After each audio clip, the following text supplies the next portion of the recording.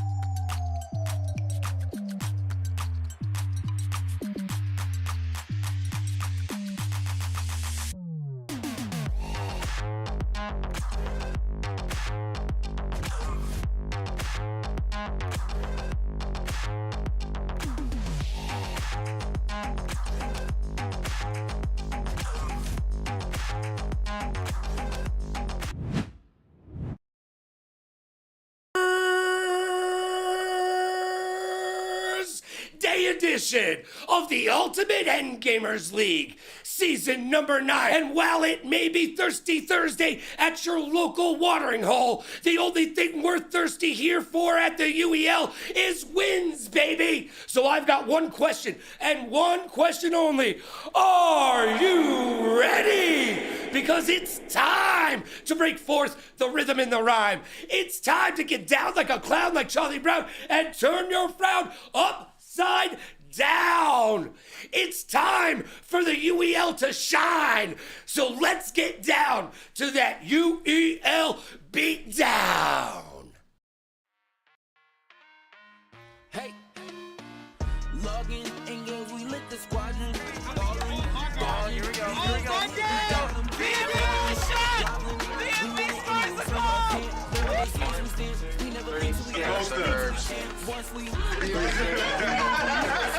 There's so many games out this period that a lot of people never really experience, so they get stuck in their college view. But another person that's defined as a person that pushes past just beating the game and instead completes the game. As you guys know. Did you miss it? All right. So they went ahead and did a timeout. I got lockdown on my team, man. What do you want me to do, bro? I need help. Mike needed Scotty. Carolina Reapers go back to back on the strength of Shekel. Traded journeyman. Expect. As like pros. I'd probably say 10K. Yo, boys, no rush. Ultimate Endgamers League, so tough. Go capture that trophy. You can't win enough. It's the UEL, UEL, UEL, UEL, UEL, UEL, UEL, UEL, UEL, UEL, UEL. This is the Ultimate Endgamers League. VA Grand Rapids and out overseas. You don't got a clue, come and get up to speed.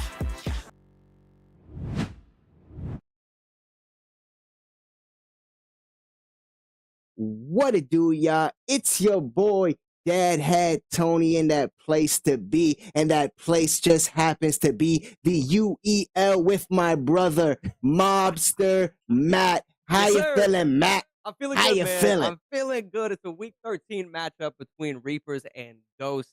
Clearly, the Reapers are sort of favored to win this. They currently are 7-0, but the Ghosts are no slouches, man.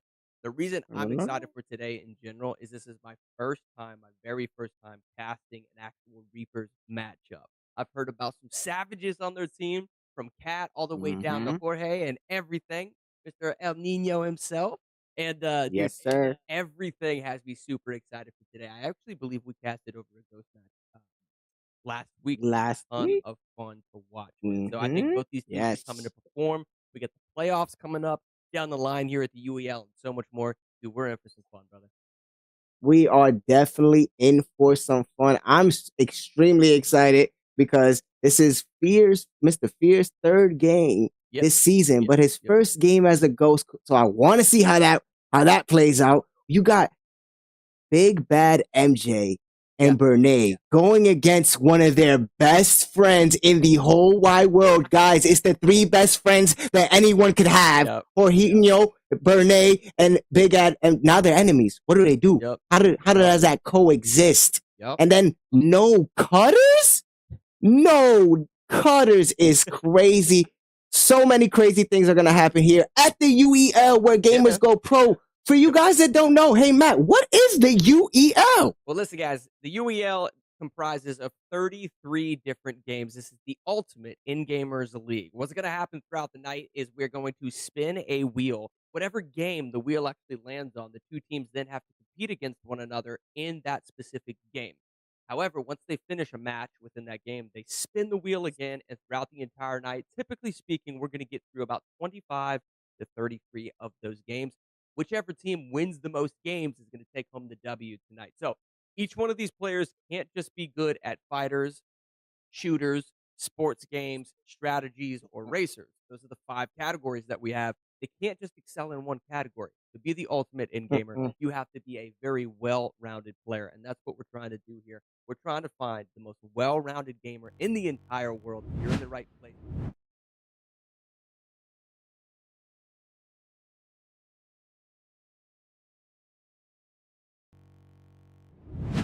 What? as a result of winning that rock paper scissors, they get to choose basically setup. They get to choose the game we're gonna spin the wheel right now to see what game that it lands on.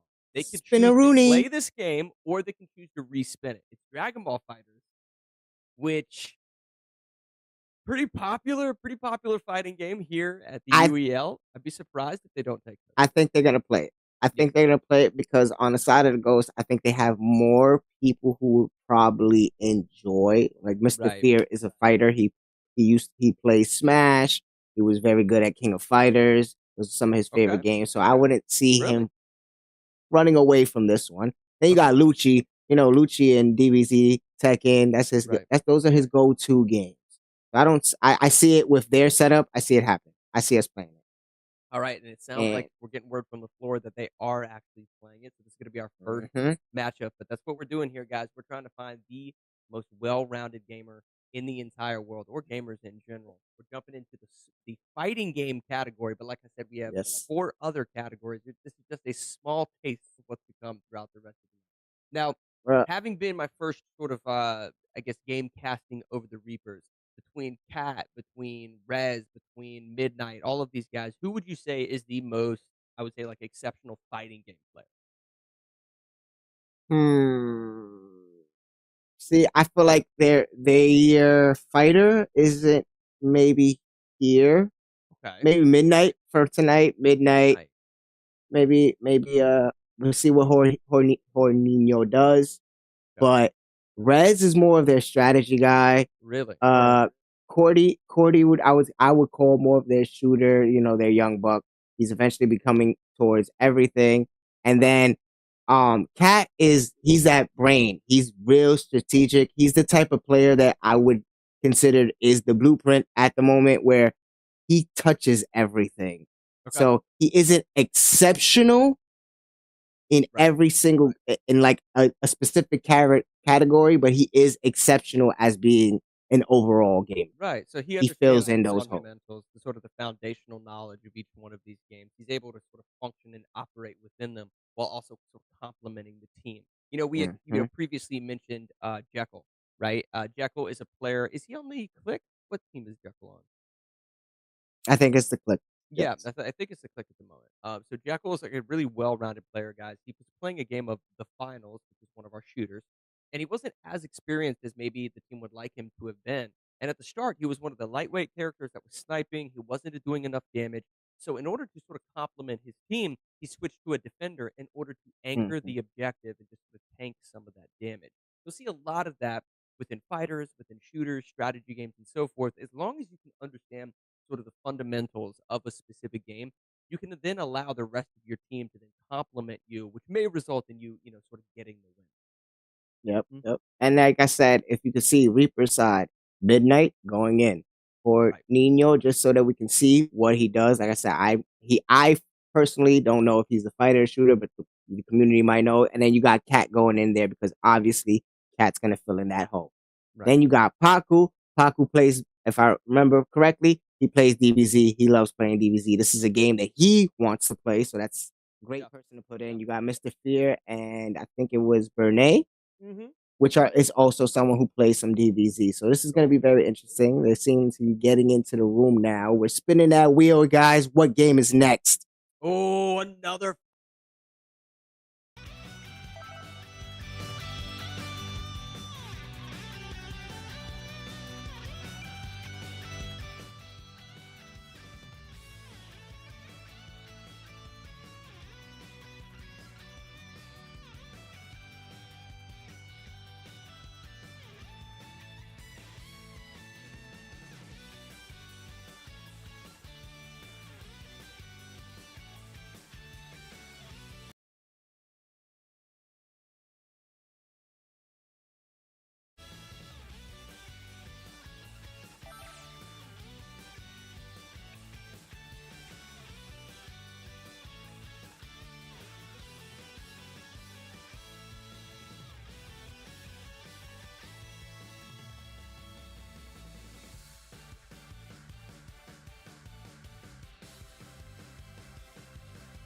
Yep, and it seems that we're getting 2 back-to-back fighters. Me favors favors the Ghost because even though the Reapers are a very strong team overall, I think the Ghosts at the moment have a very strong fighting lineup. Yes. See Mr. Fear, Mr. Yeah. Fear sitting there. I'm a little scared with this because Mr. Fear sitting there looked like he was sitting there, chill back, relaxing, and calm, cool, collective. But the thing about Mr. Fear that fears me the most, I'm gonna put all puns intended, Right. is that Weird, man. he gets into that one is weird. I I was see the gonna timeout. say, like, the fact that we got a timeout on our very first game isn't a good thing. Just and this is Yeah. something to note because we got 2 minutes to sort of explain it, right? Below me here on the overlay, you'll actually see each team has a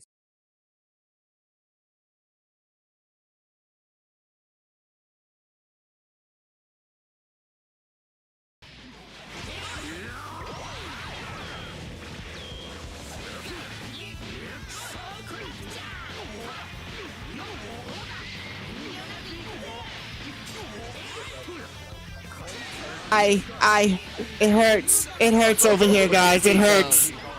Oh, but Ghost coming back. Okay, there it is. Gina right now, but he's getting slapped, and now he's caught in the corner trying to get a little bit of pushback. He does sort of keeps the rush down in order to maintain a sense of pressure. Oh my he's God! him with And he these just overheads. Too much. Gosh. Oh, No, but I he feel like- lands the you rush see how- too, brother. Mm-hmm. Yeah. No, he Scott, landed, yeah, he landed. Monologue dragging him. I know, he sort of landed that rush down, though, and then afterwards wasn't able to capitalize on too much damage, but Reapers have to be careful. Both teams sitting at about 15% health, trying to go for a low strike, but gets uppercutted into the stratosphere. Kills with a 5-hit Oh my combo. God. Ghosts going up one fighter against the Reapers, who apparently are 7-0. They're favored to jump into the playoffs, potentially winning the championship, but it looks like they're catching hands, Yeah. feet, everything right now against the Ghosts. Oh boy. Here we go. Has him locked in the corner. Swaps out. Gonna try to regain a little bit of health. Looks like Mr. Fear's putting in some work right now on the Ghost. That's Mr. Fear you see playing. Oh, but unfortunately he gets taken out. That's probably, if I had to guess, is Cat playing. He looks laser focused right now. Okay, so Cat sitting back a little bit. Definitely not Cat in at the moment. A little bit of a struggle here going on.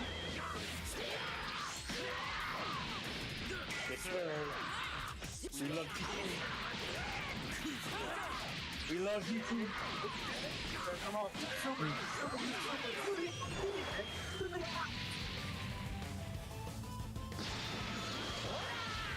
Wrap him up a minute.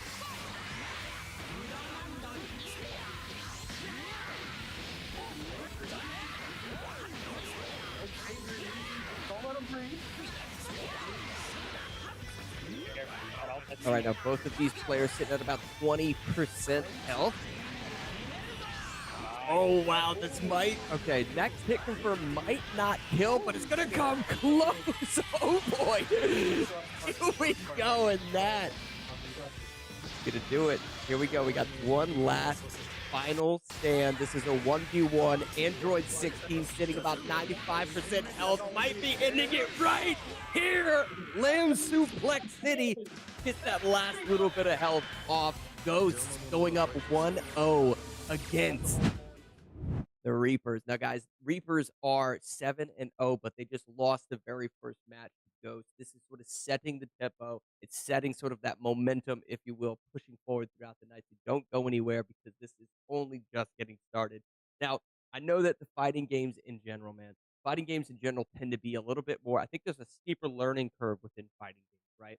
There's so much that you have to sort of learn in order to play at a high level to really push that ceiling of skill. It's not just about muscle memory with combo inputs. It's reaction time, reading your opponent, the footsies game, gauging distance, if you will, utilizing some of those zoning tools, sometimes even playing against the clock. We have seen fighting games where there's a health advantage, right? And a player can choose to sort of just run out the clock in order to beat his opponent. You see that very often in Smash Brothers, for instance. sometimes even clock management, that game sense, that game awareness can sort of be that differentiating factor, if you will. And we're getting ready to jump into another fighting game with Street Fighter 6, so it's gonna be interesting.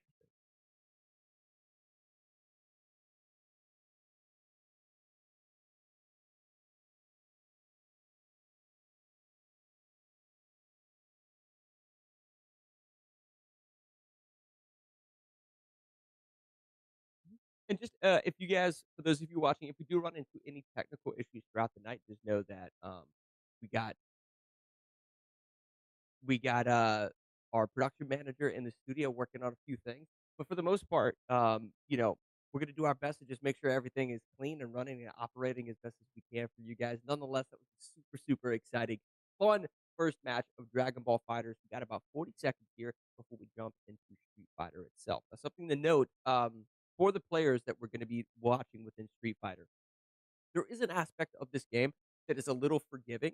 Um, it's a little forgiving for some of the players that maybe don't know some of those basic fundamentals of Street Fighter, and you'll be able to see that in the top left and top right hand corner of your screen. Those M logos, you'll see the letter M next to their actual tags. That's an indication that they're using modern controls as opposed to classic. Modern controls, basically.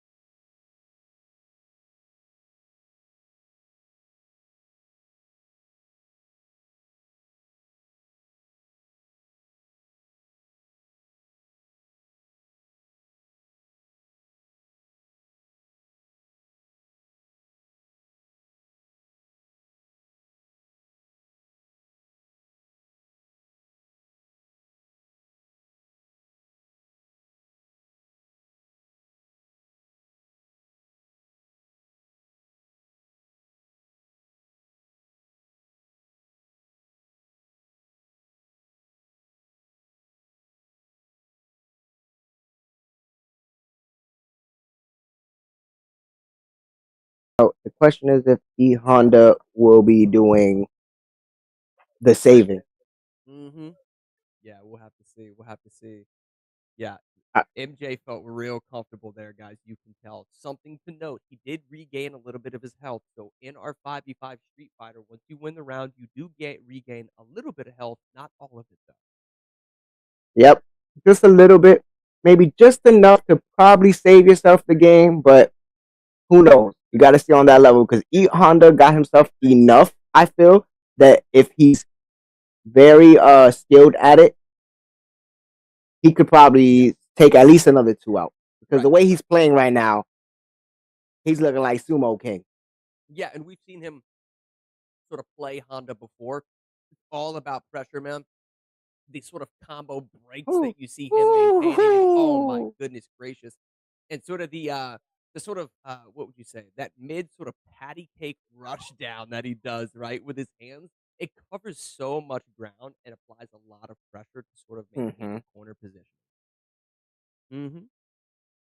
I'm just excited because like look at my boy Big Bad being bad on these sticks right now. Yep. He's showing he's a bad man. Let's see if Cammy, we got Cordy with his, is that Cordy? Yes, looking like Cordy with his Cammy. Yes. Okay, now we're seeing a little bit more pressure being applied from Cordy. Yeah, just a little bit. We'll see what happens though when he gets up. He clearly loves just sort of playing as a very aggressive player, so he's always constantly looking to break into those combo strings that we saw here. There's the patty cake maintaining that corner pressure that we just talked about, but he's got to get out. Lands the anti-air right there as MJ was sort of. There's that knowledge. Yep. There's that game. There's that knowledge. Boom, boom. Oh, but MJ does get taken out. So Cordy definitely doing his job. And listen, MJ is no slouch on this game. MJ definitely knows what he's doing. So the fact that he was sort of taken out there on Honda, Cordy definitely understands the Street Fighter, man. On top It's of great to see. understanding, on top of understanding, but Big Bad MJ has a clear understanding of how to get his job done because taking out two and then putting enough damage on Cordy where it's possible for one of his teammates to come in and take him out. Yep. Yep. But Paku Paku has his work cut out Mhm. for him, guys. Because you watching at home, you can see the players in the top right and top left hand corner.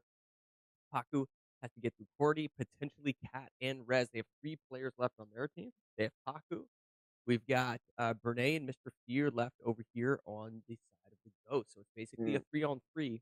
However, Cordy is a little damaged right now. He may Yep, be and taken I out said right it. there. Yep. Paku, Basically, one hit confirm away. Yep. this is my thing about what I was saying earlier.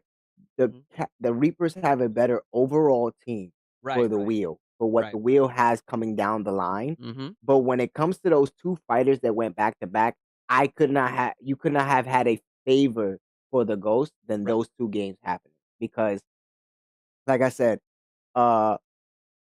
Fear, Paku Paku, we saw Big Bad MJ doing his damage with Hondo, which is a favorite character of us over here, but it's not that much of a favorite character in general. Yeah. Oh, definitely. Man, I gotta say this, man. It looks like Paku Paku definitely has a great understanding of Street Fighter in general. He is getting hit right now, but his corner pressure was incredible. He was doing neutral jumps, which are overhead strikes into lows. So, but that also goes to show that Cat knows a thing or two about Street Fighter, able to not just block all of his strikes, but he's been maintaining pressure completely across the stage. Now he's got him backed up in the corner, leads with a mid poke, and now he goes for a neutral grab right in front of him. Says, Paku, get out of here. What? You saw him? You saw the stand up? He's like, yo, defending champ for a reason. Wow. Look at the scoreboard. That was impressive. Not the scoreboard. Look at the record. Look at the record. 7-0 for a reason, guys. Yep. That was very, very impressive. Now, what I was saying earlier about Mr. Fear, and I see that he's still on deck. He is their last, if I'm not mistaken. They got Bernay and Mr. Fear. Yeah, so Bernay and Mr. Fear versus Cat and Rez. It's still a 2v2. So Mr. Fear will be their last. Yep, still a 2v2. I believe Bernay is really, really comfortable. We've seen him comfortable on Street Fighter, but he's got his work cut out for him because Cat was showing very, very good game sense and knowledge. He was blocking overheads, lows, and so much more. Initiates with the uppercut off of Wake Up, but gets grabbed and thrown into a DDT. Oh, he's got to be careful of these mid-rush grapples, and he hits it with Suplex City, Tombstone Power Driver, go to sleep, Cat hits up, It's that barely even touched Bernay. Firmly grasp it. Firmly grasp it. Oh, and I see my boy's Cutter in the back, but he wasn't playing today. I wonder what's the deal with that, because maybe Cutters could have did something here. Yeah, I mean, that's true. I think Bernay just feels really, really comfortable, and then he's got Mr. Fear sort of backing him up. All they have left now is Rez, which, like you said, is a strategy player. Could potentially sort of anchor this. He's got some tools at his disposal, some zoning tactics, because he does have to stay away from this particular grappler that we see right here. But we'll see, man. Some solid mid pokes. These are the zoning tools. There is a combo string through strict zoning with this particular character, JP, that is absolutely disgusting. It's about a 13-hit combo that he gets full screen. We'll see if he's able to utilize that here. Missed a couple of the grabs, and that may cost Bernay. He's trying to close the distance. It looks like Rez has his back against the wall. He's trying to knock him back with some of these mids, some of these pokes so that he can't get in. He initiates with that sort of dash in mid grapple and then goes into a jump, and now there it is. Can he get it? There with the super. Clothesline from hell. Elbow. Oh, puts him up. That's an F5. F5 coming in. F5 into a power driver. This man is dead. This man is dead. All he has to do is firmly I love the way that grasp. he's initiating with that mid sort of grapple, that rush down grapple. But he gets caught. Rez does his job, and now we're left, everyone watching at home, with a 1v1. We got Mr. Fear versus Rez. Rez trying to keep advantage on that zoning tactic, playing the footsies, that sort of that mid-range tactic, if you will. And wow. And you might see Mr. that Blanca. Fear is in here with Blanca. We don't see Blanca very often chosen. But when he is chosen, obviously we love it around here. Personally, one of my favorite characters in the game. We'll see if Mr. Fear has what it takes, man. And I'm not gonna lie. There's a little bit this time you might get a little bit of knowledge play. Okay. Mr. Fear is someone that I could say does know himself a little blunt. All right. Let's find out. Let's find out. All right, here we go. Off There the it is. rip. There it Dives is. in. I love it. I love the fact that he's diving in with that low, but then also sort of that mid cannonball that you guys see him Yep. jumping across the screen with has pushback There it on it, is. which leaves him safe in terms of frame advantage. But he has to be careful because JP does have zoning tools. When he misses the cannonball, oh, it's not gonna matter because he sort of faked him out a little bit and then dove Get and jiggy with it. snatched up Get his jiggy with it. ankles and Get took them jiggy to with the it. trash, bro. We doing the blanc. We was doing Look the at Blanca out here. We doing the Blanca out here. You get jiggy with it, Mr. Fear. Securing that. I know he's excited. I know he's what Mr. Fear is someone who definitely his gameplay very revolves around emotion. Right. And his. I don't want to see him get too much in his head because when he doesn't, we see a very good player. Right. I mean, could you imagine a scenario though at the start of tonight where the Reapers were 7-0, they're the #1 team in the league right now, guys? Could you imagine them starting tonight off 0-2 against the Ghost? Are you? This is what I gotta say. No, I kind of do expect it. There's been moments in games where the Reapers would, like I said, would be arguably people like to argue that they can be defeated, and it's true. They can be defeated. But the thing about the Reapers that make them who they are is their synergy and their the way they see it as a sport. Yeah. They make sure that they have a game plan that works directly for their team, and they will execute that and practice that until perfection. And then the only way that changes is you learn how to counteract that. Yeah, well, the thing I will say about them is they clearly know how to play fighting games. It may not be their best category, but given the fact that they're 7-0, I'm going to go out on a limb and assume that they're very talented at racers. They're very talented at shooters and a lot of these other categories because we've seen Ghosts lose matches in the fighting game category. So to suggest that the Reapers aren't necessarily as well rounded within that genre may be true, but in the same sense, there's 4 other genres here on the UEL wheel of 33 games. So I have to imagine they know how to play those really well. And here is one of the shooters that we're talking about. This is going to be StarCraft 2 next game. On top of the fact that StarCraft 2 just got chosen in the game coming up after this, I'm going to go out on a limb and assume that the Ghosts are going to forfeit that against especially given the fact that Rez, being that strategy game player that you had mentioned earlier, is on their team, that may be time for a forfeit. However, one thing to note, the Reapers actually had to waste a timeout at the very top of the hour in our first game, so they only have 4 timeouts. It should be interesting to see if they're able to sort of maintain that timeout economy, kind of moving into halftime. Wait, what healer you want? That be sort of the biggest play in the UEL over the last few weeks. Teams running out of timeouts and then not setting up guys, which would result in them being forced to forfeit a game. Set up the game correctly. You have set up. Alright, bro. Nah, check. Go more. Have to be careful that they don't ruin their economy. The thing about their economy that I think isn't going to be ruined is the Reapers. Like I was saying, the Reapers have this moment that they're so strategically well. Like that one time out in any other team, with any other team, we would have been like, oh, are we seeing the writing on the wall? But with this team specifically, I feel like, okay, it's something happening. So with the Reapers, I feel like what we saw, what you saying, that we expect them being down 2-0. I see them getting those 2 points right back, right now. Like, because they're one of those teams that I feel like once they get their gel going, they're a slow start. They're a slow burn. Well, this is going to be a great first test. I do believe that Overwatch in general as a shooter is a great testament to like teams' specific talents within the shooter category. Because not only does it require like accuracy and what have you, some of those quintessential aspects of shooters, but it also sort of highlights how well the team sort of matches synergy, communicates with one another, and sort of forms this team composition that is so beautiful to watch within Overwatch itself. You're seeing this Orisa being played by Midnight, poke up around the gas station corner here on Canyon, maintaining her presence, if you will, Yep. on the payload, just peppering shots into the distance, constantly getting healed. It's going to be interesting to see what specific healer they have. I see that they have a Moira, but they might have another one.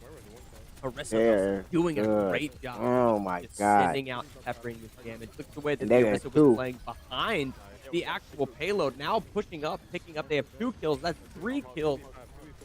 Nino actually picking up that 3rd kill on the Moira, and now they're behind the gas station. Oh, bad play right here by the Bash, and that Bash played back a little bit. 5-player kill streak. Yeah, bad play And right that's there by from Renee Nightmare. pushing out the left.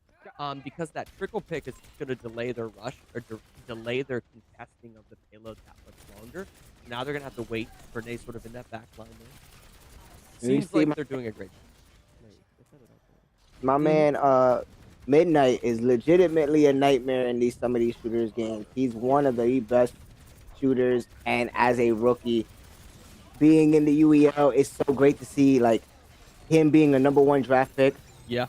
Being so dominant the way he was and the way he is. It's just it's beautiful. And then seeing the team synergy, and as you can see right here, boom, 6-player kill streak again from Midnight.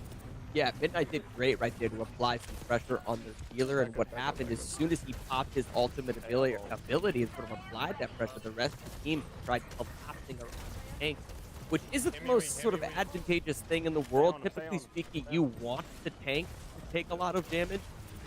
It would have been, I think, a little bit more beneficial had they dove the back line of the Reapers and not allowed their tank to be so comfortable with the front line. Now, this is Cordy right here, just kind of maintaining that presence on the Zarya right there. Zarya and obviously Orisa being the 2 tanks sort of leading the charge. It's just a lot of presence on top of that Moira damage bubble that's flying through. They're doing a great job. They definitely are.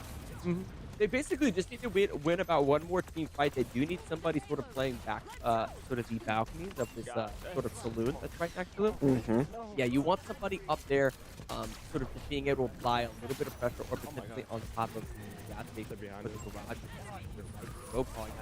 Super careful. Playing sort of the edge here.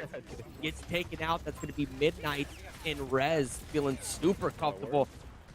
There's 2 players down now for Ghost. They're going to have to reset this. They do not want to get picked. If anything, they want to try to get this last second.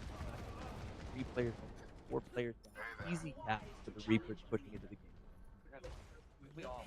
And this could be the final stretch, man. This is the final stretch. They basically got to go up this ramp and then a straightaway right in here. But the thing that's, I guess, a little noticeable, I would say, within this 3rd stage of the rotation routes, sort of around the payload. So there's going to be a top left and a top right balcony, as well as tunneling. So if you do have players like characters like Reaper, some of those close range sort of DPS top fraggers, they're going to be super beneficial within this particular area of the map. Diving into the back line is Jorge picking up 1 kill. Now this is the Doomfist. Yep. This is Rez and his Doomfist. Being as disruptive as possible is Rez diving into that back. Oh my God. Gets a hit on the Reinhardt, dodges the shoulder charge, just peppering him with a few shots, constant DPS, doing everything he absolutely needs to do as a Doomfist. Your main goal is to be as disruptive as possible. He's doing it, and here's something to know, brother. He is full health constantly. He has not once even dropped below 3/4 health. So I'd love to see who the healer is on their team right now. Yes. The specific healer is, to be honest with you, kind of carry. It's not even so much about the damage and the picks and the frags right now. This healer is insane. I don't know who it is, but put some respect on their name. Yes. Credit where credit is due. Finally, they swap over to the Reaper like I had suggested at the 3rd stage, and they're starting to get some picks. Yeah, but like you're saying, this healer is doing such a great job. Like, look at my man Rez is still sitting there, lovely. Yeah, he was in the middle of a fight and still.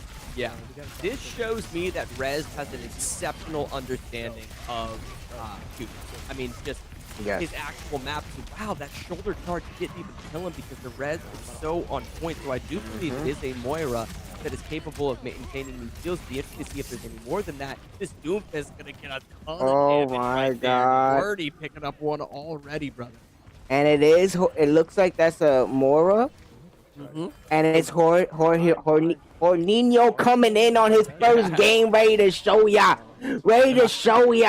Put some respect on my name. I'm going against my best friends. They let me go. I'm sorry. Y'all should have had me come along with y'all. Now y'all gonna deal with this pain. Now y'all gotta deal with this pain. Yeah. Jorge doing a great job. That's going to be the Reaper off, but they're going to dodge out the back of it, doing everything he can. He does get enough DPS. Well, actually, not really. Just the heals right here are exceptional. It does seem like they actually have a Mercy and a Moira, I think. Oh my gosh, Midnight picking up a double kill on the Orisa. That is going to be game right after the team kill. Victory. That's Hornino. That's Cat. It looked like Cat is on the actual Mercy. It is. Woo! That's why I tell you, Cat.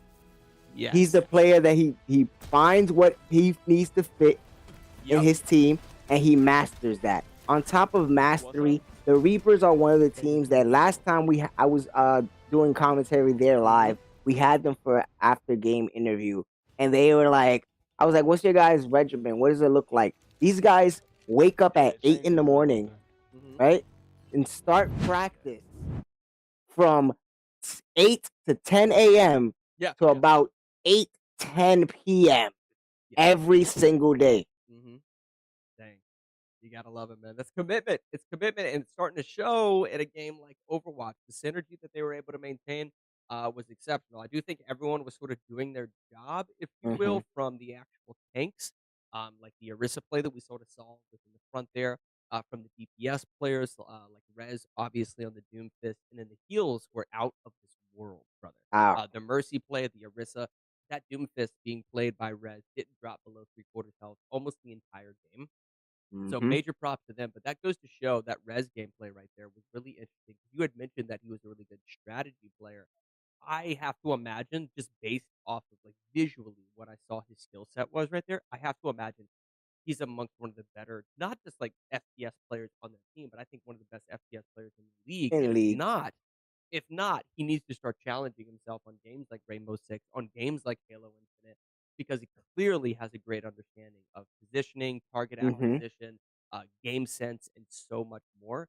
I think we're going to see a performance out of him tonight. And I think we're going to get right back into it because I think the other team has to push. Yeah. So we're going to see what happens here. Let's see if the Ghost can possibly...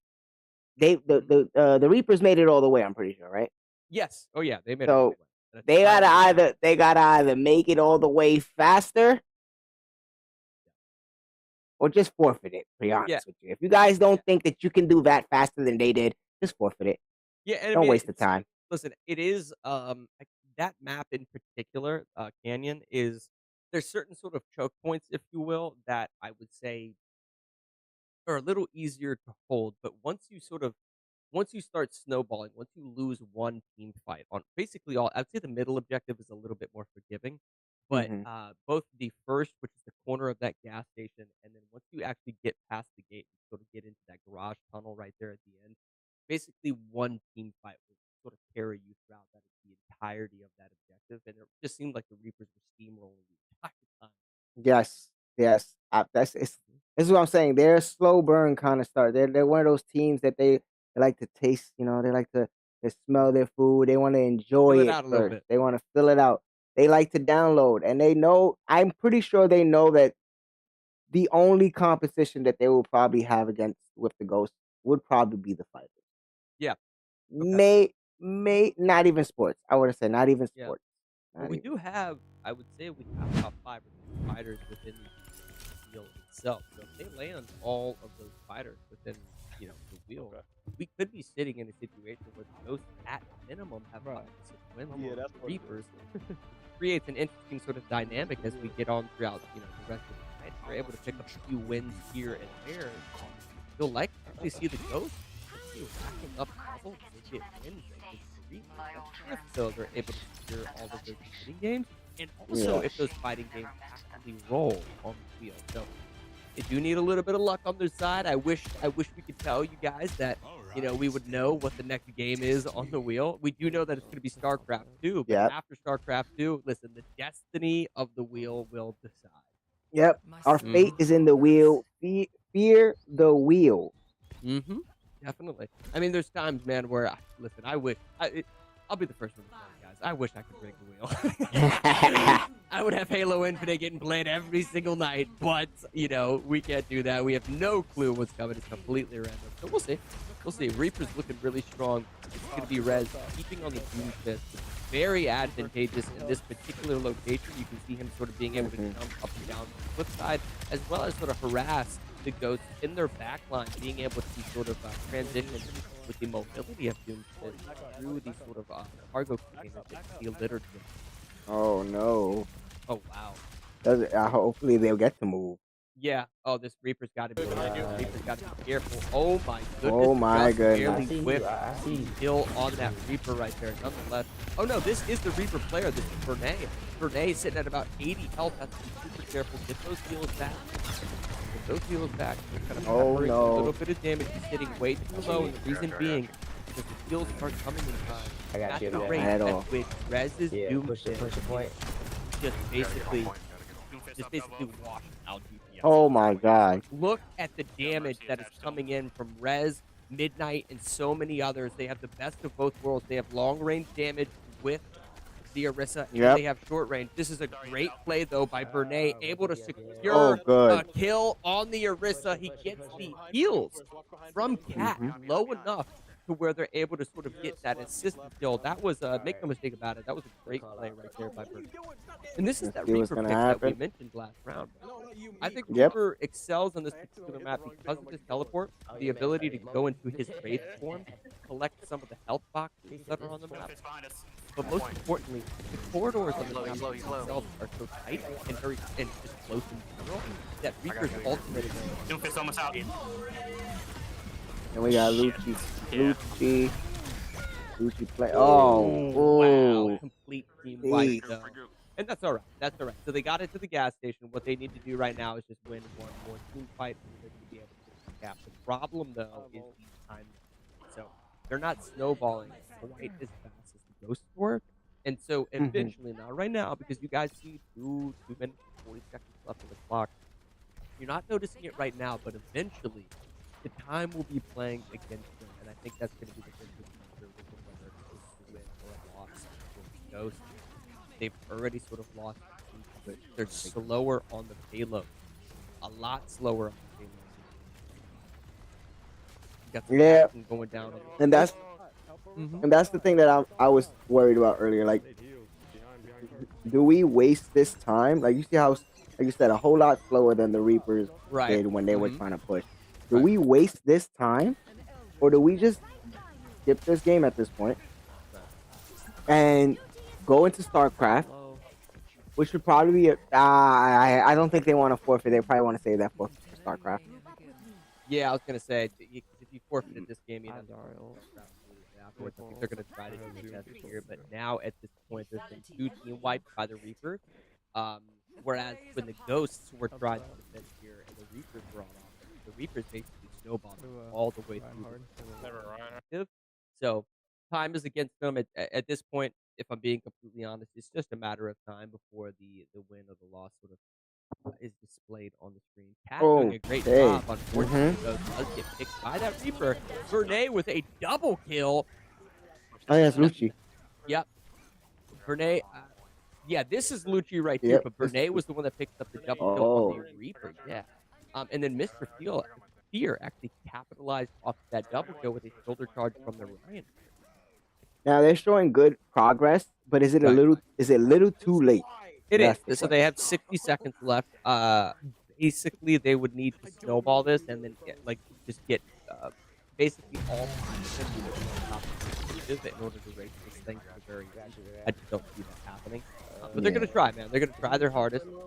As long as if they're able to maintain some type of alt economy, They may be able to get some cheeky picks, get a couple of team wipes, but it's not looking good right here. 3 of Now, them now are down, and it looks like Rez oh, picks up a double kill with that Doom Fist. Oh, Reaper in the last Yeah, seconds, I bad. think, might have popped his ult. I don't know. No, it did. Okay, so he's still sitting at 95. Nonetheless, and they have 20 now, seconds left. It's all but over. what do you think the Ghost needed to do to change this outcome? I think it's team composition. I think it's Mhm. team composition and just overall understanding of the map. So you see this balcony right here with the Doomfist jumping up or aiming, Yes. where the Reaper just jumped down from. This Reaper is trying to get into the back line in order to pop his ult and maybe get a team wipe. They should have been doing that like the entirety of the game. So what do I mean by that? Like you can't just have your top fragger trying to flank because that's something obvious within Overwatch, right? You know, Yeah. the DPS character trying to go on the flank like a Tracer or something like that. They could have been also doing that with their tanks as well. Think about a Diva. Think about Winston. You know, being able to Oh, dive okay. into the back line of the Reapers. If you Uh-huh. complement diving tank compositions like that with Yeah. the likes of a Tracer, with the likes of a Reaper or a Doomfist, those diving characters, those compositions tend to work really well, specifically on objectives like that, where there's flank routes sort of set up for you. So that's something that they may have done, but I think altogether the Reapers they have a great understanding of the fundamentals of Overwatch. You kind of saw it there on display. And it would be like the fundamentals of Overwatch or the fundamentals of the UEL. Yeah. Because I feel like this is where they're gonna start to get that their momentum. I feel like we're gonna see them go on a little run right now. Mm-hmm. Yeah. And that's the scary part that happens because there are a lot of games where you would like I said, they don't necessarily guarantee this game or this category, but they guarantee as a team they're gonna pull out a win. Yeah. And that's the part that I feel like is scary because, Mhm. like you said, the fighting games might be the aspect that helps with the ghost Right. and maybe some shooters, maybe. Mm-hmm. But what happens when you're playing a fighting game that doesn't allow either all your five or your best two?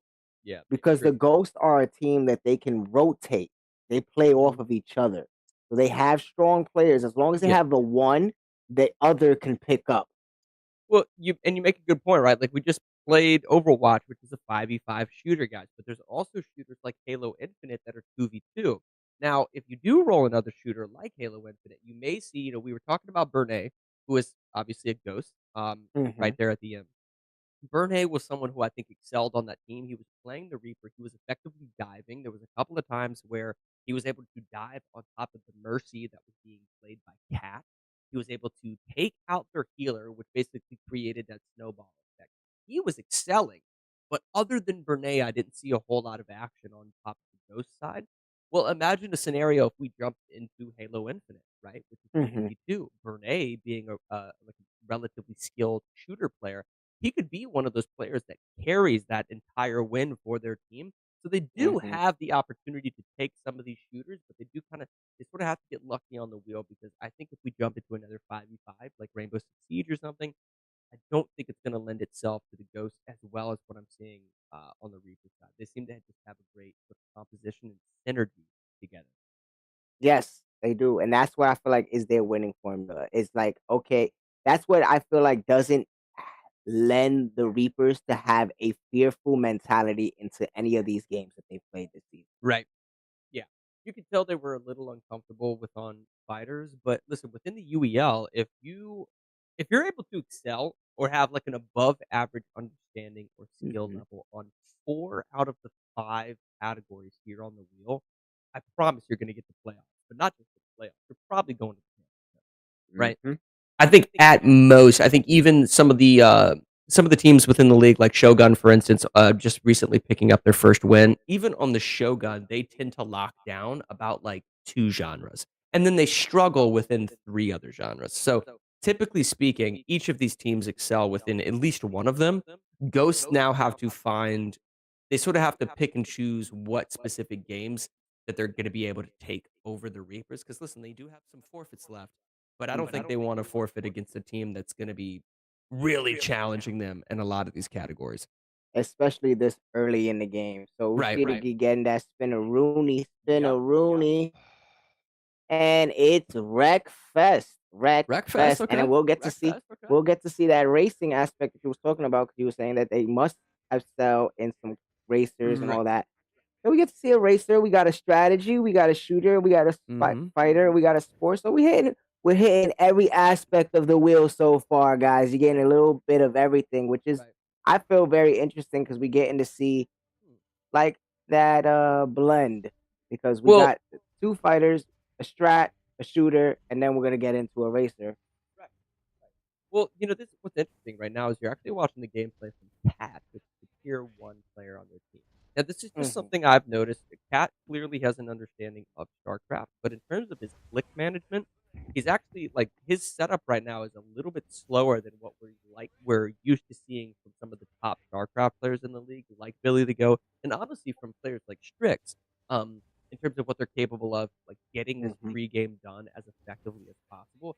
This may be a situation though where Cat is actually setting up some of these barracks, creating some of these units in order to act as a sort of a lending hand, if you will, to Rez, which I have to imagine is sort of their strategy player. Because you did actually mention that a little bit mhm. earlier. And I want to see what they build because they have the ability to be like you said slow, but they have that Right. ability of being unlimited. Yeah. Mhm. So I just want to see what strategy are they gonna use to because the thing about the Reapers with me is for like they're mostly Right. simplistic. So making sure I got a tongue twister here, I have to say that right. But most of their stuff are simple that it upsets you that they're this dang good. Right. Yeah. And I believe this is this faction that they're playing, and I may be getting this wrong. Is it pronounced the Terrans? Yes. Oh Yeah. no, no, I'm not gonna say that's the right way to pronounce it, but you're on the right Okay, race. so because we're some of us are relatively new to StarCraft, including myself, but I do understand the sort of the mechanics and sort of functionality of it. One thing to note, though, for some of the more experienced StarCraft players within the league, or just viewers, I should say, so the experienced StarCraft viewers, something you'll notice here is we do have unlimited resources.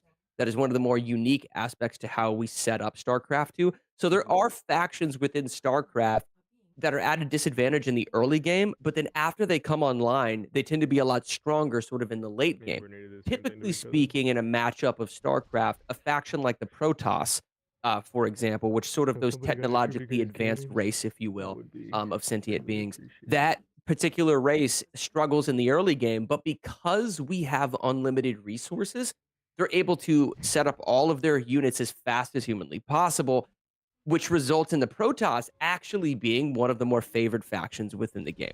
Now, we're not necessarily seeing that here.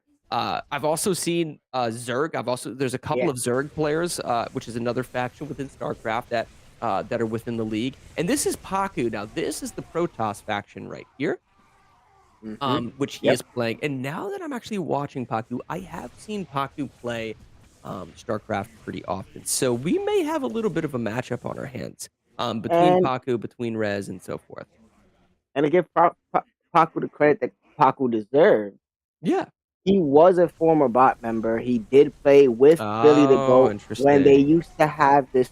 They had this great quote about them back in the Yeah. days. It was the 3-man go dummy because they only needed 3 players to go dummy. They've Ah, proven fact they've won games with only 3 players, and Paku was part of that 3-man go dummy. right. Mm-hmm. That's interesting. So Yeah. knowing how Billy and the bots are when it comes to StarCraft, Mm-hmm. maybe the Ghost weren't too scared to step into this. Mm-hmm. That's interesting. So he may have downloaded a little bit of knowledge potentially from Billy the Goat in order to sort of Hmm. excel on his own when he sort of moved over to the Ghost, if you will. Interestingly enough, though, they are playing the Protoss. I think if they have a full understanding of how StarCraft plays, typically speaking, one of the reasons why the Protoss in general tend to be weak in the early game and then strong in the later game is the actual cost of the units themselves. So, in order to build the structures, these crystals that you're seeing, they have aerial droid units that you'll see sort of created at some point or another. They tend to cost more resources in order to sort of farm those resources, there's a lot of sort of development that needs to take place. However, the Protoss, if you have unlimited resources, can sort of snowball within the early game. I would assume that's going to happen for the Ghosts, but you're not seeing a lot of action from Lucci. To be honest with you, in terms of like unit mobility speed from the likes of Paku, I didn't see a ton of that. So this may be a situation where the Reapers just have a better understanding of the game and are able to sort of take this win, even though the Protoss are sort of the meta within the UEL. Yep. We're gonna I believe it. We will see, but like I said earlier, with the synergy that the Reapers have, I feel like if you're already 2 steps behind them, you are very lost. Like if we're looking at a game and we can see the quick slip up, right? They're already lost. So to have 2 players that we feel are building way too slow compared to what the Reapers are doing, it looks like we're actually getting into some action. I think I don't know if this is Cat protecting or attacking. Well, let's try to look at sort of his clickbait. So this is actually him attacking on that Terran faction, if you will. So and he's already destroying a lot of these units. He has what looks to be about 20 or 30 of these massive sort of tank cannoned units that are basically destroying this entire section. Now, something to note in the bottom left-hand corner of your screen, he is going to be the green coloration on that map. And he is sort of snowballing through that red sort of faction, if you will, right there, which doesn't look very good for the Ghosts. If he's able to get through this without being contested, right now there's going to be call-outs that are recurring on the side of the Ghosts, and if they're not able to respond and react in time, or potentially go into like an offensive of their own, they're going to really, really struggle right here because he has amassed an army that is absolutely massive. Now, in the top right-hand corner of your screen, it does look like Cat himself has about 300 units on the field, which is insanity. And shout out to SurfThing Computers, by the way, for being able to handle all of these units. This isn't 300 units within the game, guys. This is 300 units that have been created by Cat himself, right? So multiply that by all 8 of these players. These SurfThing Computers are capable of withstanding all of that frame data on their screen in real time. Incredible computers. Hey, Matt, I think we have an issue. What's that, brother? So, not only does the Reapers look like they might be taking this one to tie it 2-2, but let's look on over to our timeouts and our forfeits over there, buddy. Wait, what happened? No. So let's bring on over our great production crew, our great director, our guy AV. The man has just informed us that this setup was incorrect from the Ghost that made them lose 2 timeouts. Wow. They set the game up so bad that they had to give up 2. Oh my gosh. Now, this is where I go back to that point where the Reapers are a slow burn. It's quick. Now look at that one wasted timeout don't look so bad now. Oh my gosh. That's tough, man. Yeah, this is something that has sort of plagued the league over the last like few weeks, guys. Is teams not being capable of maintaining like correct setup. If you haven't set up a game correctly, you are forced to then call a timeout to then get that extra allocated time in order to finish your setup. The problem is, after you've run out of timeouts, if you have no more timeouts to spend and you set up a game incorrectly, you are forced to forfeit that game and give a free win to your opponent. It does look like here, just something to note, it does look like the Protoss actually have some of these aerial droid units that are sort of rolling in, if you will, which is interesting. So we might actually be seeing, I think that's for Nino that we're watching. And I believe it is. So that means that they were not using all the same races. That means that some were using Protoss and some were using Terran. We might even see a Zerg come along. Can you imagine the Zerg come online? We've seen that from a few of our players. Nonetheless, Juanino right now is feeling super comfortable. Yep, and that's exactly what we're seeing on the screen. Yep. Yep, they're using 2 separate races. That's interesting. You gotta love it. Gotta love it. You gotta love it. Hey, Mhm. as it's their knowledge, and then that's another beautiful thing. Look how they're using completely different race, but Yep. making sure they know how to blend it together where Yep. it's helping them. And this is crazy. Yeah, and I'm this game still is stuck awesome. on. I'm just still stuck on the fact that we Yep, there it have is. 3 hours and 12 minutes left, and they're sitting on 1 timeout that they're allowed to use for the rest of this first half. Yep, because guys, after halftime occurs, it doesn't matter how many timeouts you've actually used. After halftime, both teams are only left with 2 timeouts. So typically speaking, you only want to use about 3 within the first half of the game, and then you have 2 to use for the rest. Um, I'm sort of predicting, okay, obviously Reapers just got that. It's now tied up 2-2. The problem is, even if Ghost were to get some lucky rolls within the wheel, the destiny of the wheel, if you will, even if they were to get that and get a few wins here, they're going to run into so many problems later on in the night if they're not able to get their setups done correctly. You heard this from Pop earlier last week.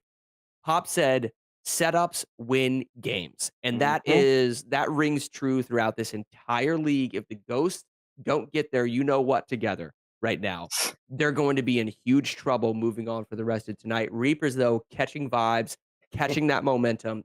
2 games They in a don't. row now. We're getting to ready to jump into Wreckfest, which is one of our racing games, but it's a They little don't. bit different. It's a little bit different from the rest of our racing games Mhm. because it's basically like you are trying to race in order to finish in first place, right?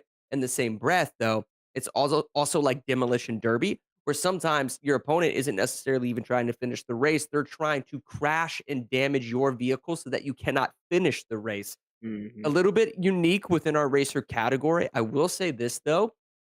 I think it sort of complements Ghosts in the sense of being able to potentially catch a win within some of those awkward games.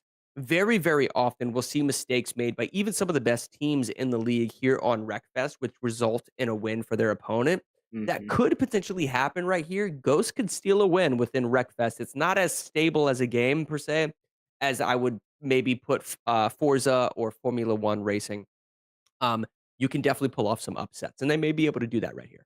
But if I say, like, if you have the right strategy, the right Mhm. meta, it works. Yes. Because if you get yourself a racer, get yourself a good racer, get your best Yeah. racer, put that person in a car, and then get at least 3 to 4 of your other players, get Mhm. them in a nice big old truck, and then start having them smackaroony the other team Yeah. while your racer is getting through it. Like, that's what Yeah. it's really fun. It's really interesting. I Mhm. never played Wreckfest until I came to the UEL. So Yeah, I'd heard about it. I had heard about it because it is sort of a popular sort of party game, mhm, if you will, because sort of like the freedom to sort of either crash your opponent or to actually finish a race. Visually, it's also just a fun game in general. Tons of different cosmetics, battle passes, and so forth. So please, by all means, give it a download, guys. But it's just a very fun game that we are yes. taking to another competitive level. But you're right. Oftentimes it really boils down to a specific player excelling within that racing category, having an understanding of sort of the mechanics and the functionality of each one of these vehicles. Um, More often than not, I think we probably see someone sort of get towards the front of the pack, and then that Mhm, person sort of maintains his position. The problem is some of our favorite maps that we play here at the UEL are figure eight sort of maps, have death loops in them, and so forth to where when you're going around the death loop, you might accidentally crash into your opponent.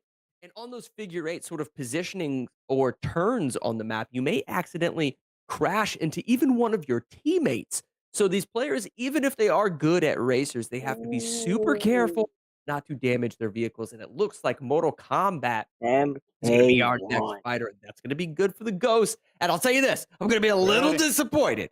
Little disappointed if we jump into Mortal Kombat looking? 1 and there's not a single Ghost player that is playing the newly released Ghost Face started. because that would be Oh my god. You don't know how bad scary movie. Yes, sir. We've got what to see it. not even I would love for him to call his fatality is him calling someone, them picking up the phone, and what's your favorite fatality? Orange yellow is crazy. No, Yeah. sir. Oh, Yo, gosh. I Mhm. love the cross play in certain games and the Mhm. skins that we see in some of these Oh, games. And seeing Ghostface in Mortal Kombat, I feel like oh, it's it great. it wasn't supposed to work, but it does. Oh gosh, yeah, it works perfectly. He actually looks Yes. like he could be just a character within the game, man. He is so fun to watch and play. think I get 1 That point being already. said, guys, we're tuning in right now. This is Mr. Fear in the top right-hand corner of your screen. Still has 78% health. What he's doing is he's trying to crash into Cat. Yep. Cat is the top player from the Reapers who is in first place. They made the decision to basically throw this game for Mr. Fear in the attempt to crash into Cat, knock him back, and then maybe able to get one of their players in the first place. Huge mistake on their end. Yes, it is. And that's, man, I don't want to say that's going to spell a loss for them, but the fact could that Cat, possibly do. yeah, the fact that Cat was able to sort of maintain that first place position is going to be really difficult to come back from. This is one of those figure 8 maps, though, guys. So eventually, Cat is going to have to try to avoid one of those players my again. God. Sitting with only 20% health right now, all but take it out. He's in critical damage. He's got to be careful.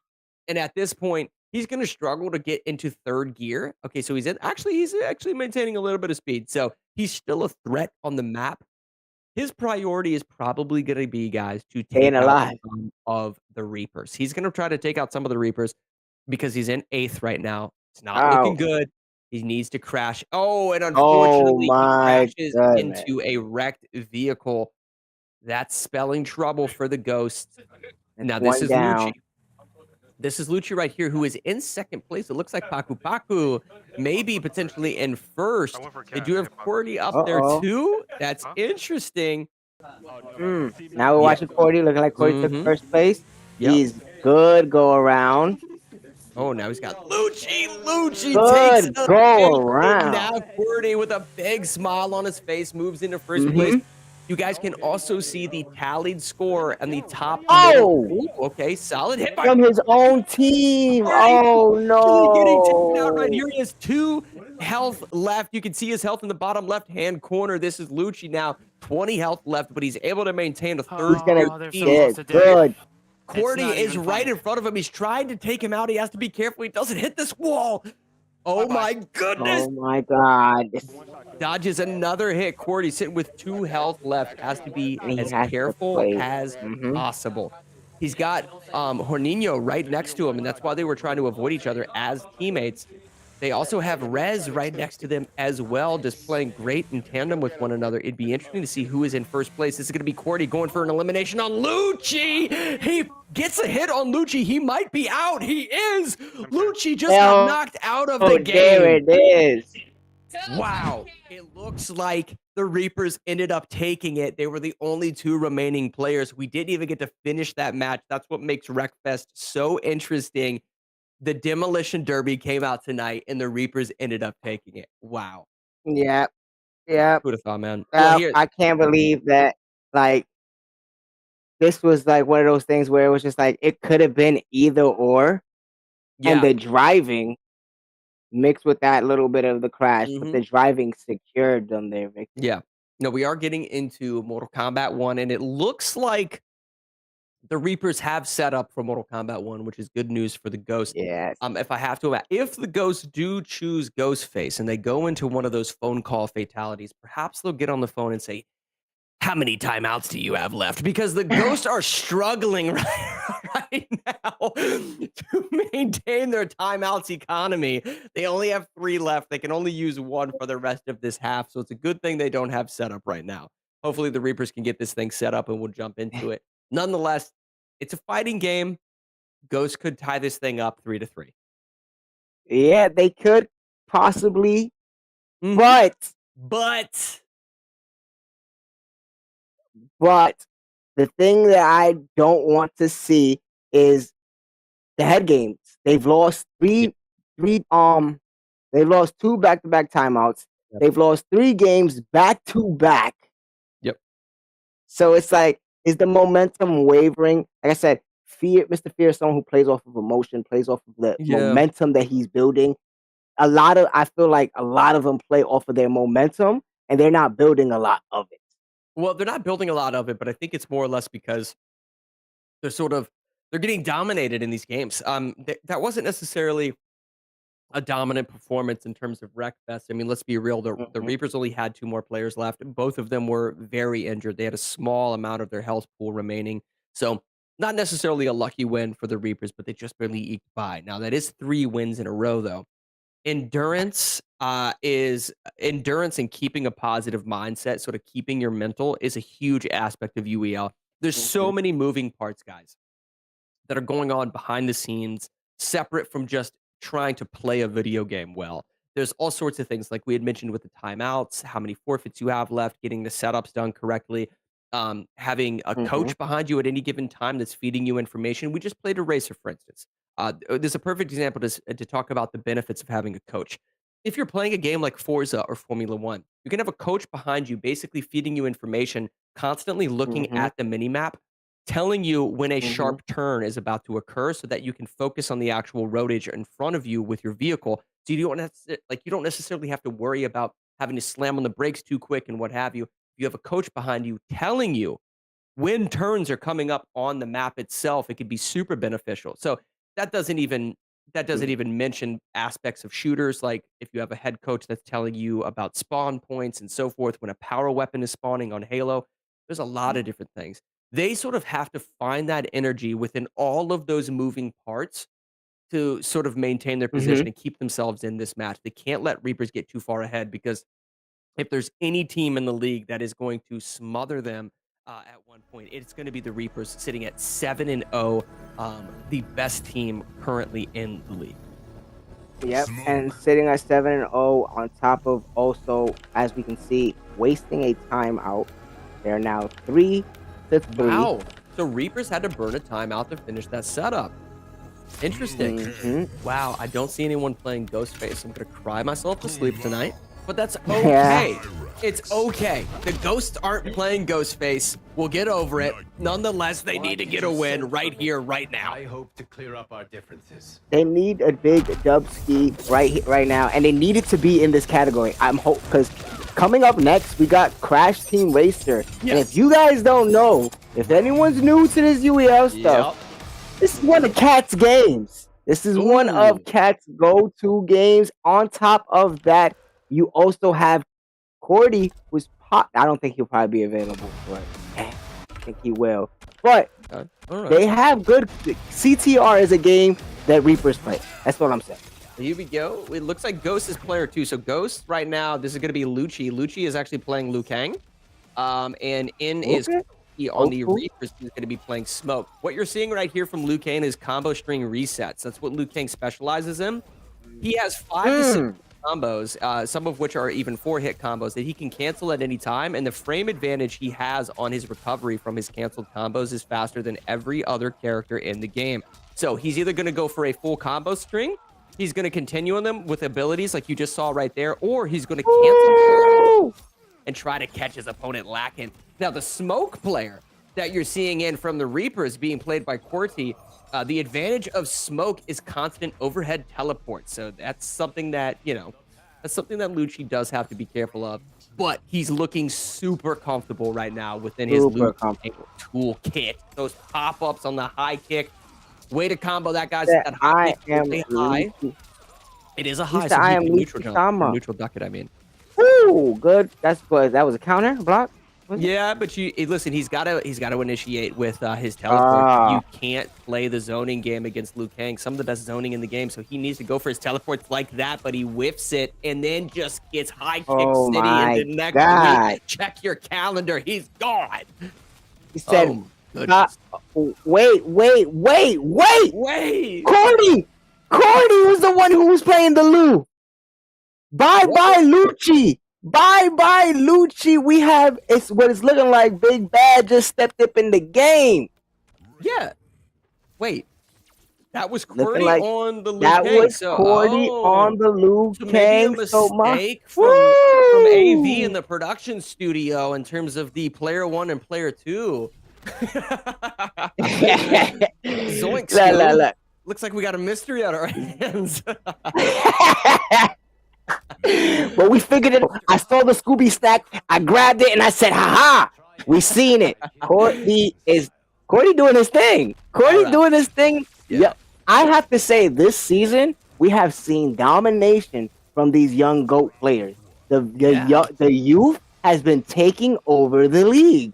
Okay, well, here we go. So now we have Big Bad MJ, who's playing the Kung Lao, I believe on the left side of your screen. So just watch that. Similar in terms of the combo strings and the matchup in general. Kung Lao has very fast inputs. The problem that a lot of people have with Kung Lao is the actual frame window of time that you have to input the combo strings is shorter than every other character. So you have to be very quick on your button inputs or else the combo will cancel. Look for that, like what we just saw. He had a specific combo string that he accidentally messed up because he didn't input it fast enough. He cannot afford to mess up those inputs playing as Kung Lao. Nonetheless, QWERTY, though, going max damage output with a 7 input string, only using, actually, he didn't use any of his meter right there and was able to rack up 28%.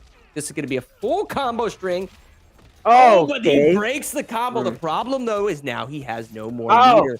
And he's sitting at 28% health, just constantly getting pressured with these canceled combo strings. That's gonna do it. Stop. Yo, QWERTY.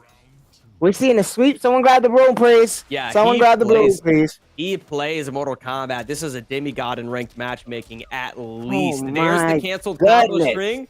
Just goes for the 1-2. Now, those are mid-strikes, so he couldn't duck it even if he wanted to. But the frame window in between when those 2 strikes come out is so short that a lot of players can't react to it. He's basically taking advantage of the fact that MJ doesn't know when to pick and choose that window of opportunity. And now he's struggling. There's a solid teleport right here on... Oh, that's Raiden. My mistake. So this actually isn't Kung Lao. My mistake. That's actually a Raiden. I got confused from the actual hat. So yeah, this is Raiden right here, guys. My apologies. I was so into the butt whooping that we seeing that I ain't even paid attention to that. All I saw was a hat, and I said, "Yeah, he's right." Yeah, but the problem that he's gonna have with Raiden is the actual, like, the initiating, like, you know, not to get too much into frame data, but it does. Raiden is, typically speaking, has a little bit slower in terms of initiating his combo string, but he has lots of juggles, like you just saw right there. Some interesting zoning tools, some mid pokes, couple of overheads in order to sort of mix up within the corner. So he has the toolkit to sort of beat Liu Kang for sure. And now he has 3 meters to burn. He has 3 meters to burn, which means he's probably going to get a 30 to 40% combo off at one point, but he can also break a combo if or when Liu Kang goes into one. So there's the teleport we talked about. Oh, he went. Yeah, my God. Went for the dive, but didn't land it. That would have been really advantageous as it would have put him into the corner, and he could have initiated some of Raiden's combo string. Raiden does have an overhead and a low. There are certain characters in the game that do not have a 50-50 true mix-up, but Raiden does. So he can still win this, and he does have Fatal Blow. He's got to react. He went for the uppercut. It's over. It's over. Oh, no. He lands this. He has to get a hit confirm. He has to sort of dive in right now. He goes for the teleport. It's over. I said, just tip it. Just tip it. Guys. QWERTY out here. Look at Cat showing that personality, showing that team synergy, that love. You gotta love it. Here, guys, take notes. Someone grab this pencil and take notes, because that was a showing. That was a clinic. That was so much. I was saying, these young goats, they've been sweeping. Every time we commentate that we've seen people sweeping. These are let me break it down to what I was. We saw Stars sweep, and we just saw QWERTY sweep. These are 2 people that I would never have expected this to come maybe 2-3 seasons ago. Now seeing the evolution and the efforts putting in, it just shows how much competition there is here at the UEL, that everyone, you can't sleep on anyone no more. Well, and there's certain, like, so within the fighting game genre, they clearly were struggling on some of those fighting games earlier, like Dragon Ball Fighters and Street Fighter, but then QWERTY jumps into Mortal Kombat, clearly had a great understanding of how that game operates. MJ definitely knows how to play, just needs to study his frame data a little bit, man. Go jump into the dojo, jump into the lab, and study some of that. The reason I say that, and the reason why it is abundantly clear, he had frame advantage at one point against Liu Kang. Liu Kang went for basically, just think of it as a double mid kick. After that double mid kick occurred, he could have gone for an ability, one of his fireballs, in order to create pushback and sort of keep his frame advantage, but he didn't. MJ read it perfectly, but instead of initiating with his own combo, he went for an uppercut, which is basically in Mortal Kombat, for like in layman's terms, you go for an uppercut when you don't know what else to do because it is huge damage. I believe it's 10 to 15% damage immediately as soon as you land the uppercut. So Mm-hmm. oftentimes people just go for it in order to steal that little bit of damage. When in reality, in order to optimize your damage output, knowing you have frame advantage, you need to initiate with a full combo string. He had 3 meters and he had frame advantage, but he went for an uppercut. So a little bit of studying that needs to go down from MJ in order to optimize, like I said, his damage output. Nonetheless, Mm-hmm. he definitely plays the game really good. I'm just super impressed where Cordy was at during that performance. Yeah, that's what I said. I'm impressed, but it's getting to a point where I don't think we need to keep being like. When do we get to that point where we're no longer impressed? Because Right. it's starting to get to Yeah. a point where this is just regular for him. He's like, Yeah. hey, like, why are you guys still impressed? I've been doing this all season. Right. Yeah, and I mean, you saw a little bit of like just sort of his game sense within Mortal Kombat. Mm-hmm. So on that Liu Kang, there's certain moves with Liu Kang that create what's called pushback within fighting games. And when he created that pushback, which is like basically a knockback, it's typically speaking, it's the final hit of a full combo string that knocks your opponent back into footsie's range. He was already Mm-hmm. inputting his zoning tools as the player's flying back so that the moment his character model is able to then throw out a zoning tool, he was doing so. I mean, the reaction time, the speed, the game sense of him on that Liu Kang play was pretty impressive, man. Like, clearly No, can it play fighting definitely games. was. And now we're gonna get ourselves 50 seconds into setup with us getting into some CTR Mhm. Crash Team Racing, Yeah, and then we're man. gonna get Midnight and if that's proper, we're gonna get Midnight and Cordy, or is that from last? Well, I definitely know they're gonna be. I know the Reapers are gonna be sending Cat in. I mean, that's for sure. Reapers are gonna send Cat in. What? Because this is basically a home run for him. I would assume Cat definitely plays a ton of Crash Team Racing. So, Mhm. I do know that Ghosts are gonna try to contest, but I think what we're gonna I see. Go ahead. Go I ahead. I think this is what we're seeing being put in Okay, Mr. Fear and Bernay against because Cordy and Midnight Midnight. Really? because MJ and Lucci were in MK. Well, Cordy was just in MK. So in Maybe terms that of was our. a reset. Oh, I see what you're saying. I see what you're saying. Yeah, So the so rosters maybe it might was have a been reset, reset. correct. Okay. And Cordy is there. So we're gonna see Oh, Cordy one more wow. time. Can Okay, we see I'm what Cordy shocked. do? So this is one of those situations because we utilize sort of that dugout Mhm. baseball roster system within the UEL guys. The fact that Cat is a tier 1 player, if they feel confident that another set of players can get a win within the game, why would you use your tier 1 player? Because if you use Mhm. your tier 1 player in order to just easily secure the win here on Crash Team Racing, you will not have that player in the next game. So I think that's what they're doing. So instead of putting Cat in, they're going to sort of take the risk, see if they can get the win here against Ghost, and then that way Cat can play in the next matchup. Now, I don't know how big of a risk this might take or how confident. I don't know which one is this, if it's an ego move or it's just their confidence in you or Right. whatnot. But if I'm not mistaken, I Right. think Midnight has never played Crash CTR before. Yeah. Well, you So can this will be see, man. So top left is going to be Cordy. Cordy isn't familiar with Crash. We can basically see that in terms of him being able to maintain his boost. mhm. It does look though that so this is going to be bottom right is Mr. Fear. He's in second place, and let's see, where is top right?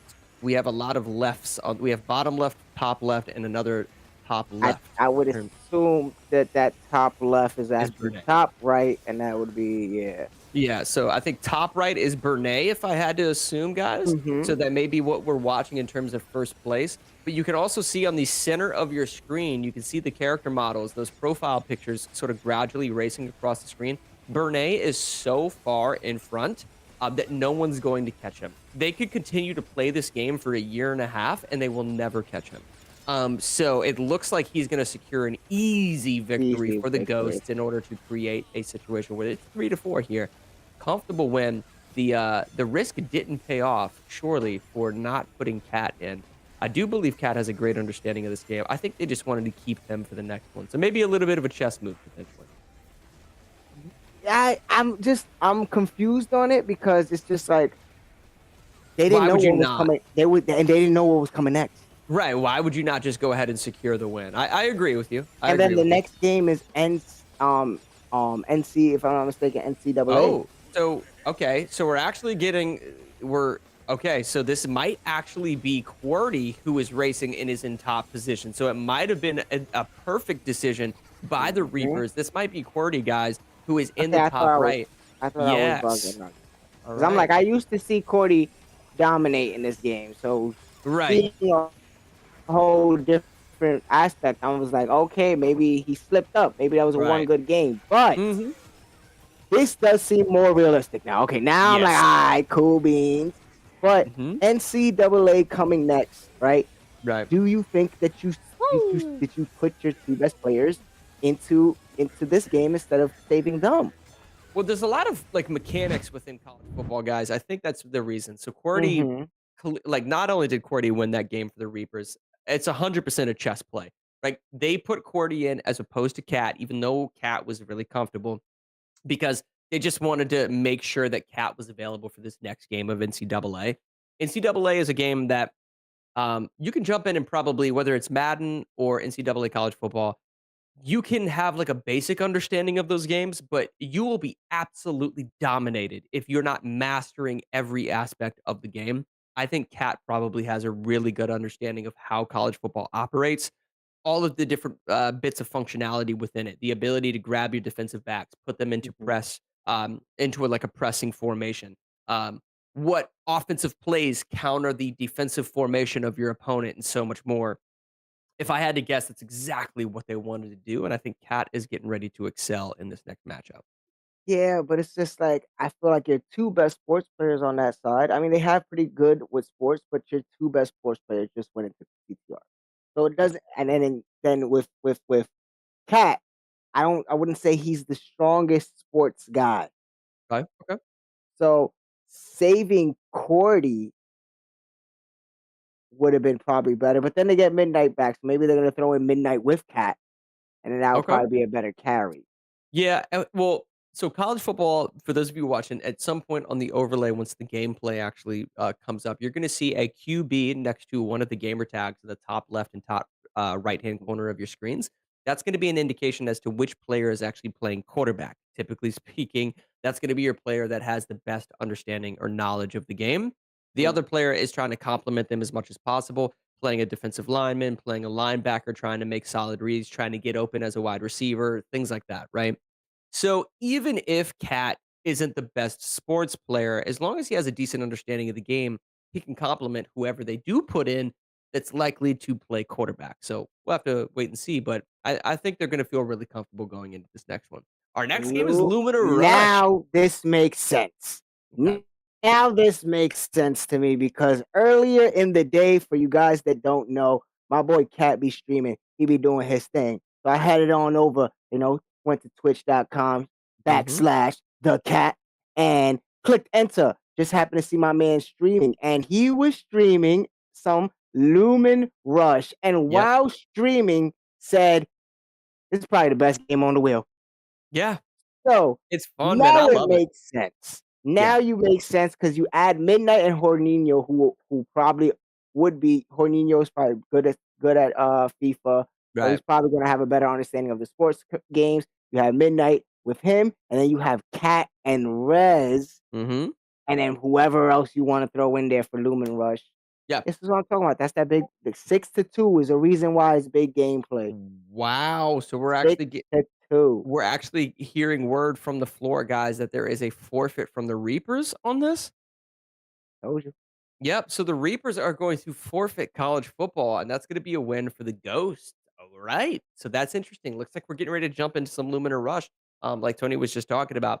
Guys, this is a speed running platformer. Yes. Made by an indie developer who has been working one-on-one with us. So shout outs to them over there. Working one-on-one to basically create this versus mode that you're about to see. Throughout this, the teams are going to be choosing courses to race, and they have to be careful because if they choose a course, it's a 3v3. If they choose a course that is too difficult for some of their players might Mhm. not finish, and they'll get a 2-minute penalty for not finishing. If they choose a course that's too easy, well, then everybody might finish it and you might end up losing the game. So they have to be really careful with which specific courses they're choosing. But after each course, I believe the other team, so it basically swaps back and forth. I believe the other team then gets to choose a course and then it goes back and forth between them. That being said, basically whoever has a mastering or understanding of how the game operates is likely to win. Think of any platformer that you grew up loving and playing, from Mario to Mega Man, Metroid, any of those games, guys. There's certain Sonic. Right, Sonic. There's certain mechanics within the game. Think of the speed pads or the sort of jumping springs within Sonic. Right, there's certain things that you can hit with your character model that'll cause effects to like how you're sort of traversing the course, if you will. You're going to see a lot of that. There's going to be slingshot mechanics. There's going to be death walls where if you accidentally with your character model touch that death wall, it resets your position on the course. There's going to be gravity fields that when you jump into those gravity fields, the character sort of floats, if you will. So they have to use everything at their disposal in order to get to the finish line, but they're racing against the time. They have to be faster than their opponent in order to get the win. And this is something that I see becoming a quick 7-3 because, like I said, this is a game that we are going to play. We are not seeing no forfeits unless it's coming from the ghost side. And they're really going to get into it. And like I said, Cats plays this constantly. Rez does his thing when it comes to this. And then you have Cordy, who just showed you what he can do as a racer in a racer. Yeah. Yeah. So, I'm super surprised though that the Reapers being the number one team in the league, sitting with a perfect record of 7-0. I'm shocked that they would forfeit college football.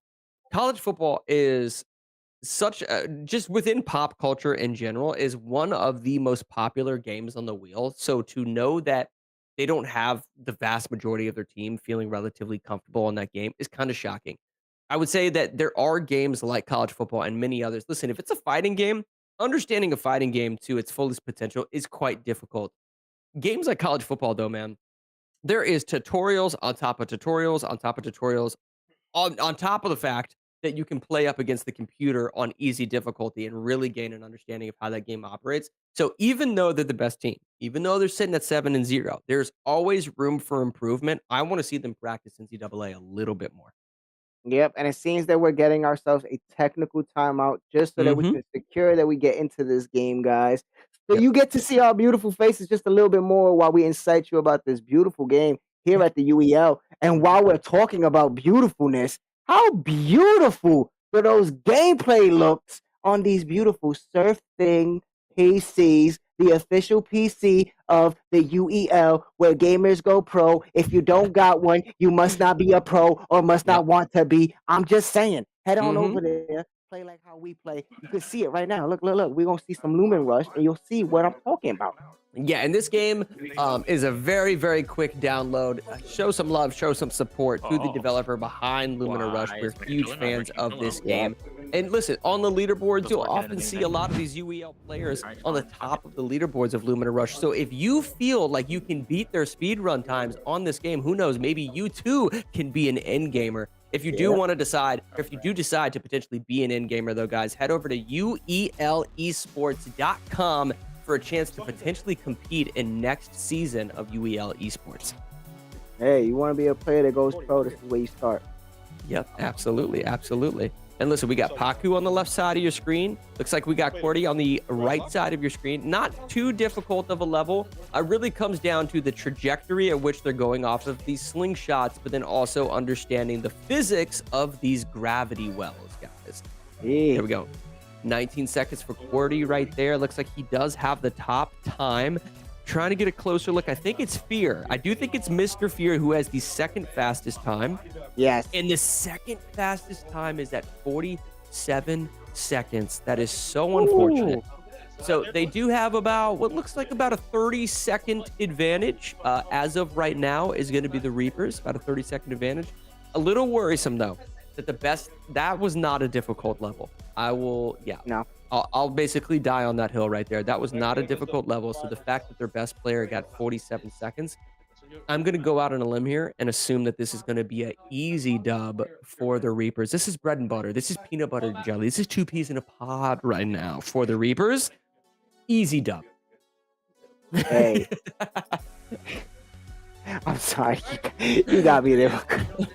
But hey, 2 peas in a pod. You made me hungry. I want lunchtime to happen I already. know. Hey, Thanksgiving is next week. Happy Thanksgiving to everybody watching, by the way. Thanksgiving. And hopefully we give you guys some entertainment as well during that week. Oh, absolutely. We're gonna give you all the entertainment from All greens, of it. beans, All of potatoes, it. tomatoes, hams, yams, hogs, and dogs. You We're name we're giving everything, man, on the UEL. Here we got 33 games on this wheel. We got the whole kitchen sink coming at you. Cordy though, clearly has a great understanding of this game. Already has 1 finish on the board. I will say this, Mr. Fear also has a finish on the board, but not as fast as Cordy. Yeah. And the rest, I'm gonna assume that nobody else finishes this level. Cordy just did it again twice. Okay, here we go. Oh, it looks like we do have somebody else on the side of the Reapers that also finished. This is going to spell trouble for the Ghosts if they don't have at least one of their players finished. That's a 2-minute penalty that's going to stack up against them. Coming next. Oh, goodness gracious. Yeah. Hey, Wow, they have that's 3 nice. players. All 3 players on the sides of the Reapers have finished. Yeah. At this point, it's just inevitable. It's inevitably going to happen. This is easy peasy, lemon squeezy for the Reapers. Paku with such disappointment in his face every time. He was so close to that and to finishing, and then just kept falling every single time. Yeah. This is one of those things where this is a game that, even though it seems simple, you might be like, oh, I could do this. It takes a lot of practice. It takes a lot of timing, and you can see by having since the first round, the Ghost probably had like 1 person to finish. Well, we're watching Paku choose the level, and he's only on the level 1 difficulty. Each stage of difficulty between level 1, level 2, and level 3 have about like 20 or 30 different levels on them. The developer is constantly adding more stages to each of these difficulty tiers. But Paku clearly choosing a level 1 sort of difficulty, if you will, which is going to be pretty basic in every sense of the word. But I believe the Reapers are going to probably all finish the stage, if I had to guess, and it would be a struggle to see if Ghosts are finishing this. Now, something to note, when I look at something like this, I know the Ghosts have 2 out of 5 wins, but this is a very quick download. It's very easy to understand sort of the mechanics and functionality of Lumina Rush. If I am, a GM or if I'm looking to draft players going into the next season of UEL, it would worry me if players are struggling on the first difficulty of Lumina Rush because of how easy this game is to practice. Even if it's 10 or 15 minutes, just here and there, just trying to be the best UEL player as possible, you got to at least be able to knock out the level 1 difficulties within this game. You know what it is, too? I don't want to, maybe, because Paku's a racer. That's the thing that really, bedazzles my brain. He has a wheel. Right. He has the steering wheel. Maybe he needed it for Lumen Rush. I mean, maybe he should have popped that wheel in and said, "Hey, let's get it." In the same breath, though, I mean, I've got a flight stick, but I don't have my pilot's license. You see what I'm saying? So you can have as many wheels as you want. That doesn't mean you're gonna be sort of optimizing your racer gameplay here on all of these titles. And that's the thing that makes me go, whoa, is the levels, the level differences between someone who owns you own a wheel, so you would expect, this is what I do, this is my stuff.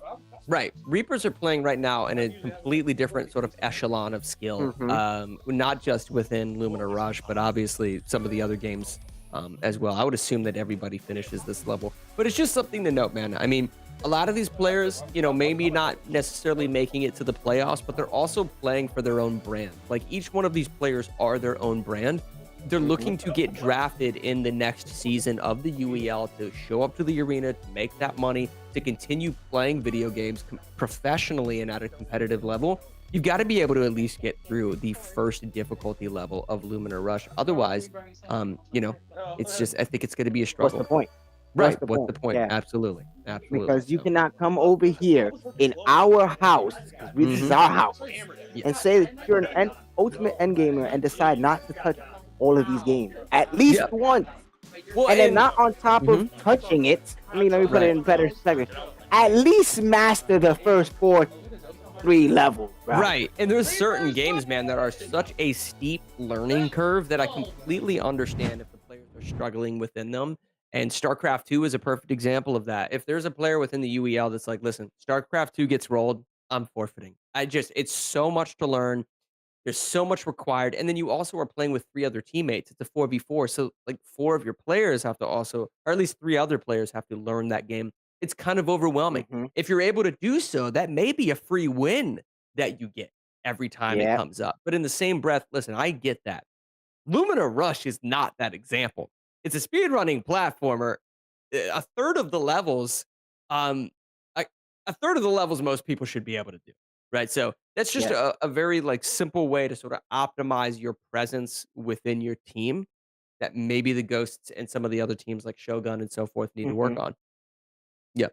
But we're gonna get into some 5v5 finals, baby. Oh, this is gonna be good. So we're jumping back into some shooters. I have to imagine that the Reapers are going Ooh. to excel here, but I've also seen Ghost play this. I've seen Ghost play Mm-hmm. this. I've seen MJ put in some work, especially on shooters specifically, but definitely on the finals. But they got their work cut out for them. By the way, we also had word from the floor that the Reapers during that last game of Lumina Rush, guys, had an average finishing time of 29 seconds, so less than 30 seconds throughout the entirety of that matchup. The Ghosts had an average finishing time of 51 seconds. So that is difficult. Very, very It is difficult. And it doesn't like when you look at those numbers, when you hear those numbers 29, 51, it Mhm. might not seem too much, but then again, you think about it as far as gameplay wise, that Right. one map to be stuck for 51 seconds and to know that Mhm. most of that came from one player. Yes. Yeah, most of that came from It's a one. team. Most of your team needs to pick that up. Yeah, 100%. So that's just an easy way for them to sort of, like I said, just sort of make their presence known a little bit more within each of those teams. The fact that it's 3v3, I mean, you have to imagine there's certain games that just the roster itself is going Mhm, to, um, the roster itself, there's going to be oftentimes where you're mhm. going to sort of be forced to play, even if you don't necessarily want to play, because maybe there's only 3 people left and you happen to be one of them. So that roster system that we run, guys, you can't necessarily run from it. You can't run from any of these games in the UEL, you know? And it's gonna be noticeable. It's gonna be noticeable if you haven't been practicing, Lumina Rush being one of them. Nonetheless, we're jumping into the finals. This The is a final first-person shooter for those of you, recently released. I wanna say it's really yeah, I think it's under a year old, so it released this year. Um, yes. it is sort of I mean, it can be classified as an arena shooter because it sort of is, but it's a little bit more Battlefield-esque in terms of being a total sandbox. The maps and the stages themselves are absolutely massive.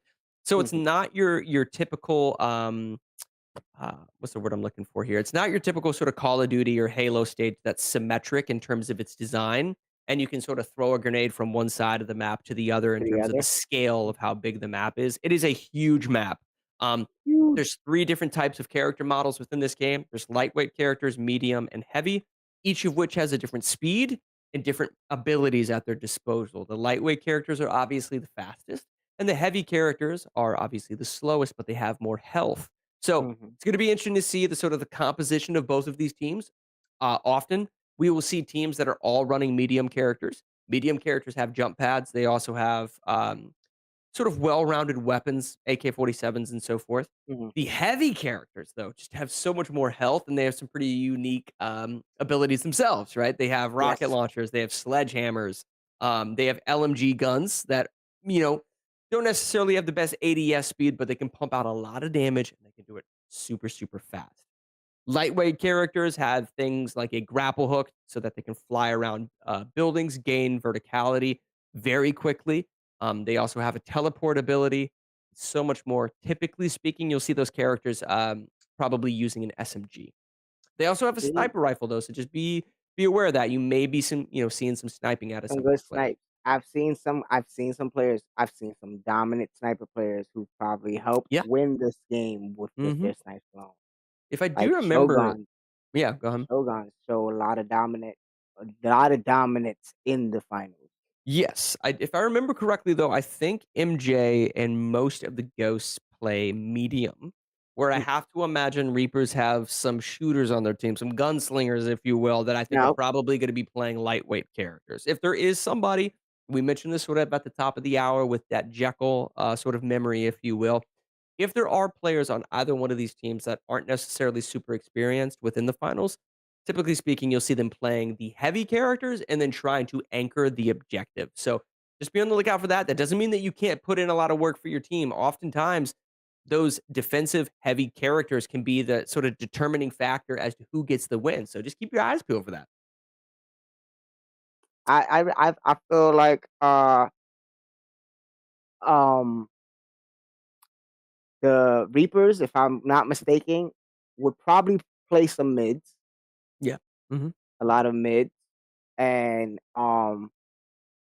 if they play the way I feel like the Reapers play, we will Hmm. see some mids, but I feel like we're gonna get a mixture of most of those in there. But it wouldn't be for lack of knowledge; it'd be more of this is what works for the Right. team Hmm. as a whole. Yeah. And it looks like we're getting a tech timeout from the actual floor itself. Oftentimes, especially on PCs and stuff, a lot of these different games, if you guys are wondering, what takes so long sometimes to set up, a lot of these games on PC have different launchers, right? So if you're playing a Ubisoft game like Rainbow Six Siege, you may have to use the Ubisoft launcher. If you're playing Fortnite, you've got to go into the Epic Games launcher. If you're playing Battlefield, you've got to go into the EA Games launcher. There's all sorts of like problems that can occur with just trying to simply launch the game. It doesn't have anything to do with the And we're fact that we're getting our using spinner Rooney. SurfThings. Um, Yeah, yeah, it it doesn't have to doesn't. do with Not anything with our SurfThing computers because they are capable of running anything. And it does look like that we are jumping into Fortnite, guys. So I just mentioned Fortnite. We're gonna be jumping in there. Interesting though enough, man. Like that's two shooters back to back. I think Reapers are feeling really good, sort of inching towards those double-digit wins if they're able to take this and Fortnite. Man, they're gonna be sitting at 9 wins. When at the top of the hour, Ghosts were up 2-0 against the Reapers. They're struggling a little bit now, though, brother.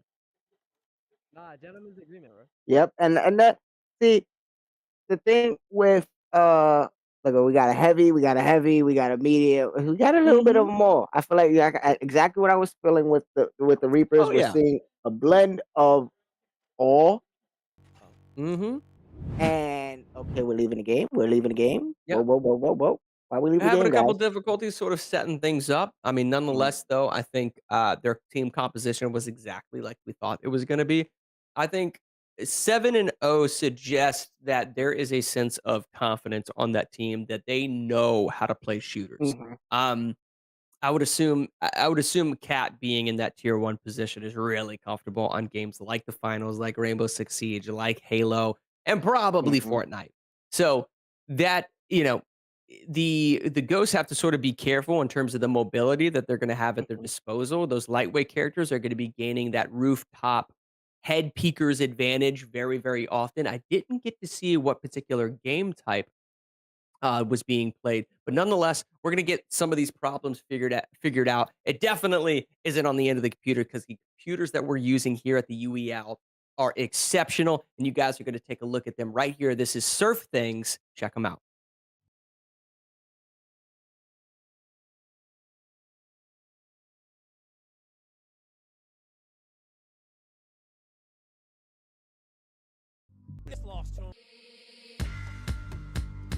Going great on his trail.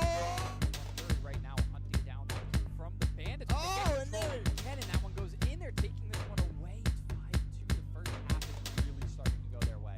Yes, it is. Definitely is. This could be a runaway, like you said. Hmm. Hey, that surf thing PC. If you want a game like a pro, at least saw how dope that commercial was. It reminds me of like the Matrix feel. It reminds me of that old school Matrix Yeah. movie commercial where it was just like, if Hmm. you want to get out of the fake world and get into a very clear understanding of what gaming should be, get yourself a surf thing. Get yourself a surf thing, baby. Thank you. Absolutely. Uh, Absolutely, man. We love them. Like, guys, if you were to step into the arena, we have both of these teams. They're playing with 5 players on each team. We've got 5 PCs set up side by side next to one another. The fact that these PCs are running everything in real time, to the extent at which you saw, listen, StarCraft 2 with thousands of units, operating at the exact same time was so impressive. We love them. One of our best sponsors here at the UEL. Nonetheless, Yes, man, we're sir. we're getting ready to dive into the finals. What do you Get think right back into it. what do you think the Ghosts have to do in order to sort of swing momentum back into their hand? They're losing right now by 4. Granted, later Mhm. on into the night, I'm a little surprised by the fact that the Reapers also only have 3 timeouts left. We may see some tech troubles coming from them where they're forced to sort of forfeit some games. But I think that's only going to happen really within the last 45 minutes or so of this actual Mhm. match. So they may get a couple of free wins. What do you think the Ghosts, though, have to do in order to make this a little bit closer, man? I feel like you said earlier, their comp need Yep. to improve better, especially if we're gonna play in a team shooter. We saw what happened in Overwatch, where it was just like Right. it was too late. By the time they started catching their little stride, it was already too late.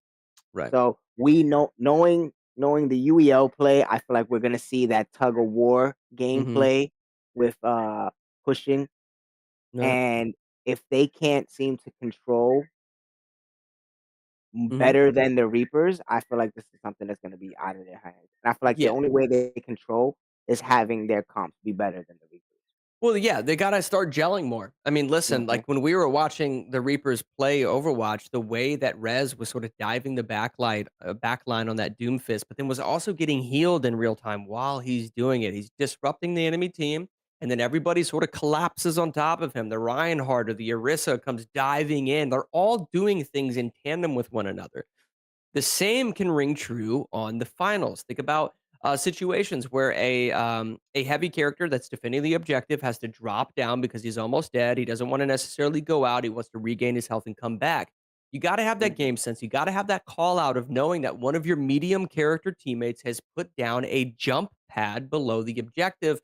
Being able to read that in real time, hit that jump pad, get back onto the objective, things like that have to just be muscle memory. It comes Yeah. down to repetition, repetition, repetition. You cannot overlook the fundamentals of these games, or else you're going to get caught. You're going to get exposed, if you will. And we see some of that happening with sort of, I would say, the higher skill ceiling games, because they definitely exist. Some of them within shooters, Halo Infinite being one of them. When I say skill ceiling, what do I mean by that? Well, Halo is a game where you have to maintain target acquisition because the TTK is super slow. The finals is also one of those. You have to maintain your reticle on that target to drain their health pool. It's not like Call of Duty. It's not like Rainbow Six, where a single bullet could potentially kill your opponent. Target acquisition is key. So typically speaking, there's a really, really high ceiling skill. Yep. And Um, yeah. honestly, what I'm looking for out of the Ghost right now is for someone to take control as in-game leader. We need Hmm. someone who takes the ropes and says, "Hey guys, follow me." Because I feel Hmm. like there, with the lack of communication, how are you guys even following a game plan? You're barely Yeah. having comps. So you're doing this over here, you're doing that over there. What's going on? And in the finals, as well as the Overwatch, but the finals I feel is so team-based, team-oriented. Right. You guys can't be doing your own thing. Right. Well, we're seeing Rez right now on the side of the Reapers playing with looks like the heavy character he is. He's got that LMG. And okay, so they're playing the let me get and Tony, you could tell me Yeah. as well. I forget the name of this game type, but it's basically a tug of war. These players are going to jump on top of this platform, and then Mhm. while they're capturing it, you're going to see progress being made at the top middle of your screen, guys, in terms of being able to push that platform into enemy territory. I And love the decision there by Rez to take out the auto turret first, just for sort of you, helping his team. just for that update for you and for the people, this is Power Shift. We are Ah, playing there we go. Power Shift. There we go. So we're gonna see who has the shift of power in here, because like you said earlier, the Ghost got no PB and J going on. They Yeah. got no peanut butter jelly because they ain't gelling right now, and I need to see some more of it, guys. That is hilarious. Nonetheless, Rez gained control of this objective, dropping that Reinhardt shield, if you will, on this heavy character. Now we're taking a look at Midnight. They feel super comfortable. Obviously, winning that first team fight. Cat already gets a trickle pick before this team fight even occurs, which is going to prevent the push from the Ghost and delay it just a little bit more time. Now, this is something I feel like the league as a whole needs to like really pay attention to and see the synergy that comes in. We want better gameplay throughout a whole. This is what you guys have to do because, like I said to you, remember I said to you, I think it was like the 2 or the Ghost third point. I don't remember which point it was, but I said we're about to see a run. Yes. Oh yeah. And that's what we've been seeing. Wow. Quick double kill out of Cat right there, almost picking up a triple, sort of smiling in the bottom right-hand corner of your screen. You can see how comfortable he really is on this. You can also sort of notice it from his teammates, guys, because oftentimes they'll have at least 2 or 3 of them on top of the objective, and then when a call-out occurs where they've identified the position of one of their opponents, they'll jump off the platform, go hunting essentially, and then get right back on. And then Midnight.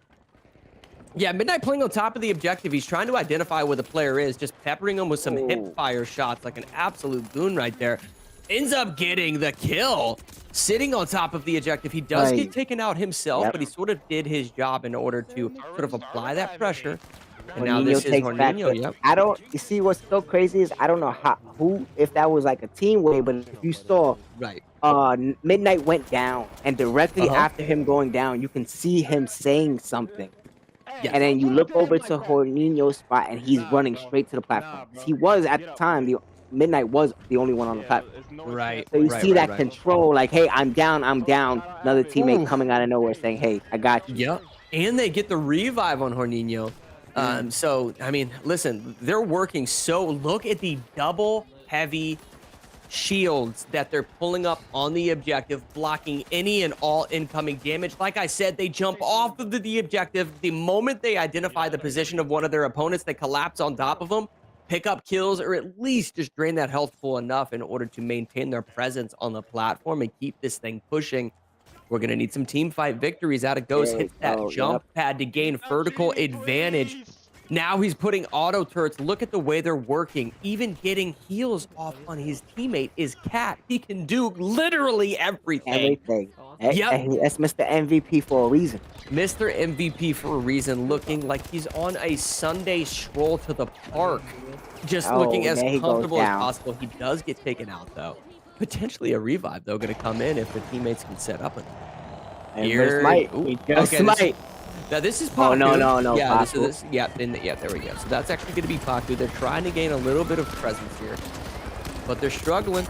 They're struggling, throwing down some grenades onto the objective as opposed to clearing out sort of the area at which they're trying to play. So if you're not clearing out the rooftops of these buildings, you're going to get dominated every single time. Verticality is king in the game of the finals. They've got to clear out these rooftops before they start sending shots at the objective. Well, we got a res from Midnight. He brought someone back. Yep. Midnight's feeling comfortable, though, man, on his Peter Parker status right now, hitting that grapple hook onto this rooftop. Again, gaining that vertical advantage, and he's just going to be making call-outs and then just jumping right on top of the opponents as they push towards the objective. They have a clear understanding of how the final operates, working perfectly in tandem with one another, utilizing every single ability that is in this game. Wow. Halftime, and I feel like there is no pressure coming from. Don't know who that was. Coming from the Ghost side. Don't know who that was that Midnight was shooting right there, Tony, but they were getting shot in their 6 o'clock for about 30 seconds and didn't turn around a single time. That would be like someone tapping you on the back and you never turn around to see who it is.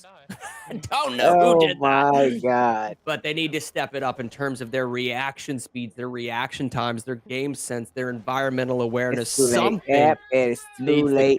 And I don't know what if you can see it, but I feel like I can see it. And it's that playing off of momentum sometimes can kill you, because if you look in the corner of each of those Ghost players, they look deflated. They look weathered, my boy. They look weathered. Deflated. It's been basically almost 2 hours of getting molly-whopped. Yes, absolutely. That's tough. That's tough, man. It's difficult to sort of it's difficult to keep your mental and that positive sort of winner's mentality They've got to figure out a way to do it, though, because they're not too far behind. I know a lot of you guys at home right now, this is 8-3. You may be thinking to yourself, well, man, like, how do they come back? How do they win 5 games to tie this thing up? It's very doable. We've seen it happen. I mean, just the Michigan Paladins, by the way, are just another team. They were down by 4 games the other night. Mm-hmm. And they pretty much almost tied it up to go into overtime. They ended up losing, but they did come back from a 4-game losing streak, or a 4-match, I should say, losing streak. Listen, Michigan Paladins can pull it off. Anybody in the UEL can pull it off. So they're still in this thing. But they've got to keep their mind right, man. They definitely got to keep their mind right. Their mental has to be at least clear. And the thing that's scaring me for their mental at the moment is all these back-to-back team shooters. Yeah. I mean, listen, they need to get some fighters, but if another fighter rolls, they can't get bodied like they did on Mortal Kombat. I was just gonna say. Listen, if that's their bread and butter, fighting games, you know what I mean? Listen, I don't know where they. Point, yeah, it's hard to say. Like I said, for me, I think this team needs a leader.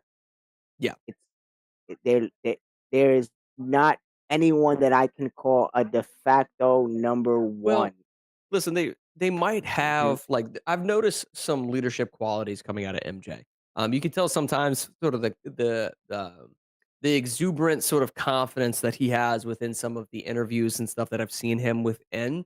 I think he's comfortable just kind of sort of speaking his mind, if you will, against with like other teammates, for instance. Lucci and him have great sort of chemistry together.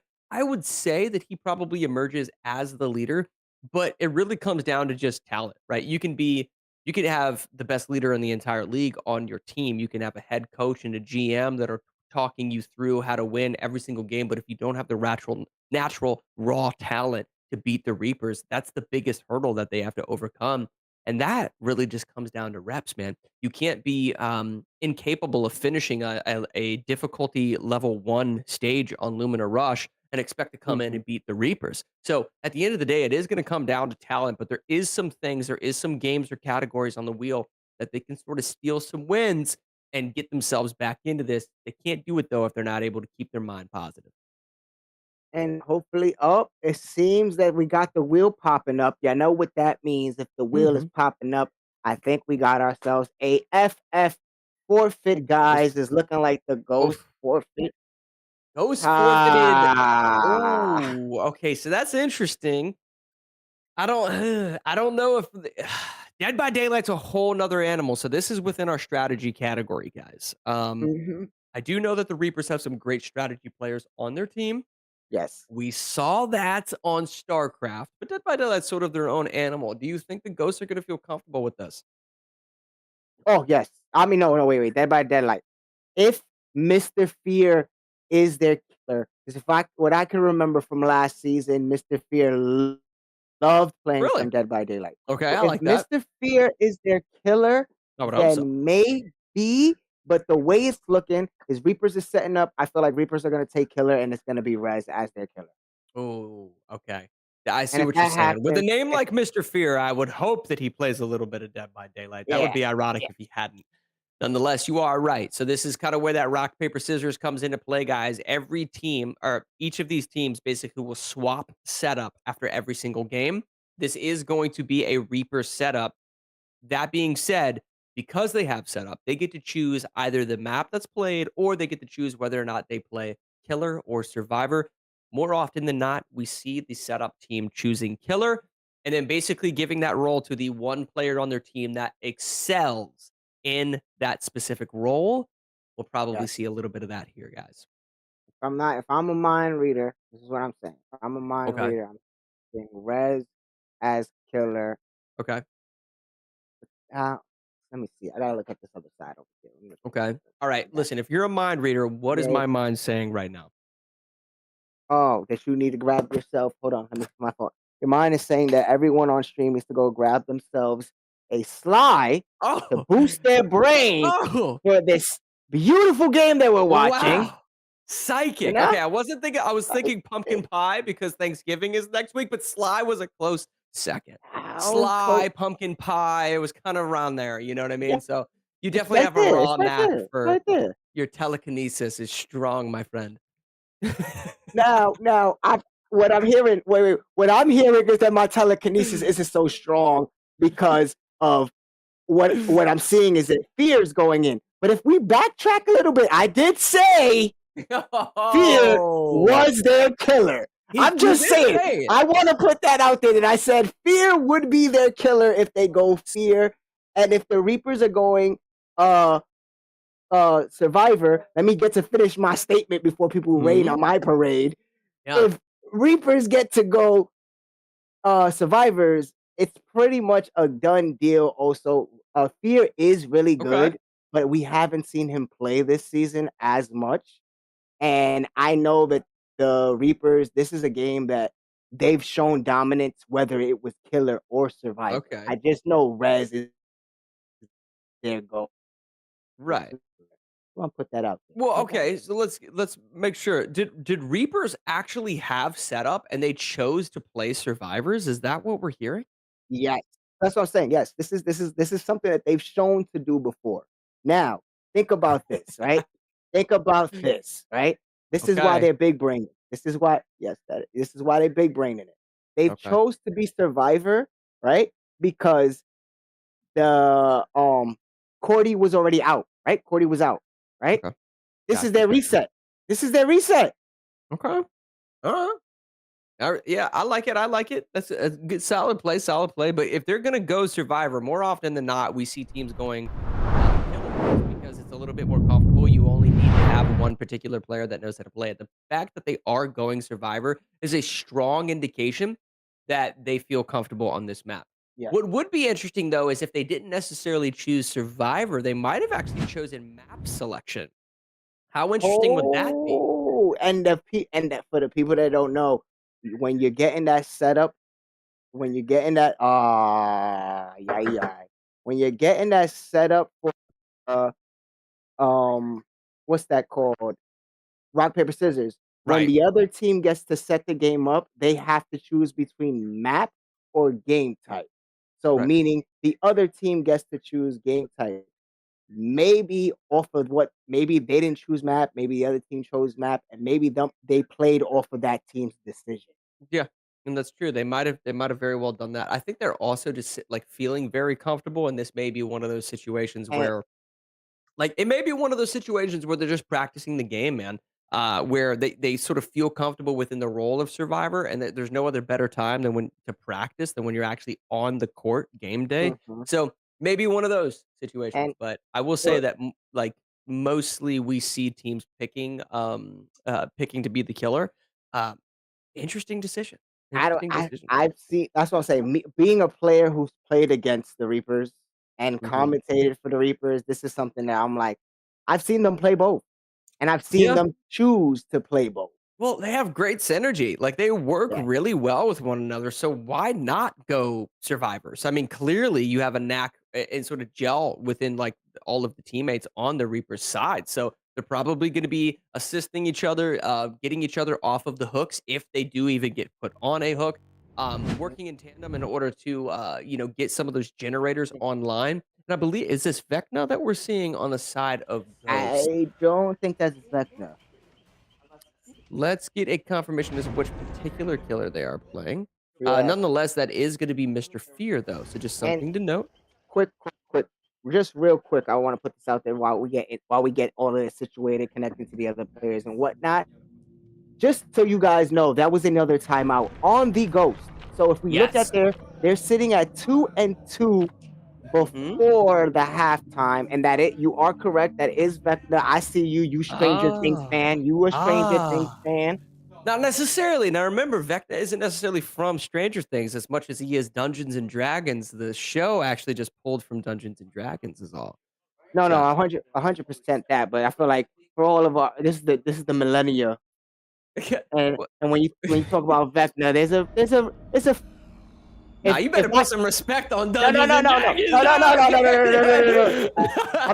It's gonna be a riot. I'm gonna put this out there. I'm gonna put this out there for the chat. I love me some Dungeons and Dragons. I love me some Dungeons and Dragons. But what I'm saying is that this new millennia, this new generation, a good majority of the people watching are gonna go Stranger Things before they ever even go to Dungeons and Dragons. Yes, 100%. Now the perks that were chosen for this map were Petrified Oak, guys, which is actually going to spread out those meat hooks as far as possible. So they're going to be a lot more spread out, which makes it a little bit easier for the survivors. Because you're not necessarily as close in proximity to the killer every time that you are put on a hook. So it allows the survivors, in a sense, to just play kind of with each other and work as a team a little bit easier. Nonetheless, Mr. Fear getting some solid strikes here on this first survivor. And more often than not, you'll see with this with Vecna as a killer, the abilities at his disposal operate like AoE tools. So there's a lot of AoE sort of moves that he's throwing out, cones and bubbles and what have you, in order to find the exact positioning of these survivors. These AoE sort of tools are going through walls, going through the grass, sort of stopping or identifying the position of each of these players, and then he's simply reacting to them. So that's just something to note. He gets his first victim down here. That looks like that is Midnight. So he's getting ready to put Midnight on the hook. And you can see him right there on your screen. He's trying to find a hook, sort of there it is. Okay, so he's got one. Got one. You got two. Two's pretty hurt. You got Cat pretty hurt. Then you got Red pretty hurt. Right there. And there's that bubble right there that's going through the walls. If somebody happens to hit that bubble, it basically pings them, and then he can see them through the actual walls itself. See here, he's very, very comfortable. Sends out those skeletons.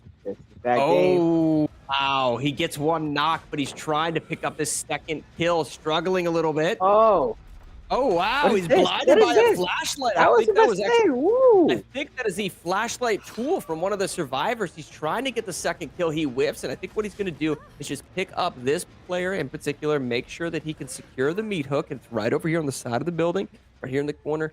And then he's going to send out some more of those AoE tools at his disposal in order to sort of gain advantage. Yeah.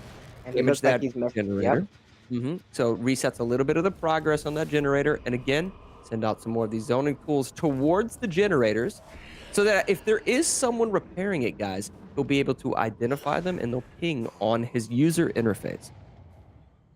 Now, the question that not question, but the statement that I'm going to make out there is this is exactly like it's unexpected from the Reapers for me a little bit, but this is I'm glad to see that Mr. Fear has still kept his skill level up there. Still, he's dominating. Oh, Shaggy. Yeah. Oh boy, this is probably going to be a double kill. There's one player that's already down. The other one jumped out the side window. He's going to try to continuously rotate. This is sort of ring around the rosy, if you will. Wait, is that one? Yeah, so he did get a knock. I thought that player was already knocked. He might have actually had a perk that allowed him to get up. So that's going to be 2 downs now for Mr. Fear. Here's something interesting to note. In the bottom left-hand corner of your screen, guys, 5 generators are still completely dead. They have not turned on a single generator throughout all of the damage that you're seeing put out here by Mr. Fear. He's basically using that sort of shift ability to gain a little bit of speed. He's going to damage the progress on the generator and then go right after his opponent. Yeah. Wow. You know, I guess my telekinesis. Oh, goodness gracious. I don't know who that was. I think what they were trying to do is throw down that pallet in his way, but mistakenly did it prior to getting past the pallet. Pretty much closing out any sort of chance, if you will, to escape from Mr. Field. Gets an easy knock. Yeah. Now he's going to put this one on the hook, and that's all but going to do it. It's got a lot of damage. That's got a lot of damage on these enemy players. They've gotten off the hooks, but all of them are sort of struggling. All of them are sort of struggling. He doesn't even use, interestingly enough, he didn't even throw out any of his AoE tools right here, brother. He is that confident that he's simply going on a foot chase after each one of these players, whereas he probably could use some of his tools. Yeah, and I'm wondering if this is more of a strategy upon the Reaper, knowing that this was Fear's game. Because, like I said, this was a game that he dominated last season, played a lot of. But was this a strategy upon them, knowing like, hey, we're about to go in a half. Let them get this quick W. Let's just run the clock down. Right. Maybe. Yeah, maybe been a strategy. If not, it's definitely was just a practice because they're really, really struggling. This isn't a situation where they just felt a sense of confidence as a survivor. I mean, listen, it's not super often that we have not seen a single generator come online. So, I don't know. We'll have to get a little bit more information for you. But in reality, I think if it wasn't a mistake, it definitely, they're not as Another experienced as I flashlight. was going to go ahead and assume they would be by choosing Survivor. It might have just been a map choice. Potentially they want to practice the particular But that could also, map. like I said, I've seen them play good as Survivor, but that can also show you the difference between playing someone who plays the UEL and then playing Right. against the actual killer. Yeah, well, Because they do right have now, Fear Mhm. is a killer. Well, they do have a player that's on the hook that has failed to be basically saved throughout the entirety of this. Okay. Yep, and then Good he's getting ready to get taken out. And it's also just one of those things where, okay, so they actually do have a generator online, so they were able to get a single generator, which is great. That player actually did end up getting off the hook there. And, they're still sort of in this. I haven't been seeing Fear. There we go. Let's start sending out some of these AoE abilities, identifying what the players are, start to capitalize on that a little bit. He's probably seeing that some of the stuff is getting done. And Right, now it's time to be using these stuff. Yeah, so he's not as comfortable as he was probably at the start of this match, but nonetheless, little ring around the rosy going on here at this pallet over and over again. The thing that's super important. Yeah, it's working, but the most important aspect of it is the fact that they're wasting time. Mr. Fear would be wasting time on that player to continue sort of chasing him in that manner. Chasing him around. Yeah, so I love the fact that he's sort of abandoned that. It's if I remember correctly, I think the term is looping. So he was basically looping Mr. Fear right there, keeping him in that loop to where he was just wasting all that time. Now they have a second generator online, guys. That is interesting. Now they've been damaged quite a lot. That's going to be a huge down for Mr. Fear. Yep. Yep. And I was gonna say that earlier. What they were doing just now. I need to see more looping. I was hoping to see more looping because they're a team that I've seen do it before. I believe that Horninho, that might be the final hook for Horninho, by the way. I'll have to get more information in order to confirm that. But listen, Mr. Fear has put quite a few. Yep, there we go. So he's completely gone. I want to say that all of the players on the side of the Reapers are on one last hook. I believe if any of them get hooked, they may be eliminated. So they only have 3 players left, but they also have 2 generators, and I have to imagine they're close to getting a third. We'll give you more information on that here soon. We're gonna see. That's what I'm hoping for. So Cat and Midnight actually just healed each other, if I'm understanding this correctly. So they're not necessarily one strike, so they have a little bit more survivability. They've got to work on these generators. See, right now, Mr. Fear is not using any of his AoE tools, whereas he could be. I think he's gotten a little bit too comfortable, and if he's not careful, he's going to get caught in another loop. There we go. He'll get caught in another loop, potentially seeing that right here, and give, Reapers enough time to get a third generator online. He's got to be careful. I like his environmental awareness. He's looking to his, he's looking to his 3 o'clock. He's looking to his 9 o'clock, left, right, checking his 6, just kind of making sure he can see where these players are. Oh, here comes another one of those loop situations, guys. Great gameplay. Unfortunately, though, he ends up getting one of the strikes. Now, I don't know necessarily who that is. I think that might be Midnight. He's going to try to catch them in this loop again. Now he's rotating to this side. I think he has him. Oh, wow. Fantastic awareness in order to jump into the window. He's going to try to get out on the other side here, but I think this might just do it for him. He's on the hook. Is he going to go after the next kill? Wow. Okay, so he's going after a second kill. Don't know if he actually... Oh, wow. The flashlight.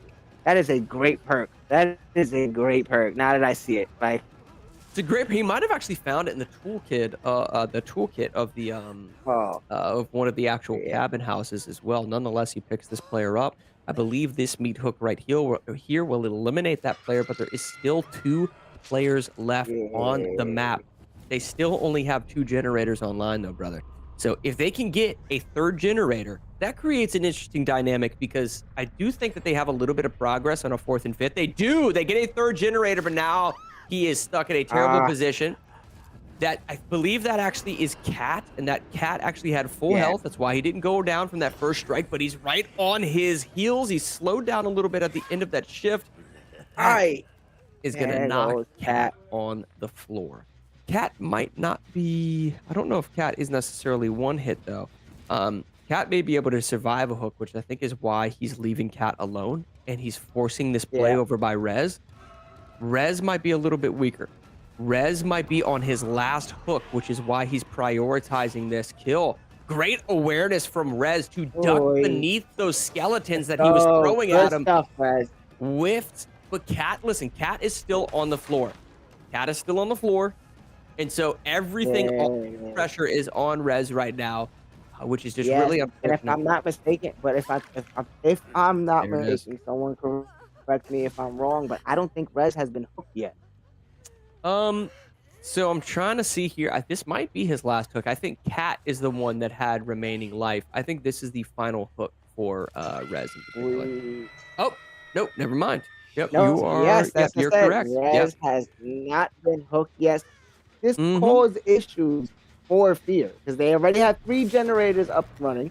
Yeah. And Rez still has time. And Rez is. He loves him. He risked it for the biscuit. I forget what the terminology is within Dead by Daylight, but there is a mechanic within the game that you can try. You have about a 4% chance of getting off the hook. And it looks like Rez took that risk, got eliminated, and that's going to wrap things up. So that's a solid victory for the Ghosts. They needed that. Yeah, they 100% needed that, guys. Listen, there are about 3 minutes left before halftime, so they may be able to get one more win before we jump into half and make this thing 5-9. You think it's possible? Yeah, I think it's going to be. I don't know. See, F1 is one of those games that I feel like is very anyone can win because of the DNF thing. So I'm hearing word from Vince. He said someone took Fear to Pallet Town when that loop was occurring. Is that a Pokemon reference? Did you just reference Pokemon, bro? Hey. This dude is always on me for being an old head, and he's out here referencing Pallet Town. Hold on. This is how I'm gonna bring that back for you, AV. I got you. You always mention Pallet Town. You always mention Pokemon, especially the new series dropping tomorrow on Netflix. Go check that out. They dropping part 4 of Pokemon Journey on Netflix. Thank you. I love that. And I'm a huge Pokemon fan. My wife and I actually play a ton of Pokemon Unite and TCG Pocket, which just released on mobile. So give both of those games a download. They're both free. Maybe we see some Pokemon Unite in the next season of UEL. Who knows? Yeah, man, we love Pokemon around here. Hilarious reference, though, from AV over in that production studio. Nonetheless, man, listen, there's a little bit of time. We got Formula One racing. Now, how this game differs from some of the other games within the racing category here at UEL is you would think, being Formula One racing, lots of cars on the track, right, that this may be a 5v5 similar to Forza. However, it is not. This is going to be a 1v1 game, which means there's a lot of NPCs on the track that very often brake check, basically take turns maybe a little tighter than they should, and cause a bunch of different hazards for these players. The goal here is going to be to get out in front early and then maintain your lead by basically racing clean, but a little easier said than done. So Formula One is interesting. One of our only 1v1 games that we have here on the wheel, and we love watching it. And this is going to be the last game before halftime, so get ready to grab some sandwiches, maybe a drink or two, and then come back for the second half. But we got to get this game out of the way first. We got Paku versus Juninho. Paku versus Juninho, and understandably coming from the half, we're gonna get some Forza. Oh, racer after racer, we're getting it. We're getting it. Let's see what happens now for this. Let's see if we're gonna get a full race this time, or are we gonna end with a DNF? Right, and let's see if the game was actually set up correctly. Uh-oh. Hopefully, they have the right laps and Uh-oh. everything is ready to roll. Very often, we will see about 30 seconds into the game, somebody on the game master on the arena floor will make a call that the game wasn't set up correctly. It does look, though, we have the 3 laps. That looks correct. All right, I think everything is good. So Paku is going to be the top of your screen, potentially using his racer wheel. And then we got Jorninho at the bottom of your screen, trying to play around this corner as tight as possible. Doesn't want to get too tight, though. The second those wheels hit the traction of the dirt, it's going to slow him down drastically. What he probably wants to do right now, because he has so many of these NPCs in front of him, he actually has a little bit of like viability to pushing into these turns at a little bit higher of a speed and using the collision of the actual vehicles in front of him in order to tighten his turn around the corner itself. So you may see a situation where he basically uses the collision and the physics within the game to his advantage around some of these turns, but he is struggling. Nonetheless, he's in 13th. And listen, Paku's in 14th, right behind him. So Paku trying to catch up, but Jorninho currently in the best position. This is interesting.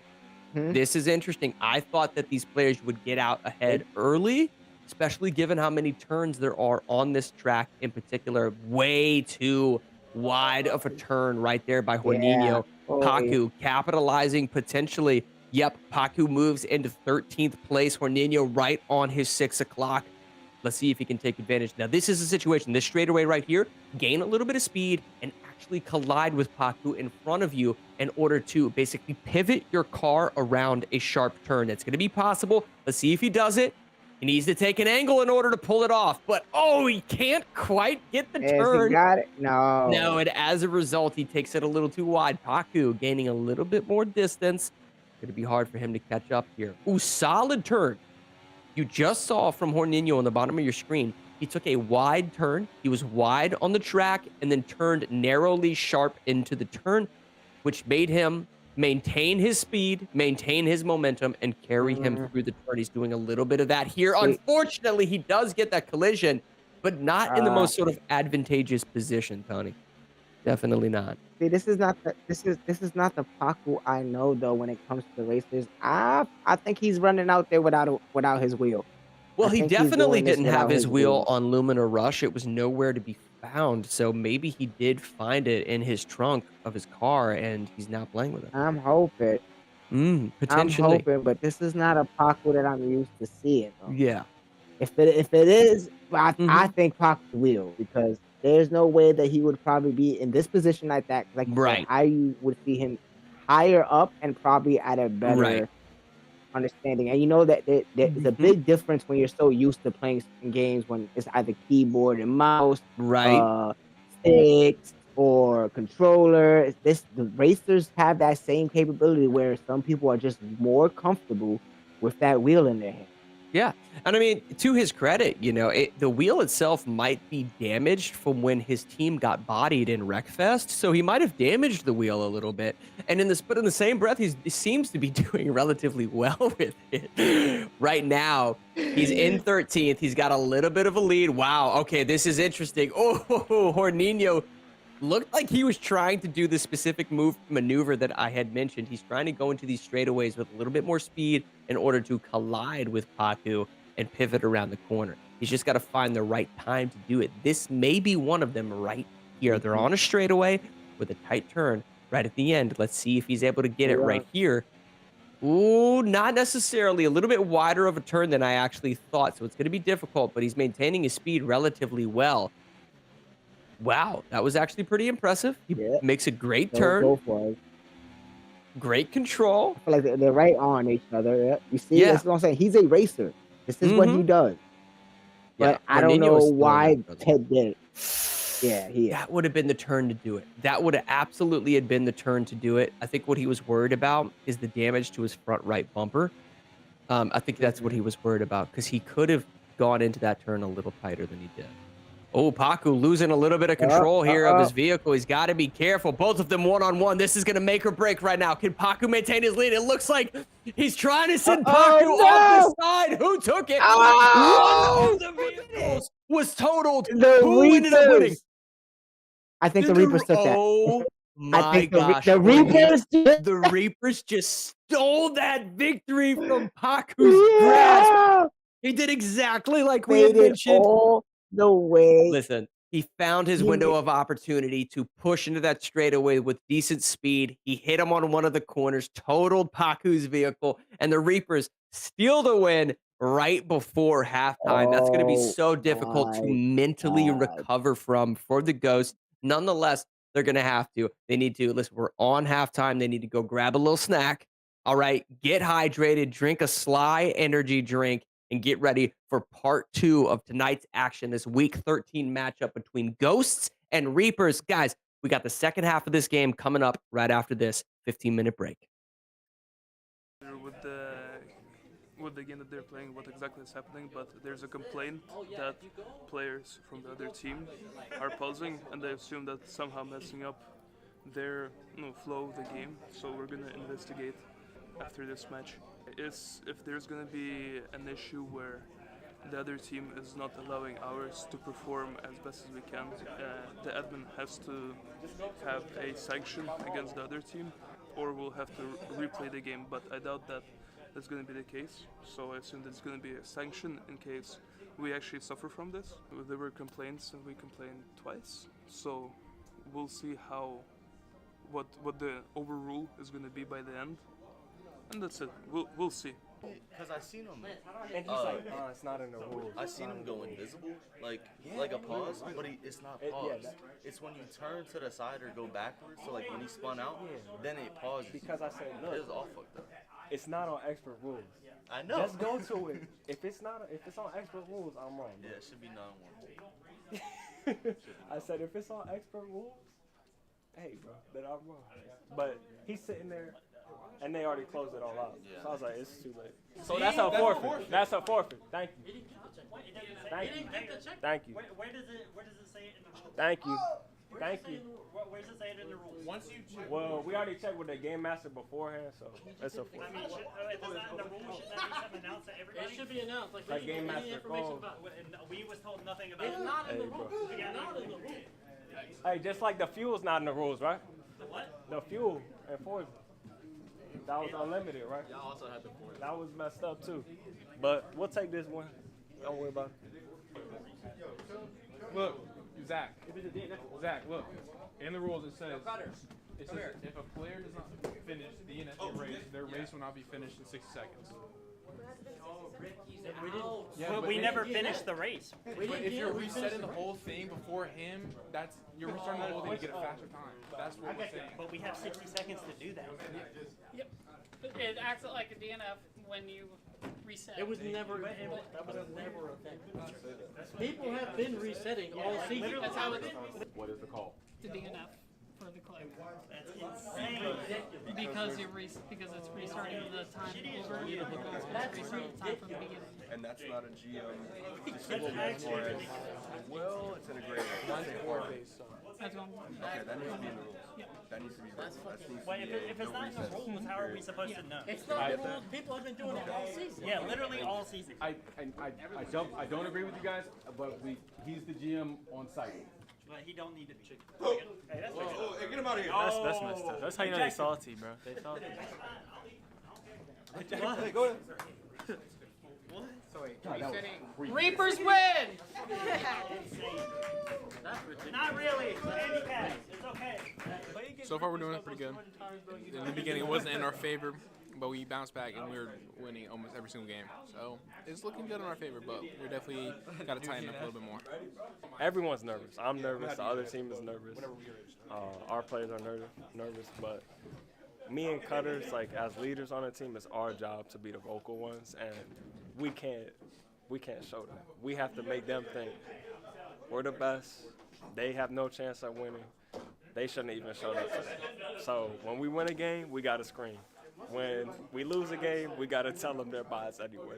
It doesn't matter. We have to talk trash the whole time and keep our confidence up the whole time. And then with our team, too, we have to try and raise their energy up and try and get them to get hyped and things like that. At the end of the day, like, we have to play through. So even though we lost timeouts, even though we lose in games we don't think we should lose. We just have to keep playing the game. If we get caught up and just give up because, oh, we lost a timeout or we lost Forza, that's how you lose. You lose when you let the game go. You cannot let things like that determine the game.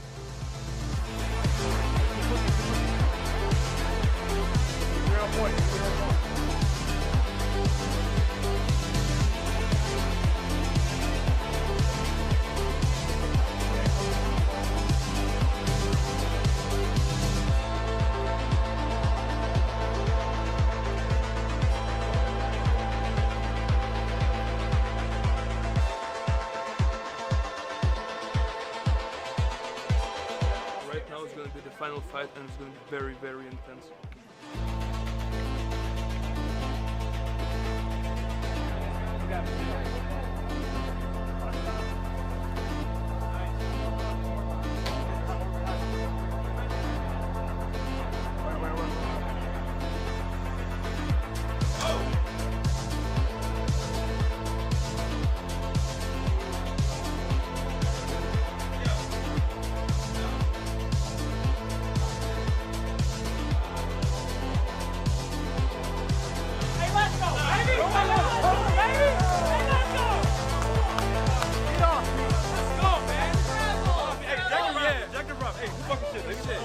Hey, let's go, bro. Hey, yeah.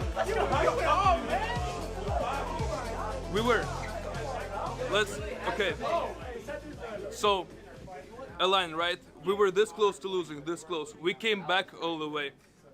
These guys, they're cooking. But then the next question is, it was 16-6. Now, once you guys being the 3-time Reapers going into this game, which we thought was going to be a close game, it wasn't. Why did you let the Click win 6 games? What's going on? Because at this point in time, the team you have is already a championship caliber team. Why are you dropping 6 games? I'll answer your question. Why are we winning all these fighting games with no fighting games left on our team? That's all I hear about. That's all I hear about. You only hear about it because you only paid attention to everybody but me. Hey, that's all I hear about. Because I already explained it on why the Reapers are so good on this. But how's it been with you not having an actual dedicated fighter player, you having individual people at each of these fighting games being good? Because not having a traditional fighter is seen as a decline in some of the other teams' eyes. But you guys have done, you figured it out. You have Ricky, you have Cutters, you have yourself, you have Midnight, you have people across the board, and Rez, excuse me, who touch each one of these fighting games. So how does it feel like knowing you don't have to pay a dedicated fighter who's weaker across the board, while having a team who's stronger across the entire wheel with one fighting gaming and specialty? It feels like 4 times. That's how it feels. It feels like 4 times. It feels like 4 times. 4 times. Exactly. It feels like 4 times. Oh my God, bro. That tier 1 matchup between Hollywood and Bo Seam, we already know who's winning that, bro. Bo Seam all day! Hey, yo, and the last thing I'm going to ask y'all, is what y'all got to say to Third with his coaching tomorrow? Look, he's going against one of the GOATs. One of the greatest of all time in the UEL. But he's got one of the GOATs. He's got no seat. Come on, bro. Blaze winning tomorrow, getting their first win. Can't wait to see it. Can't wait to see y'all tomorrow at 3 p.m. Shout out to SurfThing for these amazing PCs, baby. Hey, thank you, gentlemen. We are going to go back over to our post game, and we will get the commentators to get us out of here. You guys have a wonderful night. We'll be right back. Viewers, don't go anywhere. Oh, God, I love you, motherfucker. Come on, Cordy. Come on, Corker. They said that they were going to beat us today. And we just fucked them up, bro. Come on, bro. I can't get hyped, bro. Get hyped. Yeah, come on, get hyped, bro. Let's go. Come on, Cordy. Let's go. Cordy! Oh, my God. Oh, my God. Aiden. Oh, my God. Hey, Ricky. Let's get hyped, Ricky. Yeah! Hey, we got into the middle. Yeah. Welcome to Gracie University, and thank you for checking out our certified Gracie Jiu-Jitsu Training Center in Fredericksburg, Virginia. Whether you're training here at headquarters or at any other certified training center around the world, there are 3 things you can expect when learning Jiu-Jitsu the Gracie way. Number 1, structure. Gracie Jiu-Jitsu is for everyone, but only if taught correctly. Way too many schools have this one-size-fits-all approach. The problem with this is you have people with all different needs being taught jujitsu the same way. So what we've done is spent a ridiculous amount of time creating specific programs for each and every demographic. And the benefit of this is that each person is going to get from jujitsu what they need from jujitsu. Gracie bully-proof, non-violent self-defense, confidence, and character development for kids ages 5 to 12. Women empowered.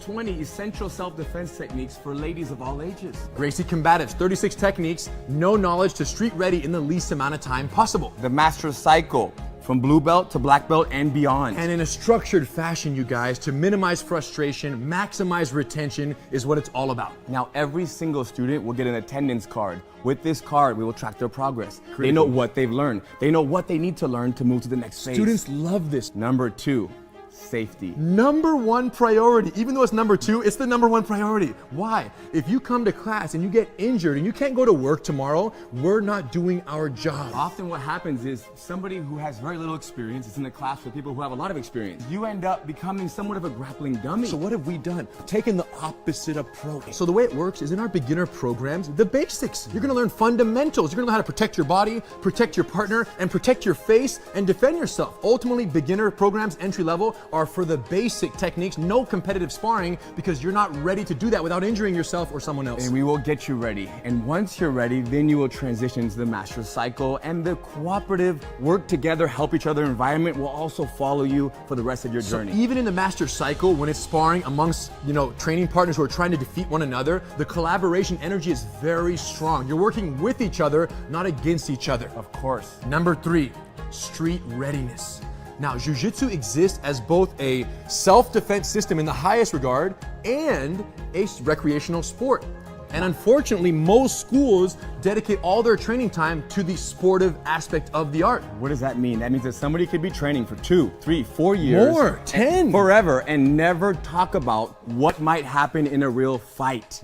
And this is very unfortunate, you guys, because Jiu-Jitsu is an amazing self-defense system. So what we've realized is the first thing you learn is the hardest to forget. So all of our entry-level programs are 100% committed to the techniques you're gonna need out in the parking lot tonight, tomorrow morning. Whatever goes down, you're gonna be ready, but that's because the emphasis is 100% self-defense. And once you own this self-defense mindset and this way of survival, then you can take that mindset with you and apply it to the Master Cycle. Where you might be rolling more sportively, Jiu-Jitsu versus Jiu-Jitsu. but it's still a self-defense mindset being applied in a sportive practice of Jiu-Jitsu. Or to any other area of your life. Too deep, you guys. Now, there are 2 other benefits that only exist at certified training centers. Number 1, online access to your curriculum of study for free with your membership. And number 2, free satellite training privileges at any CTC around the world. Why would you want online training? It's so you can watch a lesson. When you go home, you forgot a detail, you can't fall asleep at night, you can go on, you can watch the lesson and then sleep easy.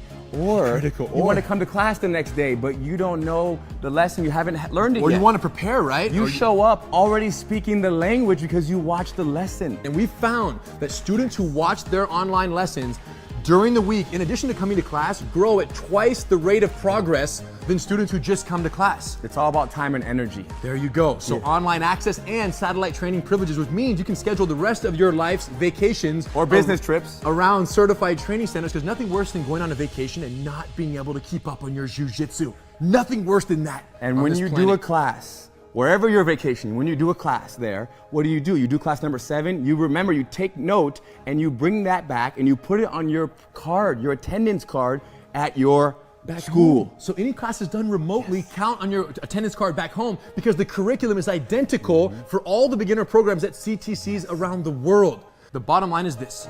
You guys need to go to a CTC, tell them we sent you. They're gonna do a 10-day free trial.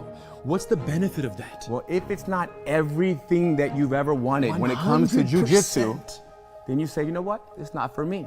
But if it is everything you've ever dreamt of and more, enjoy. We'll see you on the mat.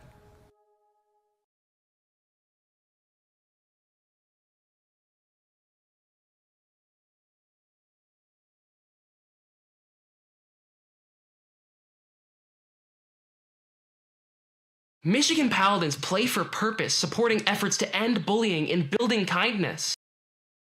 Get ready to join the Michigan Paladins on December 3rd for an exciting online gaming fundraiser that's all about making a difference.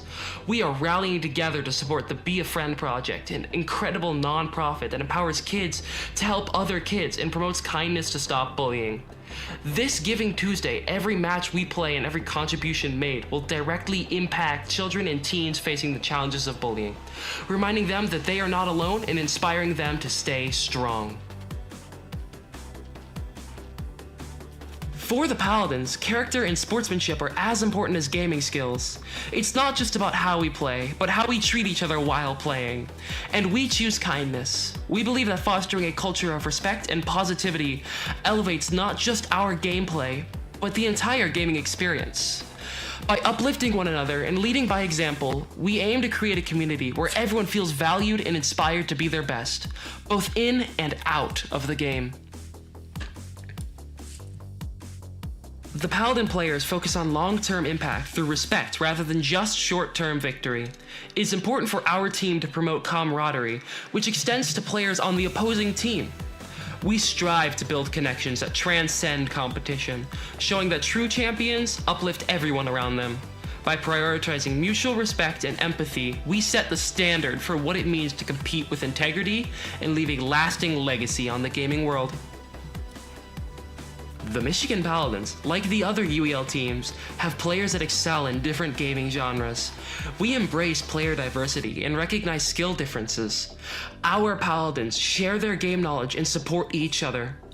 Everyone belongs and has something valuable to contribute.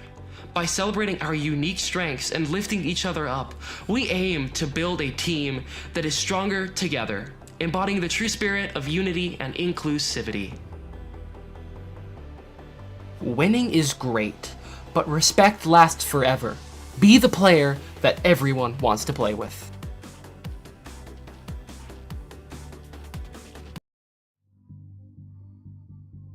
If he loses this now, I don't even know.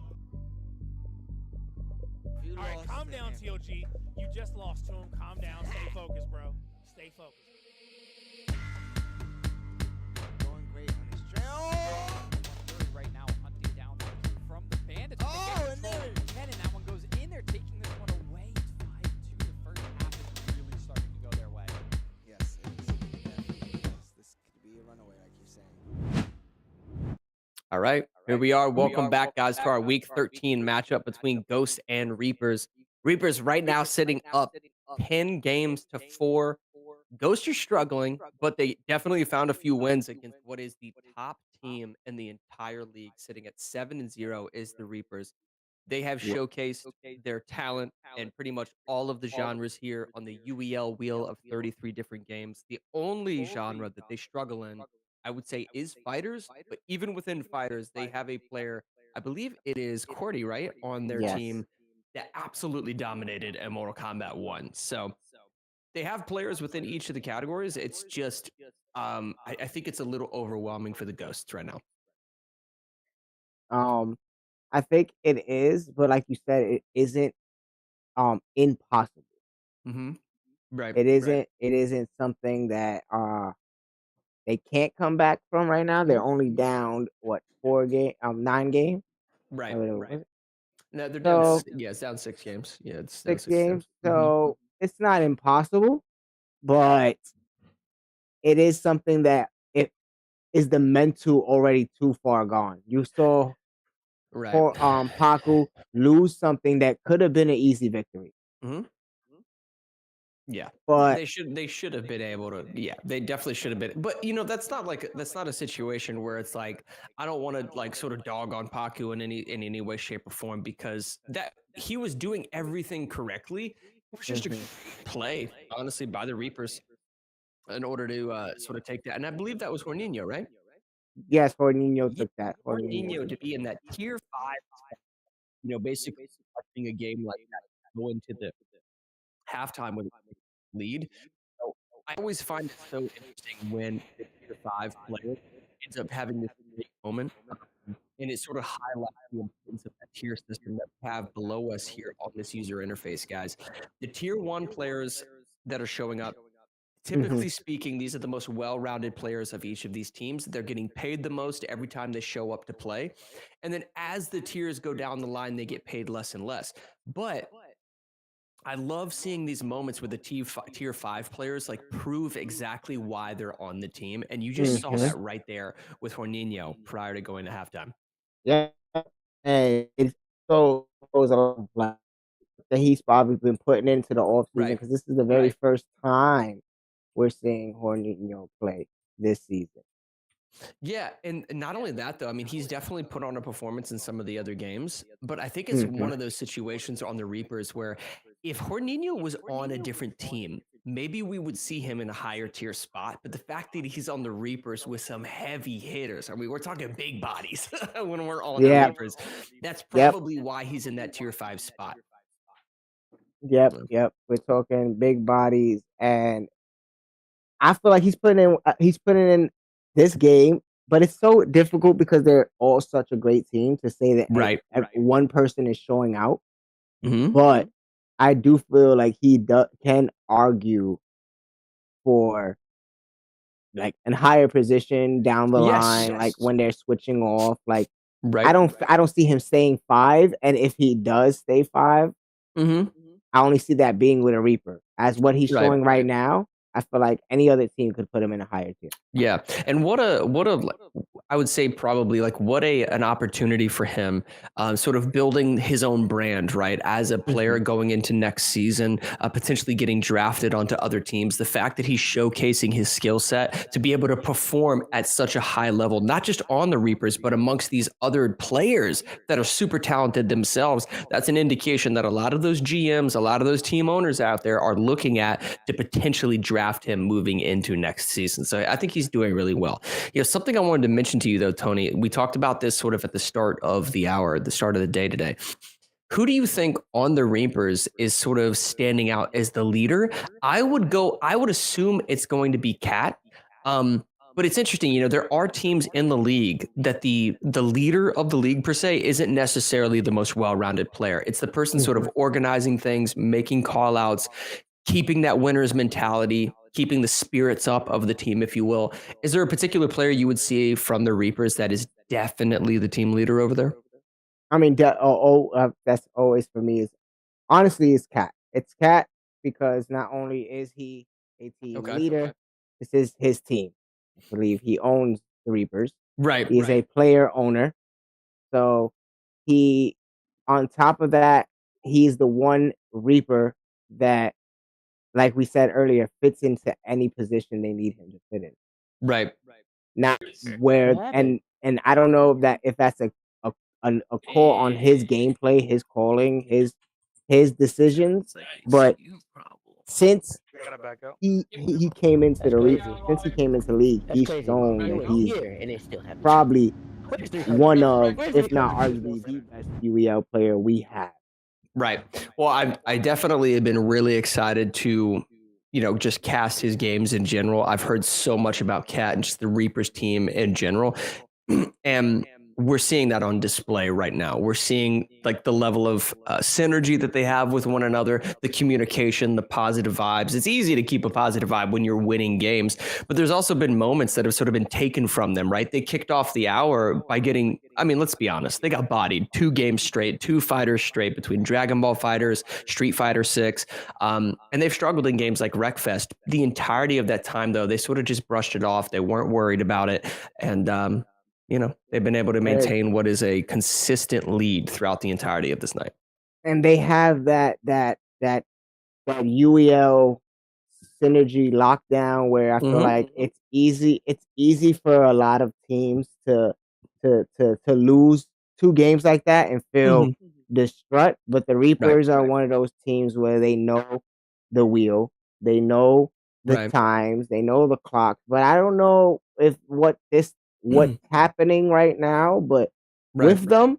But I don't know if it's their setup things or their things going. But they wasted another timeout within the beginning of our 2 hours. Yeah, I think they were getting ready to start the game right there, and right before it sort of started, they realized that there was a setup issue, so they took a timeout. What does sort of worry me a little bit is the idea that they only have 1 timeout and we've got 2 hours left of gameplay. how interesting would it be? A team like Ghost that has sort of struggled a little bit with their timeout economy. How interesting would it be if the Reapers actually end up being the ones that are forced to forfeit a few games and maybe make this a little closer as the night goes on? And that's the part that's I need also to see very you eat that. interesting because not only do they have one timeout, but they only have 4 forfeits to go. And I don't know if you've been here when those forfeits have run out. But I've been a part of a game where the forfeits have run out. And when that happens, no matter what, whether you set up or not, it's an automatic forfeit, but that's also it's in the other team's hands at that point. Yeah. So if the Reapers run out of forfeits and run out of timeouts, and let's say they mess up another setup, the Ghosts get to choose whether they want to play or they just want to keep going. True. And that will be devastating. Yeah, that'll be devastating. Regardless, guys, we're jumping into some Forza gameplay right here. Mr. Fear playing a little bit more of a formula-style vehicle as opposed to a sports car, factory model vehicle, or something along those lines. It's going to make him basically keep his traction on this course a lot more consistently. Unfortunately, though, if he does go off course, those Formula One tires are much easier to sort of spin out, and you're going to see a little bit of that right here. Oh, couldn't have called it better in real time. He definitely is overcorrecting his steering effectively enough to get back on course, though. Major props to Mr. Fear right there for being able to get back on track. Now, the name of the game within Forza, guys, is going to be to drive clean, but that doesn't necessarily mean you have to. There is going to be time penalties for going off course or colliding into your opponents, but in the same breath, if you are able to knock your opponent off the course, listen, that may make the difference. Even though you get a penalty for it, if they're unable to get back on the course in time, that could make the difference in winning or losing. So you'll see some players play aggressive, but more often than not, they're just trying to drive very clean, like you're seeing Cat do right here. Yep. Cat sitting comfortably in first place, if I'm not mistaken. And very comfortably. It didn't look like no one was near him. Yeah, and this is Rez, who I believe is currently in 4th place, coming up on this 3rd place player. Ooh, actually gets passed up for a little bit there. Nonetheless, though, not too threatened. Ooh, he's got to be careful going into this turn. Yeah, so it looks like somebody right there. Oh, it's MJ. Interestingly enough, man, I think I've actually seen quite a few times where MJ has flown off course in some of these racing games, so he definitely needs to improve. I think what's happening sometimes is he is trying to catch up to his opponent, and as a result, he's going into turns way too fast, and he definitely doesn't necessarily have the right vehicle in order to sort of shift his momentum into a slower speed and maintain that sort of slower momentum throughout a turn. You see a lot of that with formula cars because they're lower to the ground. They're actually able to sort of carry the momentum a little bit easier into turns. Not so much on some of those bigger sports model cars. Okay, and I think Jorginho is finding his way towards second. He's fighting for second. He's there in 3rd place. And Lucci's out here mowing the grass, essentially. Yeah. Yeah, he's just getting a little extra money mowing the grass, but he is back on course, and he is in 10th place. Nonetheless, I think they're all trying to finish the track, guys. If you don't finish the track in Forza, it is going to spell trouble for your team just because of the time penalty associated with that. So as long as they can finish, that's going to be the name of the game. However, if there's a player on the Reaper's side who finishes fast enough where they don't finish, basically you make it that much more difficult for your opponent to finish, that'll likely result in a win. So this is Bernay, right now on the side of the Ghost, currently in 6th place. I think the Ghosts, they're on landscaping business. Yeah, they are definitely on landscaping business. 100%. Okay. Well, I mean, aren't we noticing sort of a pattern of behavior, right? Like, a lot of the top racers in the league are using Formula One model cars because they're confident with their sort of traction on the course, if you will, their traction on that pavement, if you will. And a lot of the players that tend to struggle are picking, I guess, maybe some of the sexier cars, right? The sports model cars that don't have the best traction or control around the corner. Yep, they're thinking that's the speed. Yeah. But little do they Formula know. One cars just being lower to the ground in general are able to maintain consistency. Come on, Lucy. I mean, he's trying. What trying to what? mow the grass. he was on a straightaway on that lawn. Hey, listen, He hopped over he's to a the neighbors. biologist. Maybe he's a biologist and he's researching an endangered species in the insect kingdom. Matt, that's why he's in the grass, Tony. He's going. The only way I accept you being in grass is, one, you own a landscaping business, and two, you're hunting for wild Pokemon. You should not have been in the grass for that long, my friend. Oh my god. We are racing. What are you doing? Gotta catch them all or what? Because that was terrible. Yeah, catch a lot of L's right now against the Reapers. Definitely. Reapers end up taking that one, guys, going up 4-11. Super. I think what happened right there, guys, is Cat and maybe one of the other players, maybe Rez, sort of got out in the lead early, and they didn't have to worry about any type of collisions. And basically, they just sort of took it to the end there. Interestingly enough, I'd like to see who actually had setup. Interesting strategy that we bring up often that not a lot of people know about is within Forza. If you have the lead and you have a significant lead like the Reapers do here, there is a particular course given the 3 laps time, that they can choose a course that takes about 20 minutes to finish, and they can just burn time off of the clock and make it that much harder for your opponent to catch up in the wins column. Just something to note as we move into the playoffs. You may see sort of a cheeky play or a cheeky decision by teams like that on Forza as we get into some of the top teams moving forward. Yep, and Forza seemed to be a Reaper setup. Thank you to the production crew in the back, high in the sky. You guys are great doing your thing. We believe in you. But it looks like a Reaper setup. So the Reapers doing their thing, man. They're doing their thing. Man. Yeah, they definitely are, man. They definitely, I think, sort of have a vibe, but I think the Ghosts in general are really worried going into a game of Halo Infinite. I like to call this sort of the gauntlet of shooters. This is where sort of that high ceiling of skill comes into play. The Reapers have sort of exhibited that throughout the entirety of this evening, and I think this is going to be a super, super dominant Master Chief level performance out of the Reapers. Yeah. This is going to be a master class of FPS. This is going to be a Master Chief of FPS that we're about to watch from the Reapers. Where's my notepad and my pencil? I haven't had a master class in a while. Definitely need to take one of these guys. Yeah.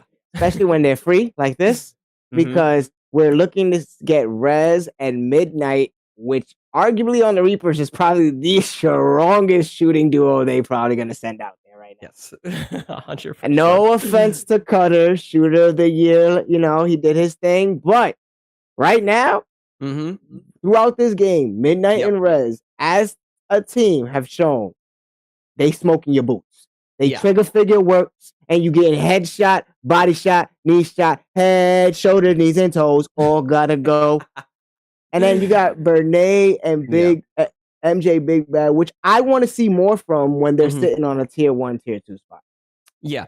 I mean, it's difficult, man. I think we've just seen such a knack for shooters from the side of the Reapers. This may be one of those situations where, similar to the echo that Tony and I are hearing in our ears, I think a lot of you at home are about to witness a back-to-back win from the Reapers. Shout out to AV in the studio. Oh, yes. But like I said to earlier, that's why I believe in the Reapers as a team. They might not have the, individually, you separate that team, maybe. Right. We see some different outcomes. Yeah, well, this is a situation where, because Halo Infinite is 2v2, if you have one particular player that excels within shooters, you can definitely carry on Halo. I mean, you can definitely carry. Even though there is a high TTK, that high health pool with having to drain an opponent's energy shield and then obviously their health, it allows basically like comeback or turnaround sort of situations or reversals, if you will, within the shooter genre, where you may have one player, and if he's talented enough, he can have 2 players on him, and then just by utilizing his mobility, grenade bounces off of walls, acquiring some type of power weapon like a shotgun or sniper rifle, or just a great understanding of the mechanics like crouch shotting, crouch strafing, if you will, with a battle rifle, a Bandit Evo rifle within this game, they can just outplay their opponents on a 2-to-1, sometimes even 3-to-1, sort of status, Yeah. if you will. So if the Ghosts, if it's MJ or what have you that excel within shooters and they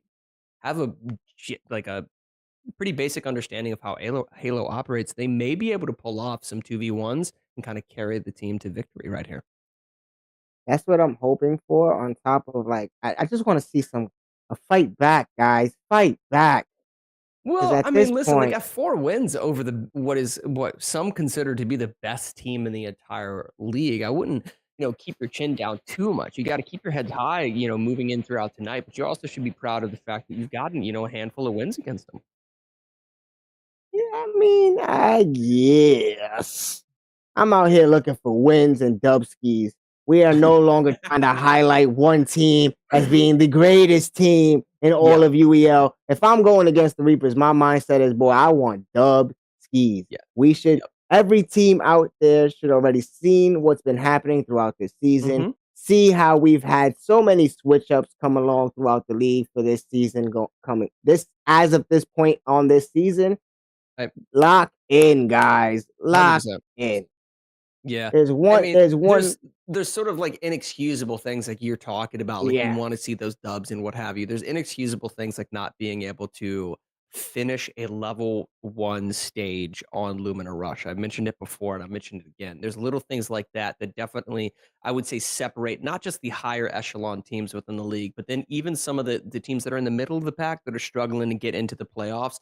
From those teams to the teams that are struggling to get wins, that's the difference maker. You got to be willing to play the games that you don't necessarily enjoy, but if you want to play video games professionally, if you want to compete and go pro, like so many of our players here at the UEL, man, you have to be willing to play those games that you don't necessarily either want to enjoy or you don't excel at. Those are the ones you have to practice the most. That's what I'm saying. I don't understand the practice, and on top of that, practice the setup, guys. There should be no way that there is another timeout being used by the Ghost within still 2 hours to go, my friend.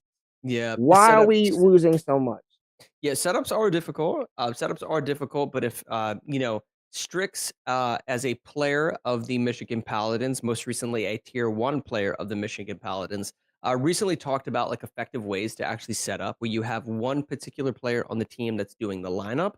The other person is doing the setup and sort of working in tandem with the other teammates in order to do so. Second check, third check, just to make sure that the settings are sort of squared away, if you will, which can be really important for games like Halo Infinite. Luckily, a lot of these games, similar to Halo 3, or not Halo 3, 343 Industries or Halo Studios now, as they're called, their sort of user interface design of setting up a custom game is very user-friendly. So it's not as difficult, whereas other games, it can be, especially within Forza, especially within Formula 1, it can be a little bit, a little difficult. But just kind of making sure that your teammates are helping you set that up is super, super important. And we see that from a lot of the best teams. Yeah, and now we're getting into that Halo, that 2v2. Let's see what happens, guys. I'm hoping for a miracle, Ghost. I'm hoping for it. Yep, we got Midnight and Rez, and this is on the map known as Streets. The thing to note here is Rocket Launcher is king. That M1 Spanker in the bottom middle of the map is going to be your road to victory. Whoever controls that Rocket Launcher is going to win this game. Can't tell who has it, but we're surely going to see a kill in the kill feed very soon here. Now, this is a CTF on Streets, which is not a sanctioned ranked game type for Streets, but nonetheless, we're playing it here at the UEL because we're making sure that our players are capable of playing every game type on every map to become the most well-rounded gamers in the world, baby. Yep. So for you people watching and being like, hey, this is not what I'm used to seeing when it comes to competitive gaming. Guess what, guys? We're the new kids on the block. We're the kids that sit on the stoop. We're the cool kids, all right? We're the ones that change up the game and tell you, like, hey, we don't want to see that normal, hey, everybody does this. Everybody could do that. Cool beans. But can you defeat the whole game? Right. Is what we want. something to note here, the rocket launcher that he did acquire, and I'm asking for the sake of fairness, this is the unranked version of the rocket launcher, so it doesn't have 2 shots, it actually has 4. I just want a second check with AV in the production studio to make sure that's a sanctioned weapon that's available to use, because the quick play setting for the rocket launcher on this particular map is very difficult to overcome because there's 4 rockets within it as opposed to 2. Nonetheless, you're seeing bad MJ here trying to push towards that flag, incapable of doing it. That was actually in his home base, and this is going to be an easy carry right through middle and get a super fast flag cap. That's going to be difficult.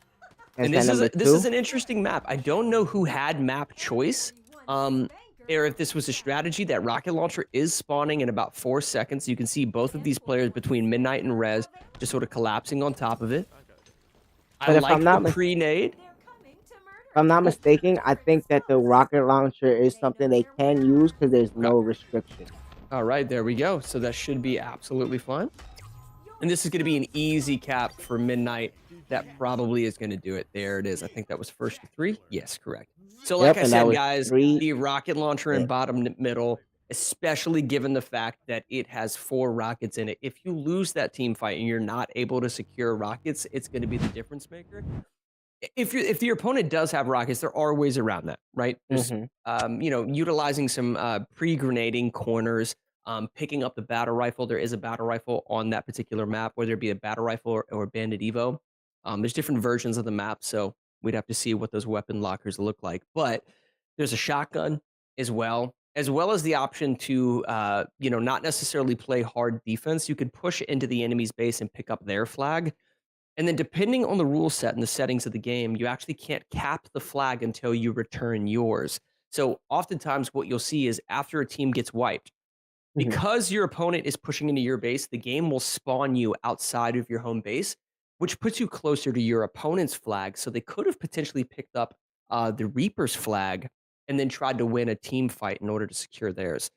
I just don't think the game sense was there. Maybe not as experienced on Halo Infinite as particularly the Reapers, but nonetheless, easy dub. And we're going to see easy dub, and we're going to see if they can continue this easy dub with 2K. NBA 2K25 is next. We're going to have Cat and Cordy versus Big Bad MJ and Luigi. Yep.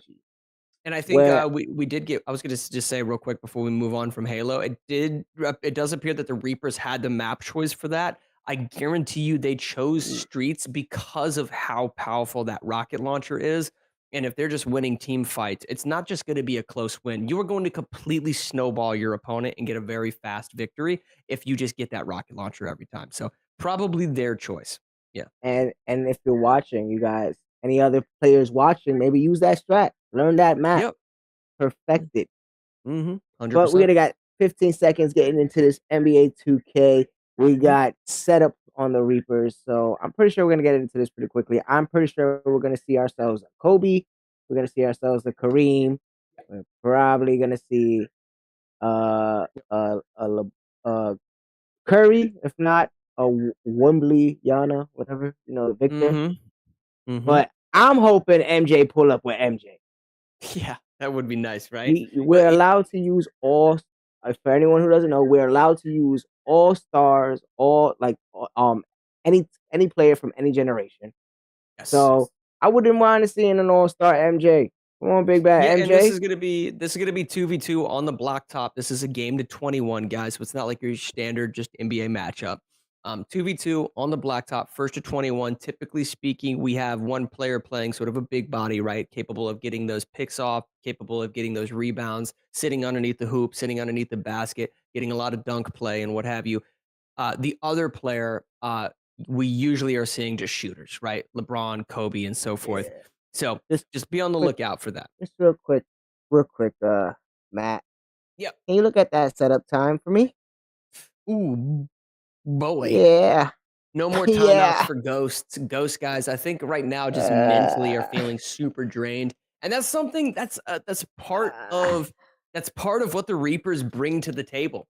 They start dominating from such an early stage in the night that it sort of mentally Oh. plagues their opponents sometimes. Okay. Very fitting to the Reapers Just in please, terms of their mascot, if you will. The fact that they are plaguing the minds of their opponents. That's how freaking good they are. let me break it down to how much plaguing was going on in their Yeah. minds. It wasn't even a game setup difficulty.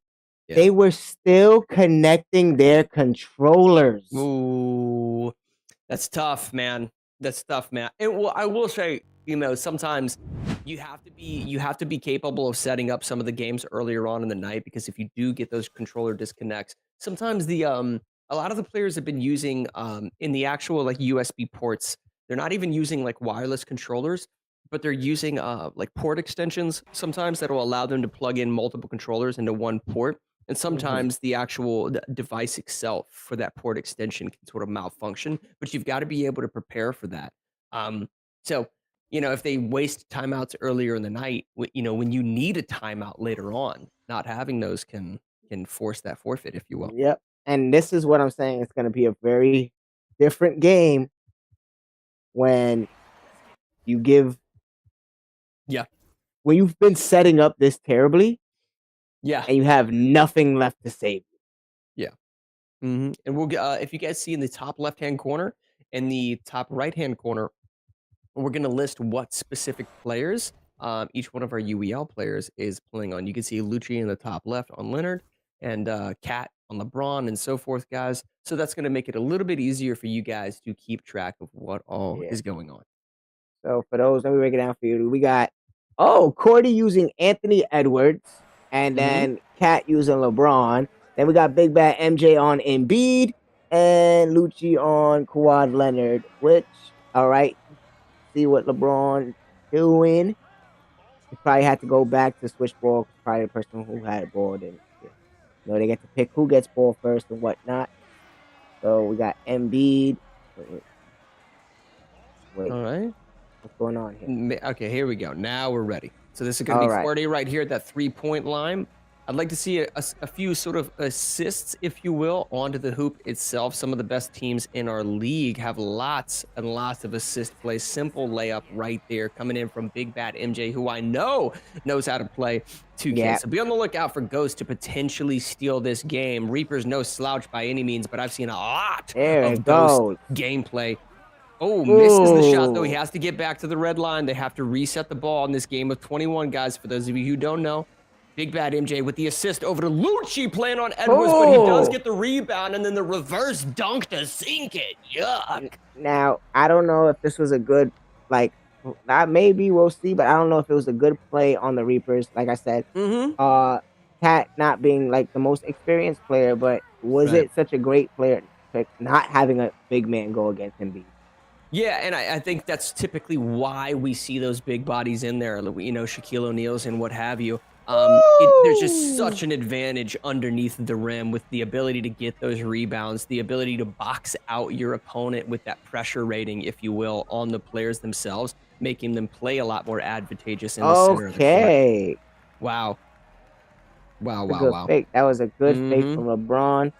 So it's looking like it's 3-2. This is Lucci with an assisted pass over to MJ. MJ shooting. Oh, nice 3-point shot by Lucci and drills it. Nothing but nets. 3-pointers on Wow, my man's out here cod fishing right now. Let's see, we got James, we've got LeBron passing it back over to Edwards. This is Cordy on the 3-point line. And just so you guys know, in a game to 21, 3-point shots are worth 2 points and 2-point shots are worth 1. All right. That. Embiid a shooter. Oh, MJ doesn't get the 3-point shot. Okay, they're going to reset here. They're going to reset. This is Cat coming out with LeBron. Simple little crossover. Decides to pass it back to Cordy at the 3-point line. He needs to cross over to his right. Oh, but he sets up the pick with the back step, the 3-point fadeaway, but he doesn't get it. Unfortunately. Now, is this the under? Yeah. I know Cordy can play. I don't know if it's just that he just now using Edward for the first time. Yeah, maybe. But Ooh, oh, uncharacteristic of LeBron being played by Cat right there. Misses a pretty easy layup. go, Cat! What are you doing, Cat? Gosh, Oh my God! disrespectful. Knocked his opponent over on the court. Someone call an ambulance. Call an ambulance. Look, I give you that 3-pointer. I give you that 3-pointer, right? But LeBron had such the open getaway to the rim that I was like, why wasn't that the easy? Right there. Ooh, Go. Yuck. Yes. I gotta Just love it. keep doing that. Yeah, this is the second time passes. this is the second time that he had that opening. That's what I'm saying. Like, ooh. Oh, big bad MJ. Uncharacteristic of MJ right now on the court, missing a lot of these shots, but bucket coming out of Lucci right there. Absolutely. No, that was out of Edwards. Oh, that was Cordy. Oh, got you. Heard. All right, well, here's MJ passing it over to Lucci, who does get the bucket right there. Nice little two-piece. Edwards is on fire. We should give him that. Yeah, pay 100%. attention. Oh, there it. Ooh, oh, wow. good fake. Oh, I like the fake. Good fake. Good fake to a simple little two-pointer. That's going to be Cat playing that LeBron James right there, guys. Here we have big bad Lucci.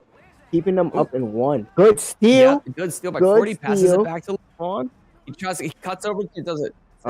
Pivot, but he has to pass it back over to Cordy. Let's see if Cordy can sort of.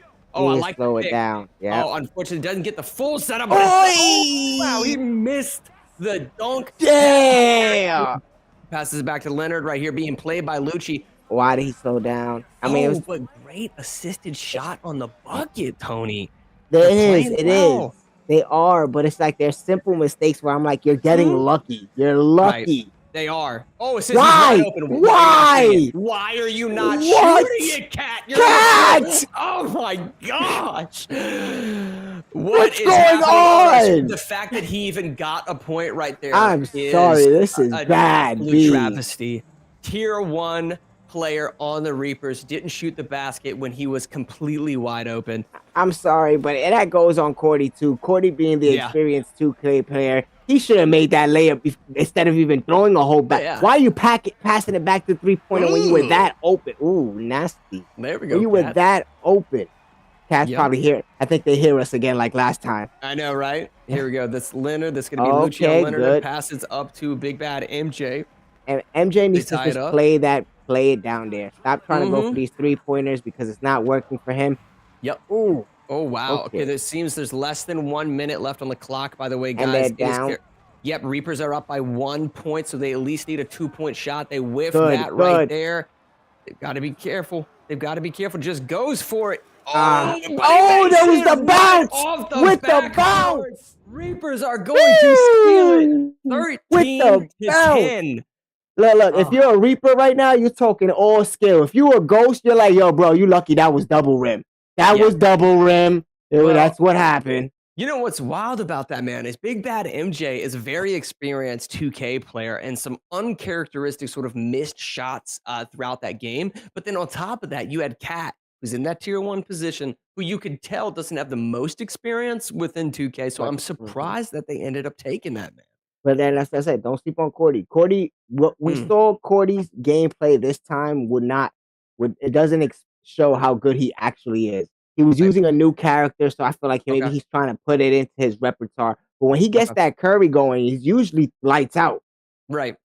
No, well, listen, I mean, it shouldn't surprise me because if other teams were going against Ghost right there in 2K, they wouldn't have made it look so easy. I think Ghost could probably take out quite a few teams in the UEL league, and Reapers just weren't struggling whatsoever. I mean, listen, they were sort of tied up, but definitely sort of right there at the end. You can tell there's room for improvement with players like Cat on their team, and yet they're still getting 3-point advantage over a team like Ghost that knows how to play 2K. That's scary, man. That's scary. Yep. But let's see how scary he's going to get. Because we got Skull Girls next. And Brene and Mr. Fear have to go in. And I don't think that's necessarily a bad thing for the Ghost. I think Brene is experienced with Skullgirls. I've seen him play before. And I'm pretty sure, knowing the track record of, it's Paku going in. Paku was free. I didn't even know that. I didn't see that. I thought he was blacked out. But Paku and Mr. Fear I can see that being some games that they play. They're FG players. They play these fighting games. They're used to it, and I think Skullgirls might be something that, knowing Mr. Fierce track records and games that he is fond of, Yeah, I think Skullgirl fits that repertoire. Yeah, it's a for those of you that aren't familiar with the game itself, this is an anime fighter with massive hitboxes. It is very, very fast paced. It's easy to get overwhelmed within this game, but like I said, because it's so fast paced, and because of some of the weapons that they sort of have at their disposal, the hitboxes in this game are massive. So there's going to be moments where the players are both sort of gauging distance between each other with footsies, and then all of a sudden this steel chair from the top rope in the center of Madison Square Garden in WrestleMania comes in and just blasts you. Doesn't matter though. We have Mr. Fear in and Cat in. Player 2 on the right side of your screen is going to be Cat, and Mr. Fear is on the left side of your screen with that steel chair. So nice avoidance of the zoning tool there. He needs to close the distance, because if he does, he's going to use that steel chair to his advantage. Lots of grapples and lots of high damaging combos with a drop kick or two to be involved. There it is. I'm probably gonna age myself pretty quickly, but I've never seen this character. This is Captain Planet as a wrestler? Captain Planet. Wow. It seems like every time we're casting, we show our age just a little bit more. Just a little bit more. Captain Planet. Wow, doesn't matter. Mr. Fear gets dropped in that first round. He's got to end up clutching. He has a second round to do it. Now, Cat does keep his same health pool. He's got to be careful because he's about to get knocked out. I like this poke. I like this mid-range sort of jump-in poke that he's doing. But he's got to keep up the pressure. It seems Did he like just turn into a wolf? Oh, man, this is tough. I'm talking a 38-hit combo that Cat was able to nail. That is a 50-hit combo with the special beam cannon coming out of Piccolo. Oh, my goodness gracious. This match is all but over. Mr. Fear can't just deal with the pressure. Oh, but see, where does this combo come from? That combo that he just struck initiated with a low. If he can maintain this pressure, it might be over, but he gets caught mashing buttons. Oh my gosh, Cat said no. No, the no was from the fact that you should have had him killed a while ago. Yeah. And the fact that you let this man get a 30-something plus combo hit off on you to secure, bro, that means he's able to do work to whoever's coming up next. Unfortunately, it's Paku. Yeah. And then still have Rez with 2 available lives. Like, this is not fair, guys. Yeah, it's kind of wild, man. Cat seems super comfortable. He definitely has that hot pocket on the hip, that blicky stick, if you will. And he's super comfortable with the zoning tools, the combo strings that he's throwing out. He's feeling good, dude. Oh, but we're getting the band together. We're getting the band back together. All right, come on. What's your garage band? What's the name of your garage band, Tony? You got to have one good garage band team. Come on, what's the name gonna be? My just name? garage band name. What's your name, dude? It's Tony and the Hatters. Oh my god, Tony and the Dad Hatters. Yeah, I was gonna say just Dad Hat and the Tonys, or just Dad Hats in general. Is a great band name. Tony and the Dad Hatters. I like that. All right, so anyway, back into it. We got Paku playing big band, but it's not going to matter because the blicky stick comes out of Cat to get himself out of the corner, but he's still struggling. The thing that Cat is vulnerable to is he's not low blocking. He is getting caught almost 100% of the time with low strikes. If Paku is able to pick on that, he will be Control-Alt-Deleted into the recycle bin by tomorrow. I promise you. We're going to find out if he's able to maintain that pressure. I don't know. Struggling. Cat is doing his work. He's doing his work.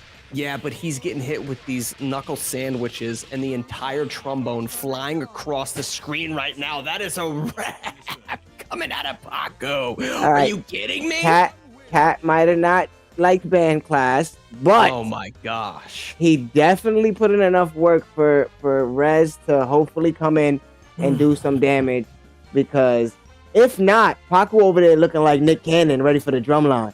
putting in that that's work. true. Putting in I that don't know work. if he can Mariah carry his way to victory, though. That being said, he definitely. Somebody in the chat clip that, please. I will not be fast enough. I don't know if he can necessarily, pull it out against Rez, but he definitely has a sort of a knack and understanding of how Big Band operates. He was landing his combo strings there comfortably, but I think the most noticeable thing was the fact that he was able to maintain his pressure of corner play. He kept Cat completely trapped in the corner right there pretty easily. I'm trying to find a rebuttal to the Mariah carry him to victory. Like, what? Guys. Listen, it happens. Listen, you see Paku jump in there and sort of lay it out on the line like that, man. It's just it's inspiring. It is inspiring. It's just inspiring. Wow, so interesting. He's going Big Band and Beowulf right now. So he's running a 2-character setup against what I believe is a 1, and he was doing that before, but he didn't have to bring out the Beowulf at all. Nope, not at all. That's what I'm saying. He still has that chance to show that if the band ain't working, we take you to the zoo. Yeah, well, see, right here, though, Rez was low blocking, so he read the fact that Cat was getting boxed out, so basically. Oh, see, I like that. I like that. Oh, he's got to be careful. Did that connect? No, he blocked the whole thing, which is huge. Now, something with this, I think it's called Annie. So Annie has a zoning tool that throws a shockwave, and if she's able to follow up behind it, it can lead to massive damage. This is a 29-hit combo right there that he just landed. Okay, he did the back grab, and now he has him in the whole kitchen caboodle right now, basically just bopping him right now in the corner. He has to maintain that pressure, but he's not going to be able to. This knockback is going to be huge. Now, my goodness. Himself is in the corner. This is switch it to Beowulf. He's got Beowulf. We're in WrestleMania Madison Square Garden. This is a tables, ladders, and chairs match unfolding. We got Mankind and The Undertaker in the ring right now. It doesn't even matter because Paku is throwing biscuits at him, and now he's getting hit back. Here we go. Rez trying to get out of the corner, doing some huge damage himself, but he gets hit with the uppercut.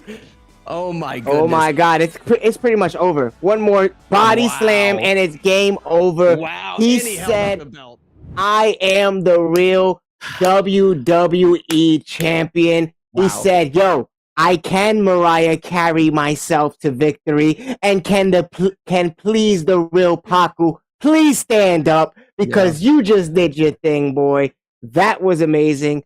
Said, I'm going to carry this. Don't worry. He said, sit back. I got this. Yeah, Paku, he said, Mr. Fear.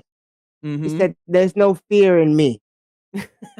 Yeah, I love that. No, he looked so comfortable. He picked 2 characters that clearly he has an understanding for, both of which, ironically enough, have combo strings that within the first 2 strikes sort of land a low strike that are very fast, too. I'm surprised with how fast of a character that Big Band is. Nonetheless, he definitely understood that steel chair. Now, something if you don't know Skullgirls in general, Beowulf has the ability to actually lose his steel chair, and he didn't do any of that throughout the entirety of that match. So clearly, very, very comfortable.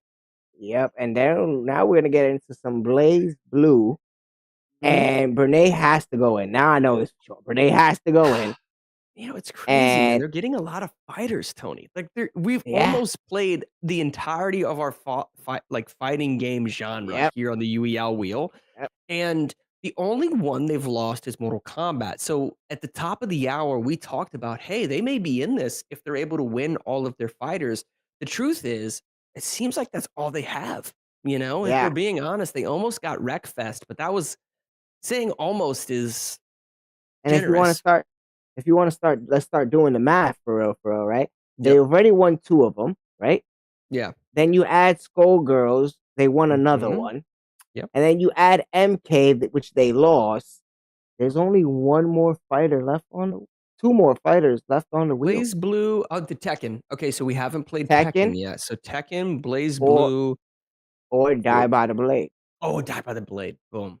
Die by the Blade is anybody's game, though. That's man. anybody's game. Yeah. And then, if you want to be technical, they actually might have an advantage. Now we start thinking about it. Checkmate Showdown can go in the favor of a fighter. That's true. Okay, so 5 wins right now. They get Blaze Blue. That's 6. Maybe they get Tekken. That's 7. maybe they get Die by the Blade, that's 8. And then if they get Checkmate Showdown, that would be 9. So they still would be 3 less, and they might be able to find those wins elsewhere, but they got to get the luck of the wheel. See, right now we have FIFA coming up, another sports game. Hey, man, we got Bernay right now in Blaze Blue against Horninho. And this is a 1v1, guys. This is going to be best of 3, so it's going to be first to win 2 games. And for those who, go for ahead. those who don't know, the best friendship is on the line right now. Oh, interesting. That's what that is. It was like, hey, if whoever loses can no longer be part of the 3 best friends. Oh my gosh, we have Cloud from Final Fantasy basically on the screen right now. Horninho is actually in the player 1 spot. Horninho's the one that, on the Reaper side who just got taken to the trenches right there. That was tough. Bernay is the player 2. Yep. Playing the Might, if you will. Definitely getting that first round right there. So definitely, and then that's what's showing. And like you said, what they're showing with their fighters is like they're getting this. They just need a little bit more. Unfortunately, there's FIFA. I mean, FIFA. Football club. FIFA. Yep. Yeah, and FIFA's coming up next, but they got to make sure they maintain this sort of pressure right here to get this win. Now, similar to Skullgirls, this, again, another anime fighter, one of the things you're going to notice is these massive hitboxes, but what is truly unique to Blaze Blue and what you're seeing on display here is a lot of the actual hitbox strikes create a ton of pushback, which resets the footsie zoning, if you will. So oftentimes, after a blocked combo string, the players are sort of playing a mind game with one another, trying to gauge distance. So you see a little bit more of that. Ooh, solid win right there, nonetheless, by Bernay from the Ghosts, picking up the first game. We gonna speak mind games, right? Okay. Let's talk mind games real quick. What kind of mind games are being played on the Reapers where they forget to put in their correct lineup and lose another timeout, making it 0-0 timeouts? Yeah, that would be fascinating. I think I think that's what the Ghosts are sort of depending on. I don't think they can. No. I'm telling you that this came from production. Oh, okay. Wow. What kind of mind games are being played that the Reapers just now lost their last timeout? Wow. For not putting in their lineup. Ghosts need that, guys. So if you guys are just now tuning in, the Reapers made a mistake with their lineup and they're going to be penalized a timeout. So if in the future tonight, if they don't set up a game correctly, and that's going to be an easy win from Bernay right there. And just to highlight his gameplay before we move on, guys, what you're going to see in this last round, watch what's happening. Bernay is playing the staff character, the female on your screen with that giant red staff. After each one of these hits, there is pushback that's being created. That character has the advantage when it comes to not just distance, but also zoning. So the pushback that occurs, Horninho is struggling to close the distance and apply pressure, even when he's in the corner like you see right here. Now, he is getting some damage, and what Bernay is going to try to do is steal frame advantage like you just saw right there and create that pushback again. Easy win. Bernay out here just catching bodies, picks up another win for the Ghost. So now 6 going up. That was exceptional gameplay coming from Bernay right there. Exceptional gameplay on top of the way he ended. He still jump up to a behind the back kill. Dang, guys. Like we said, this is what they're looking for. Is that a Reapers win? Did the Reapers just go up to 13? I thought that was a Ghost win. Maybe the player 1 and player 2 choices. So we might have been, maybe there was a mix up in player 1 and player 2 in terms of the overlay, but that their Reapers might have stole that. We'll get a confirmation from production. Nonetheless, the Reapers did just have to be forced to burn their timeout because they didn't get their lineups in. So I believe the Reapers are going to be down to 0 timeouts, which could play to the advantage of the Ghosts moving on. Like we said, when you're out of timeouts and you have no more to be penalized, if you set up a game incorrectly, you're forced to then forfeit that game. So we may find a situation where Ghosts sort of pick up a few wins, then they get a few forced forfeits, and so they can tie this thing up later in. That was a Reapers when Game Master gave the incorrect information. Wow. So the entire time I was complimenting Bernay, he was actually catching hands. He was actually being put in a coffin. He was the punching bag. Right. He was the punching bag. All And right. who was that? Just so we can give credit where credit's due, who was that on the Reaper that was opening up a clinic, if you will? Oh, that was Jorginho. That can tell you Oh, for that for a fact. Jorginho. It was the Well, best props friend. to you. It was There we best go. friend versus best friend. They were like, "Hey, buddy, you need to sit back down." I just whoop, nay, and yep, that's it, buddy. You got to go back because this Name's is why I'm a Reaper and you are still over there. The Reapers is an exclusive. It's exclusive. Yeah. No, nonetheless, Jorginho definitely, put in some work right there. That was really impressive. Super unfortunate, though, from the side of Ghosts. They sort of needed the dependency to take the rest of the fighting games for the rest of the night. They can still tie this thing up, but they just made it that much more difficult. If I'm a coach, if I'm the GM of the Ghosts right now, one of the things, though, and I've mentioned this before in some of our, I guess, difficult matches for like a team starting to fall behind, the thing to focus on is trying to prevent your opponent from getting to the magical number of 17. So, guys, there's 33 games on the wheel. If you achieve 17 wins, that means your opponent, the most wins your opponent can actually get at that point is 16. So 17 is kind of like the magic number. What the Ghosts have to do is they basically have to rack up about 3 wins or so, kind of moving on the rest of tonight, for every 1 win that the Reapers get. That's sort of how they'll be capable of sort of tying this thing up. So we're getting ready to jump into FIFA. If they're able to sort of steal this, let's see what else sort of rolls on the wheel and see if they can sort of start catching that pattern to potentially make up for some of these losses that they've had. Yeah, I'm hoping, but we're seeing maybe Paco actually plays and Bernay actually do play. So I believe Paco and Bernay both play. actually do play this. So this might be if you're trying to go for anything to predict for this game, I would probably waver in the Ghost favor because I know Bernay pretty dang good. But I don't know. We're playing with no walls. Yeah, playing no walls right here, guys. That's skills right there. Yeah, something just to note though, as we play this match of FIFA, this is a 2v2, but there are 3 players on both sides. And what that means is when you swap players, you might accidentally grab the goalie. Oh. And you have to be careful not to pull your goalie out of the goal. So there's a lot of game sense, a lot of awareness that these players have to maintain throughout the entirety of the match, guys.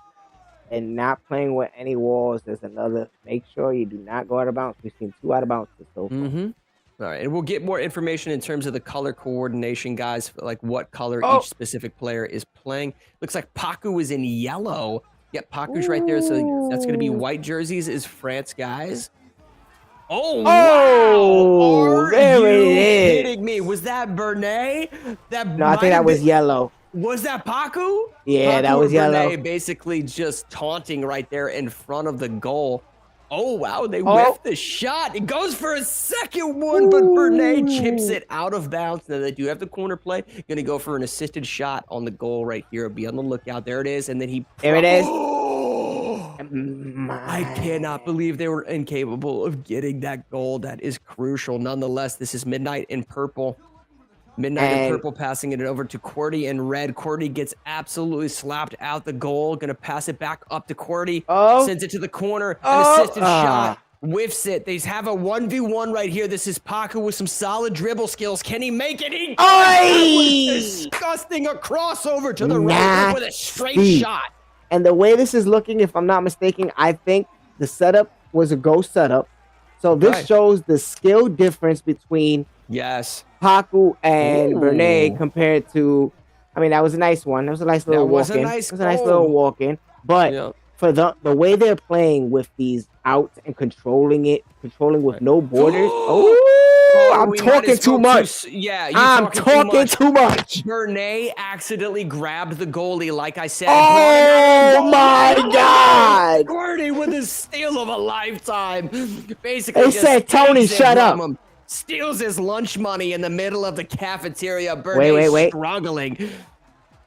All right, here we go. Here comes Cordy right down the court again with a 3rd score, and then walking the dog. They are walking the dog. We might have spoke too soon. Bernay struggling. Paco just waiting for the ball. Bernay keeping the ball, not passing it to Paku, which clearly...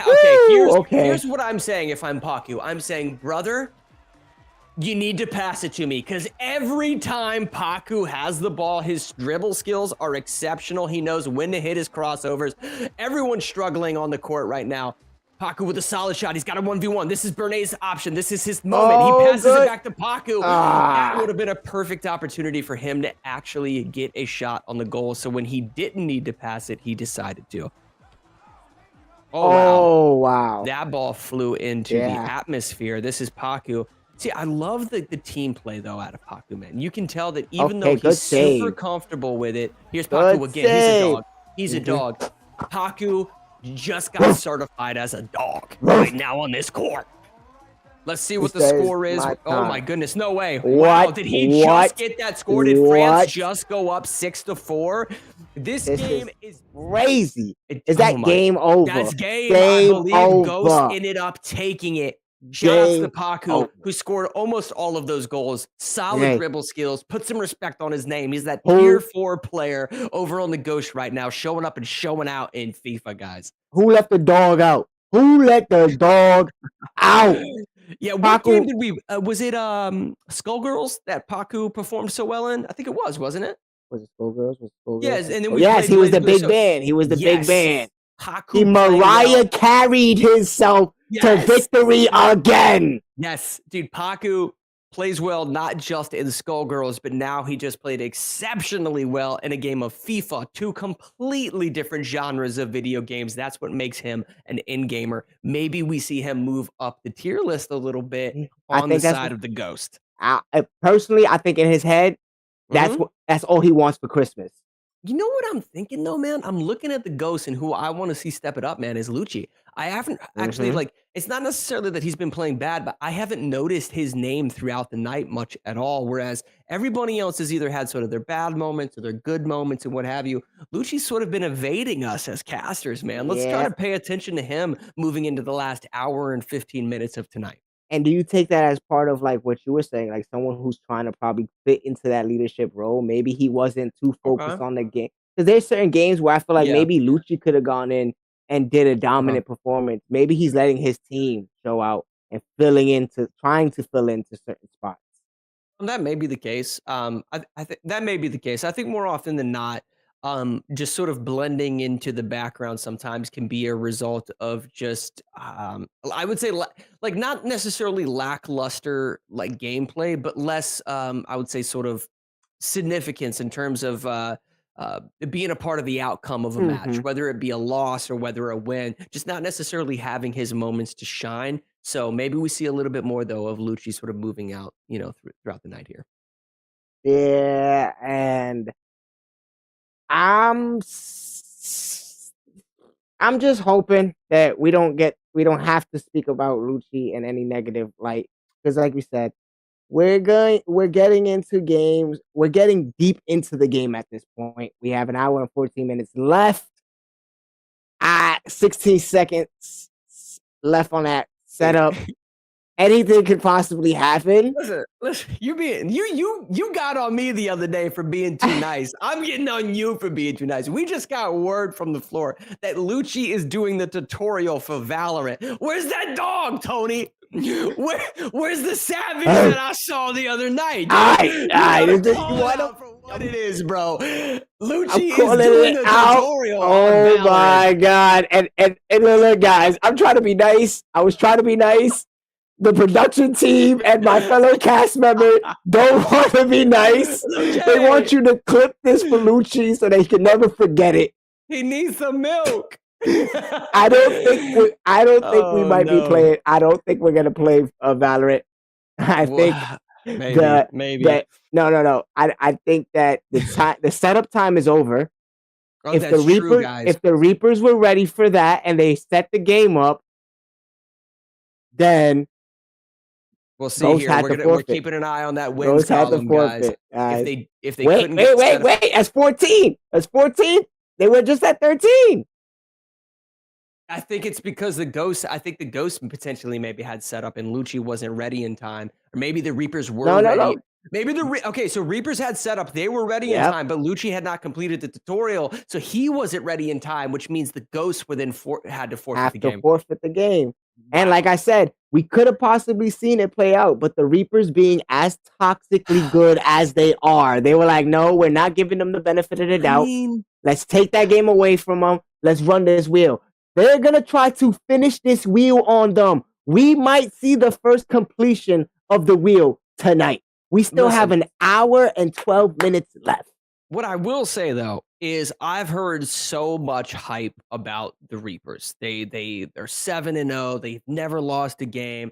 Back-to-back champions, what have you. I've heard so much hype. Bruh.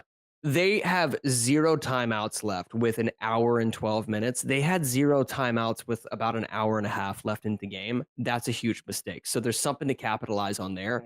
And then number 2, fighting games. Listen, they have a couple of wins in fighting games, but there's better fighting game teams in the UEL. The Reapers are very, very beatable. So I don't want any of the teams in our league after tonight feeling as if this team is the ultimate threat in the league. There are definitely chips sort of in their armor, chinks in their armor, if you will, that leave them vulnerable. Fighting games and sort of just total team economy with regards to forfeits and timeouts. Their time management is still lacking a little bit. So maybe we see that sort of capitalized by other teams. To play devil's advocate, because this is the Tony that you wanted to come out. To play devil's advocate in the favor of the Reapers, even with all those mess ups. Yeah. Look at that score, love. Look at that score. They're still sitting on they're sitting on a comfortable pallet, and then you have mistakes so big, like not play. We've been here for a whole season, guys. Hold on. Why has Lucci not have played tutorial? I can give you the best example of how bad this is. Lucci, I didn't even, we brought up Lucci. We had no clue that he was doing the tutorial for Valorant. So the timing there was uncanny, bro. That was hilarious. But all right, this is a perfect example. I started casting here at the UEL about a month and a half or so ago. Okay. Prior to my first day, I knew what I was up against as a caster coming in here. I wanted to learn all of the games on the wheel as best as I could. I downloaded Valorant and finished the tutorial just to get an understanding of the game. As a caster, brother. So not even had played it. Oh my God. I wanted to be able to understand the game from a commentary perspective, and I ended up actually really enjoying the game, and even to this day now, I do play a little bit. So that's just one of those things, those sort of unforgivable mistakes, if you will, that we're seeing on the side of the Ghosts. You know, we talked about Lumina Rush earlier, and then that right there. That's 2. And that's where I go for playing the devil advocate part, where it's like, if I'm a Reaper, I'm going to continue to say I'm the absolute best that there has to offer in the UEL, when even with me messing up my setups, you can't make me break a sweat. Yeah, that's true. Yeah, I mean, that's actually a really good point. You know, when you put it like that, that's a really every good team that we've played against, the reason why we're 7-0 is because no one's yet to make us break that sweat. Okay, I like that. Maybe the Ravens once, but come on, guys. One team out of everyone that's in the league can't make us sweat. I'm feeling pretty comfortable. Okay, all right.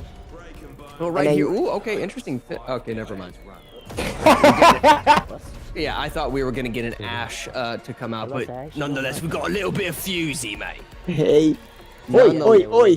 Yeah, so this, I believe that is, Mr. Fear, that's going to be the Ghosts, right, that are using the Fuse, and then on the side of the Reapers, wow, okay.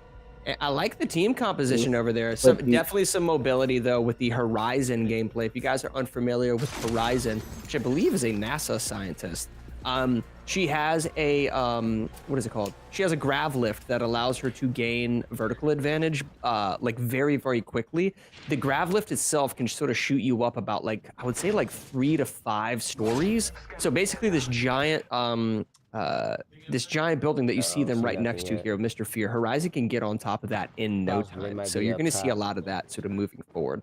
Nonetheless, the Fuse, I don't like the Fuse pick as much from Mr. Fear because there's not a lot of mobility on the side of him. He's just a very difficult character to play at a high level. you know, obviously he got some solid damage right there. The Gibraltar, pretty standard pick in terms of having a turtling strat for players. Obviously the Bloodhound is a very popular high tier. Lucci though already down as that Gibraltar player.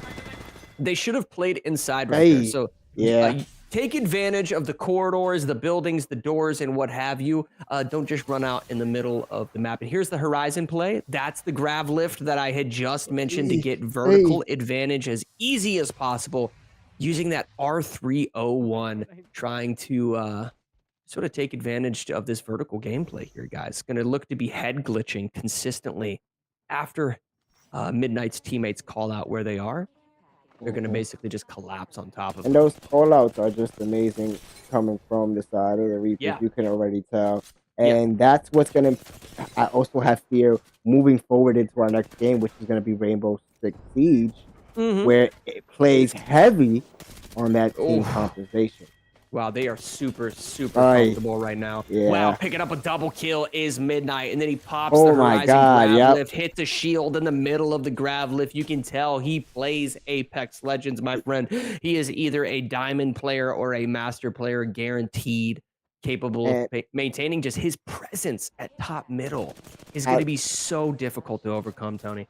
And I've said this before, and I'll probably say it again, and I probably will die on this mountain this season, but I'm calling Midnight rookie of the season. Rookie of the year. Yes, this season, he's our rookie of the year. Really? Okay. I like that. All right. All right. That's all me. That's all me. Y'all know my Discord, y'all know where my DMs is at.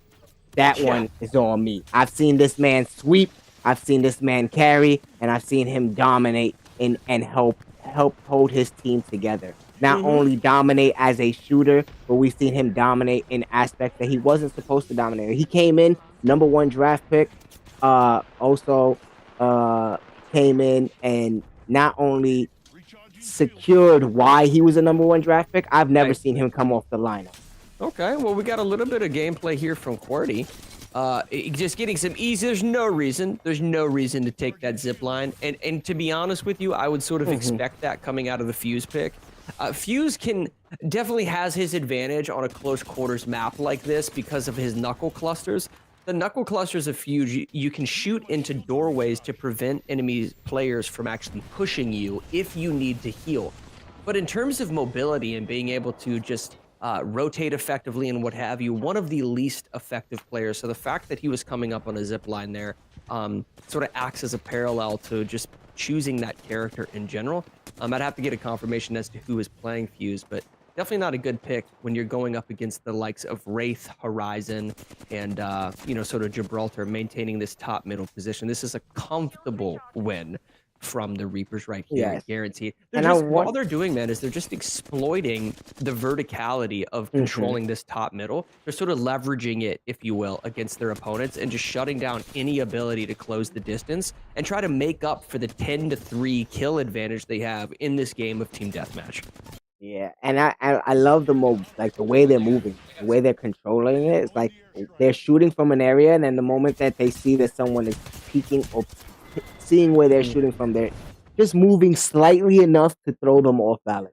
Right. Well, even right there, they threw the Gibraltar ult at the building, maybe trying to get a little bit of damage on the building. The reality is you should be using the buildings closest to that central spot that they're holding down. You can see QWERTY still holding down that position. This is Midnight just as comfortable as ever, just basically playing with his food, if you will. And we're sitting about on a minute and some change. Oh, goodness gracious. Minute and some change left of this gameplay, so look at this repeat.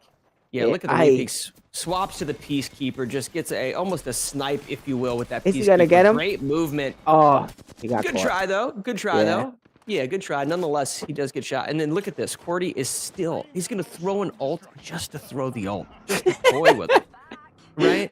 But how could they get court? How could they gain advantage of and sort of exploit this top middle building? Something they could have done on the side of the Ghost. They have a Gibraltar. They could have pushed through the buildings and then thrown the Gibraltar ult underneath this actual building and or on the rooftop, and it would have rained down sort of that hellfire, if you will, on top of the roof, which would have given them time to maybe push up themselves. Not to mention they have a Gibraltar ult to use or sort of exploit what's called the turtle strat, where you throw the ult on top of yourself and then pop your bubble shield to basically cover you from the hellfire that's then raining down.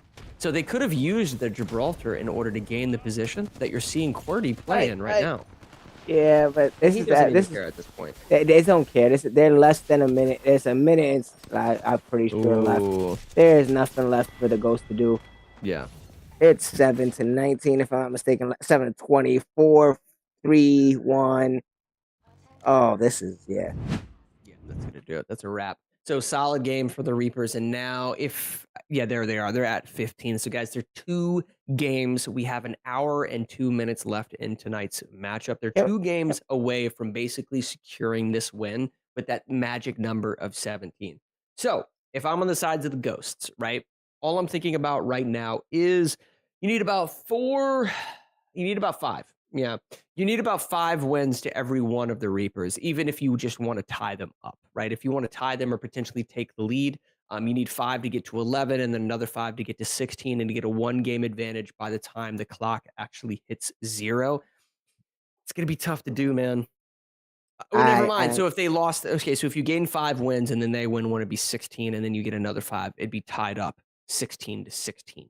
So the only thing they can do to sort of get back into tonight is to get 5 wins straight right here, and then we can start sort of having that conversation of a comeback scenario. I mean, Reapers don't have any timeouts. Listen, Reapers don't have any timeouts, so they might get a free win or 2. But right now they have setup, so they got to make sure they set up correctly. The Ghosts, yes, they do.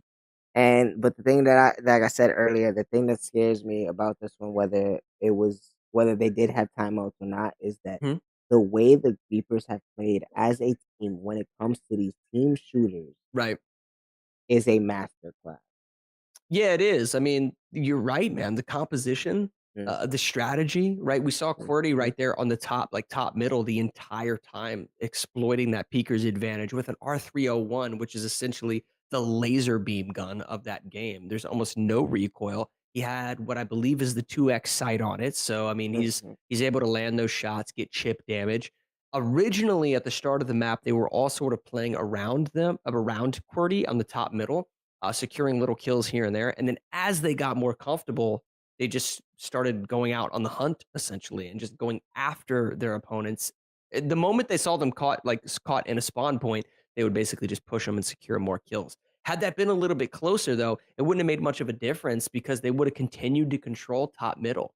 And I think that just comes down to gameplay. It comes down to repetition, getting those hours into Apex Legends. They had a Gibraltar that failed to throw the ultimate on the building in order to kind of shake them off of the building a little bit. And yeah, it really just comes down to that, man. I'm just disappointed in me seeing the deflation in their team. I hate when I look at a team in their gameplay and you can see already giving up the face of Yeah, go ahead. I was going to say, I do think that the one I've seen MJ get really frustrated tonight. The times that we've seen him sort of on that corner cam, the webcam, if you will, sort of during his matchups, you can see him getting a little frustrated. Lucci, most definitely. I have to imagine when Valorant started up, that was a bit of an eye opener for him as well. So I don't know, though, if it's necessarily deflating as much as it is just the talent coming out of Reapers. They clearly have a knack for shooters, right? So they're locking that down. They play well enough within the racing category. They jumped into StarCraft and performed really well. I will say this, though.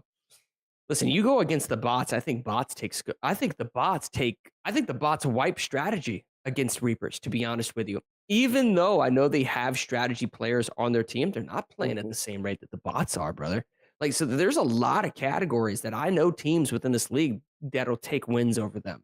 And that's just putting it lightly. For instance, Shogun just got their first win. The Florida Shogun just got their first win the end of last week. They're beating Reapers in fighting games. Please don't make okay. Fighting games. Okay. In fighting games. I was gonna say, please don't make me do this. You see what's hanging behind, Mom. Please don't make me do it. No, but there's like that's what I mean though. There's teams within each genre that are all going to perform better than the Reapers. What the Reapers have going for them is they're so well balanced as a team that they're capable of stealing wins in every single genre, which is resulting in them being 7-0. But there's a lot of chinks in their armor, man. And that's what I was saying, and I felt like you're finally getting that grasp of understanding what I'm saying about the Reapers are not a team where you're like, oh yeah, they're dominant because this is the best players that we have all in general. No, the Reapers are the best team the UEL has. Yes. They're the team that, hey, you might think that's scrap, but we know how to get the piece that make this person a star championship player. Cordy, for instance, and let's just put Cordy for example. Cordy, prior to being on the Reapers, was on a team that the first team he was on was the Trolls, and they didn't win a single game until their third season as a team. Right. So he went on a losing streak for 3 seasons straight. That's tough, And man. people would talk a lot of smack about Cordy. Okay, maybe being the unlucky charm of the team or something. Maybe a cursed player, if you will. And then people got surprised when the Reapers picked him up. Right. Well, that's And what they I were mean when like- I talk about that branding, brother. That player branding, like, if you're on the side of the Ghost, if you're on the side of the Shogun, and you only have like 1 or 2 wins, you are trying to play for your team, but in the same sense, you're sort of advertising your brand as a player because you want to be drafted in the next league. Clearly, Cordy, even though he's been on losing teams, has been playing well enough to where the Reapers caught wind of his skill and his talent, and now And- they've drafted him onto the Reapers. And that's what I'm saying about their eye for talent is impeccable. Yeah. Whether it's a person that it could be someone that no one expects. They're like, oh no, this person was on a losing team. They've been on a losing streak. Why did the Reapers take him?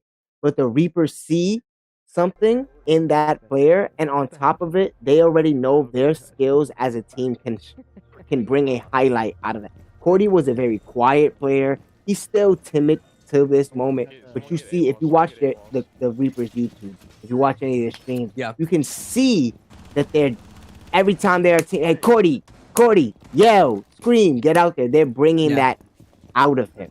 Okay, So I like that. I like that. Well, the Reapers are the greatest, the best team the UEL has seen because it's a homegrown team at that. I like that.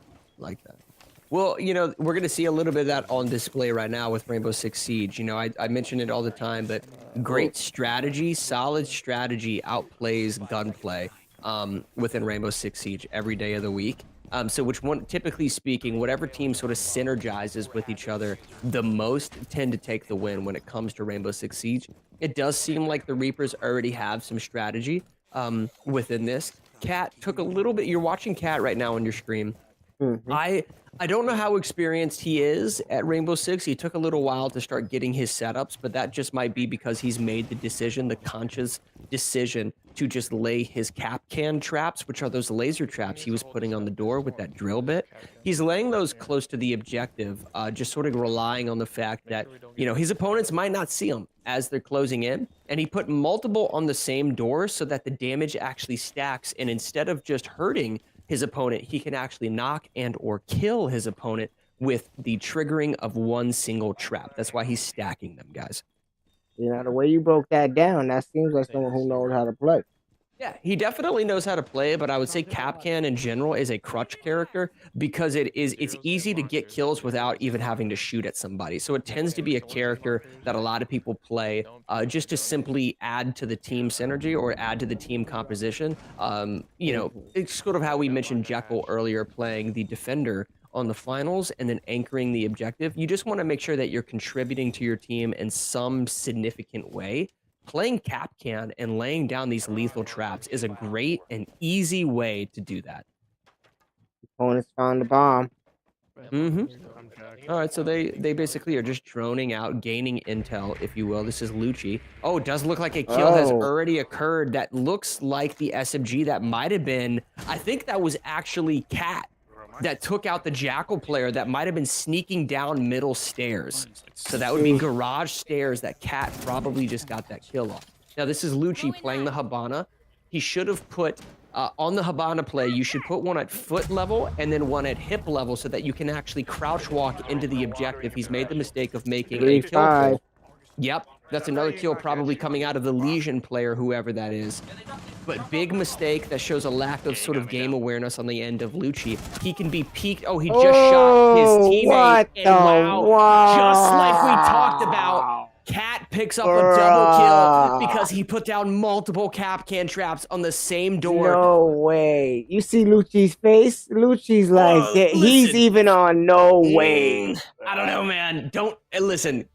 Call it like it is. Don't sugarcoat it, right? Lucci had a very lack of game sense right there, making that Habana hole. The problem with the hole that he made with the Habana charges, guys, is he basically left a window for them to get killed through because he was looking at a Mira window set up on the defensive side of things. So a Mira window is a window, it's a one-way window that the defenders can look through, and then they can peek around in order to get fast kills. When he made that Habana window, the fact that he didn't open up more of the door so that they could actually walk into the objective and not trigger those cap can traps is an indication that Lucci isn't as experienced as I would like to see him here on Rainbow Six Siege. I'm so disappointed. So the effective way to push that objective right there, guys, would have been to throw a smoke grenade in front of the Mira window so that the player playing that Mira window can't actually see what's going on inside the objective. Before you do that, though, you make a crouch level hole with the Habana charges that Lucci was playing so that you can crouch walk into the objective, and while the smoke grenade is down, you can get off a plant. They didn't do any of that, and as a result, I mean, they basically just got killed with a bunch of traps that are on doors, to put it lightly.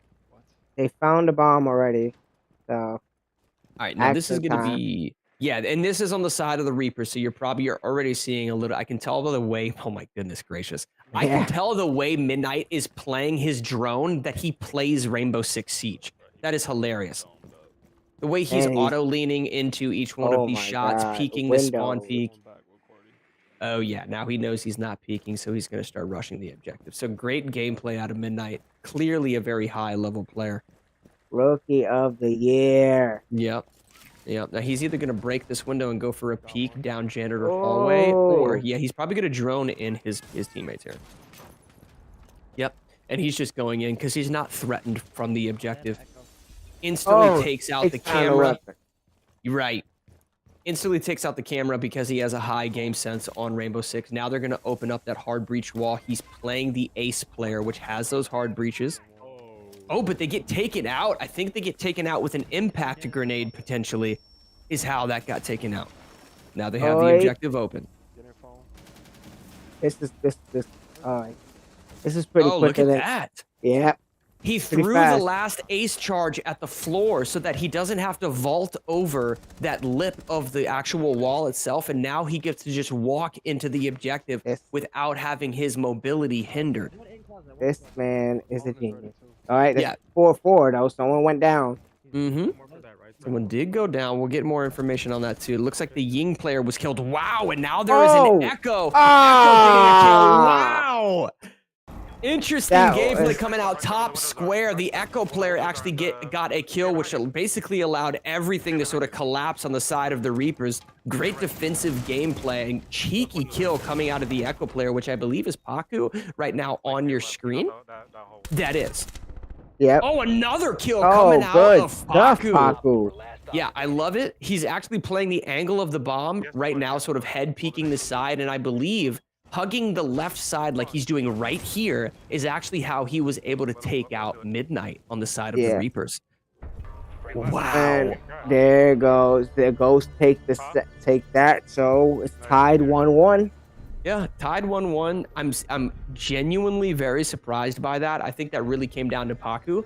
And I think this is another example, honestly, Tony, that we're going to see Paku move up in that tier listing.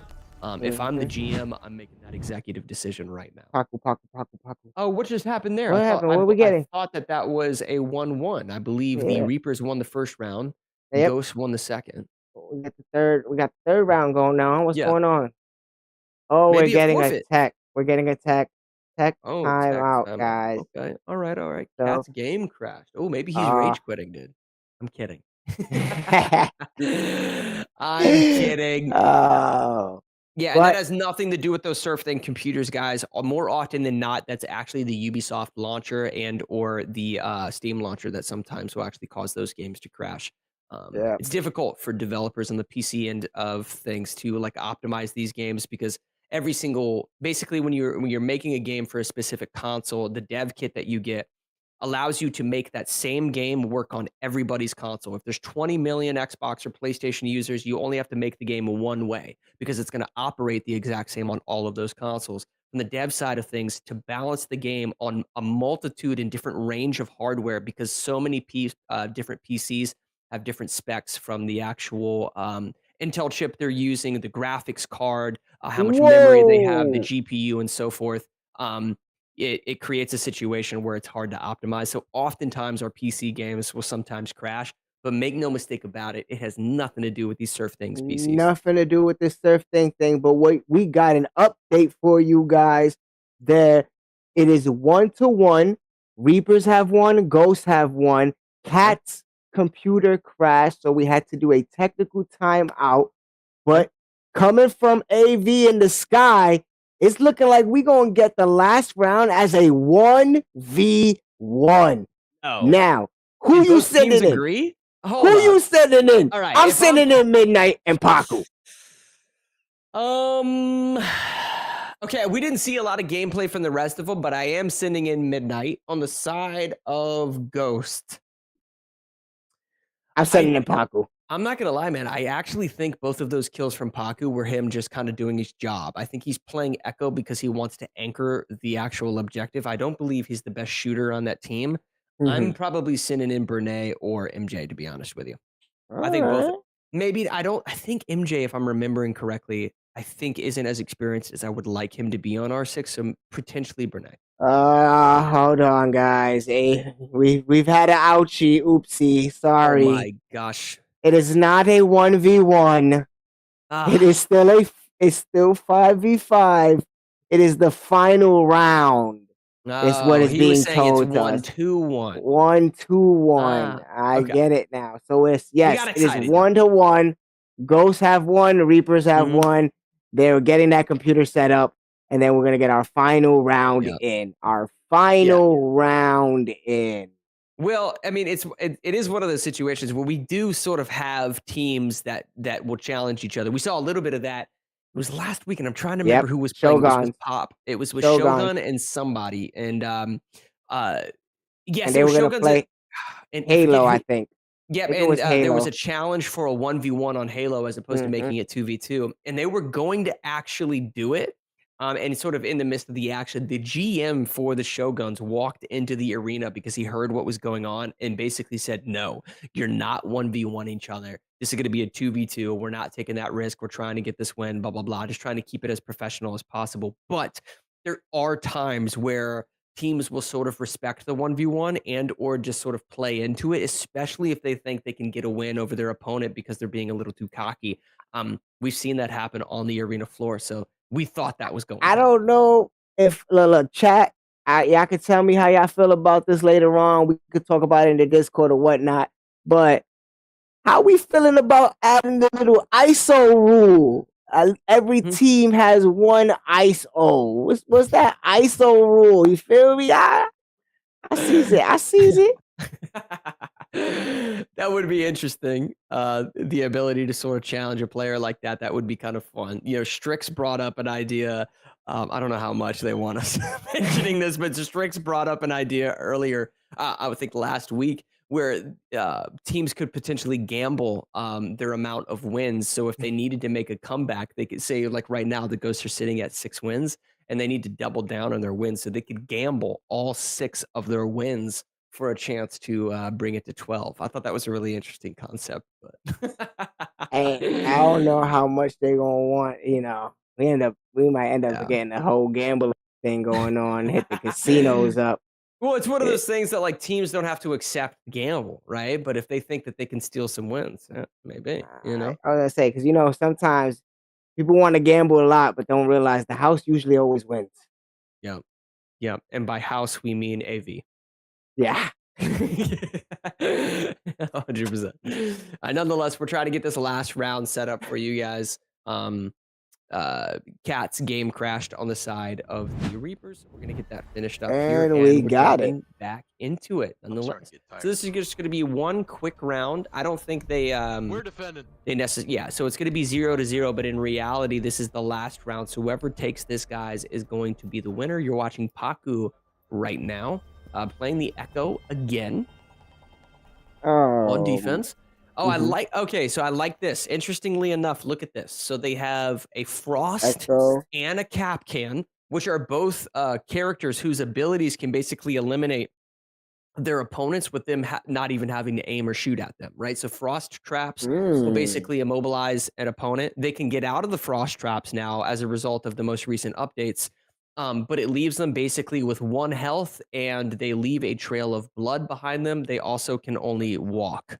So the frost traps are essential. It does take a little while to get out of the frost trap too. So typically speaking, anytime that frost mat is triggered, that player is going to get killed. So you've got frost traps playing to your advantage, and they're going to try to exploit the Capcan traps the same way that Cat did at the start of the game. They're going to try to get some free kills using those traps. Now, to complement that, they also have the Valkyrie being played, which has those cameras, those deployable cameras, if you will, that she can lay all over the map in order to gain some intel, to gain some knowledge on their opponent, and basically make call outs as to where they're pushing, where they're coming from, and what have you. So they've got a lot playing to their advantage, but Reapers have the likes of Midnight and so forth that feel super comfortable on R6. Let's see what he does here, man. Yep.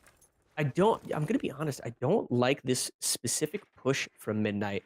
It's a lot more, I would say, advantageous to push from the back. Yeah, right where the Ying player is pushing into that door on the back balcony. It's so much easier to sort of go in there as opposed to leaving yourself vulnerable the way Midnight is going to be when he jumps into this window. So the reason he's droning underneath, guys, is he's looking for a pre-placed C4.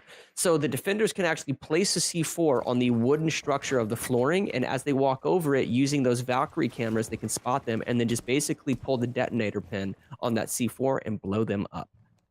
Ooh, Midnight might have caught somebody in archives downstairs. He's just checking it, triple checking it, and quadruple checking it now, just to make sure. Oh, and there is a player. He read it correctly. Midnight with a cheeky kill on that Valkyrie. That Valkyrie, make no mistake about it, was going to try to C4 those players over top of that balcony, I should say. I want to see him start to pre-fire. Now, this is where that high level of gameplay comes into play. He does right there. Doesn't necessarily get the kill, but he gets the assisted snipe. Who is playing the Cali behind them? Is that genius assassin? God. Who knows? There's a sniper behind him laying down shots, but he gets caught by the frost player playing and the right over. Side of the objective. Right there goes the win for the Reaps. The Reaps. I want confirmation on who was playing that Cali player, picking up a double kill, single shot kills with that Cali, playing in the back line of top square. That was fantastic gameplay on the side of the Reapers.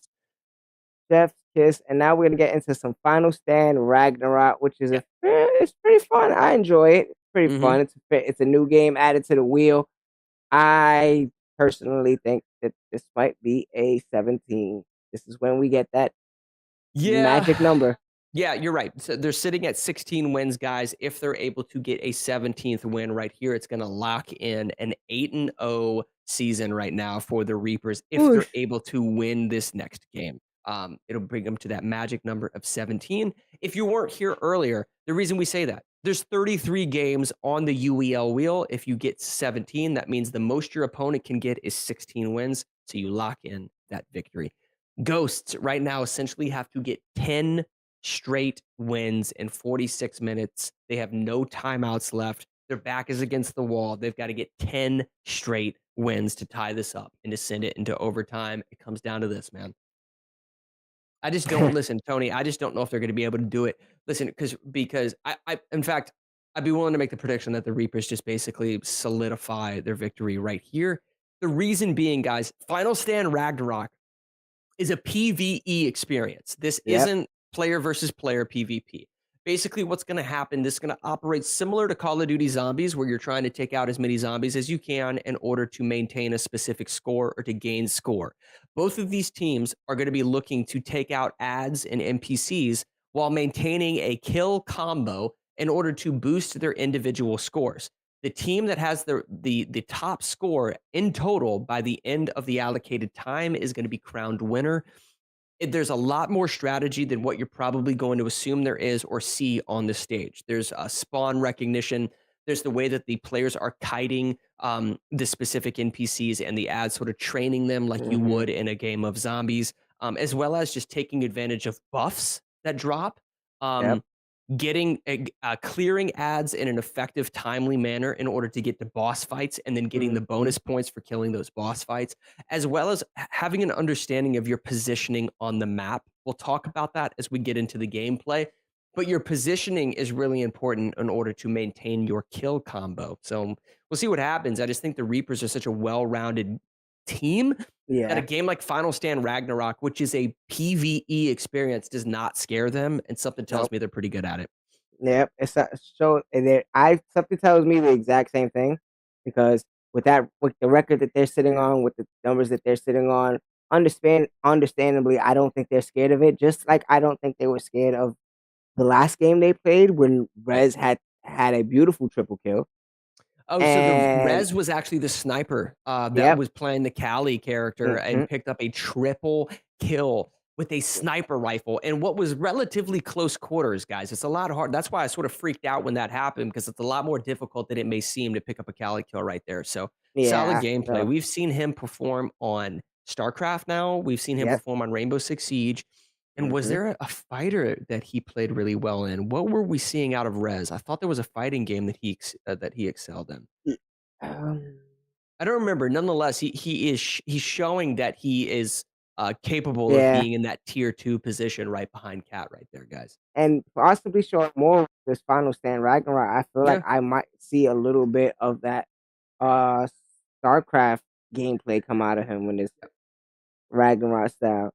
Like Rez has been a Reaper for a while, and I believe that he's solidifying his spot on this winning team, as far as well solidifying that spot in the tier 2. Something to note: Ghosts had set up, and the time limit has hit 0. They have no more timeout.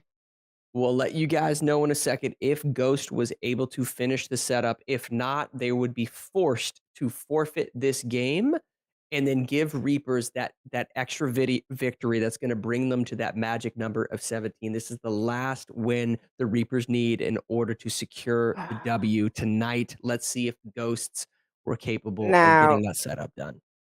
If they're not, right? What's the best outcome for moving forward now that we're moving in playoff time? We're moving into that. Hey, it's time, guys. Okay. Here we go. Okay. Thank you, Lord.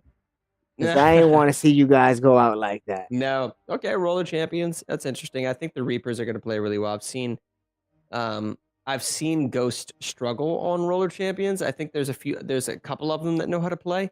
I don't know if there's 3 of them that know how to play that game very well. I would assume, though, that the Reapers have been practicing that a little bit. We'll see, though. We'll see. And the Reapers look playing, at this. Coming out. There's 3 players choosing the Ayala pick, which I think is amongst the top tier characters in this game.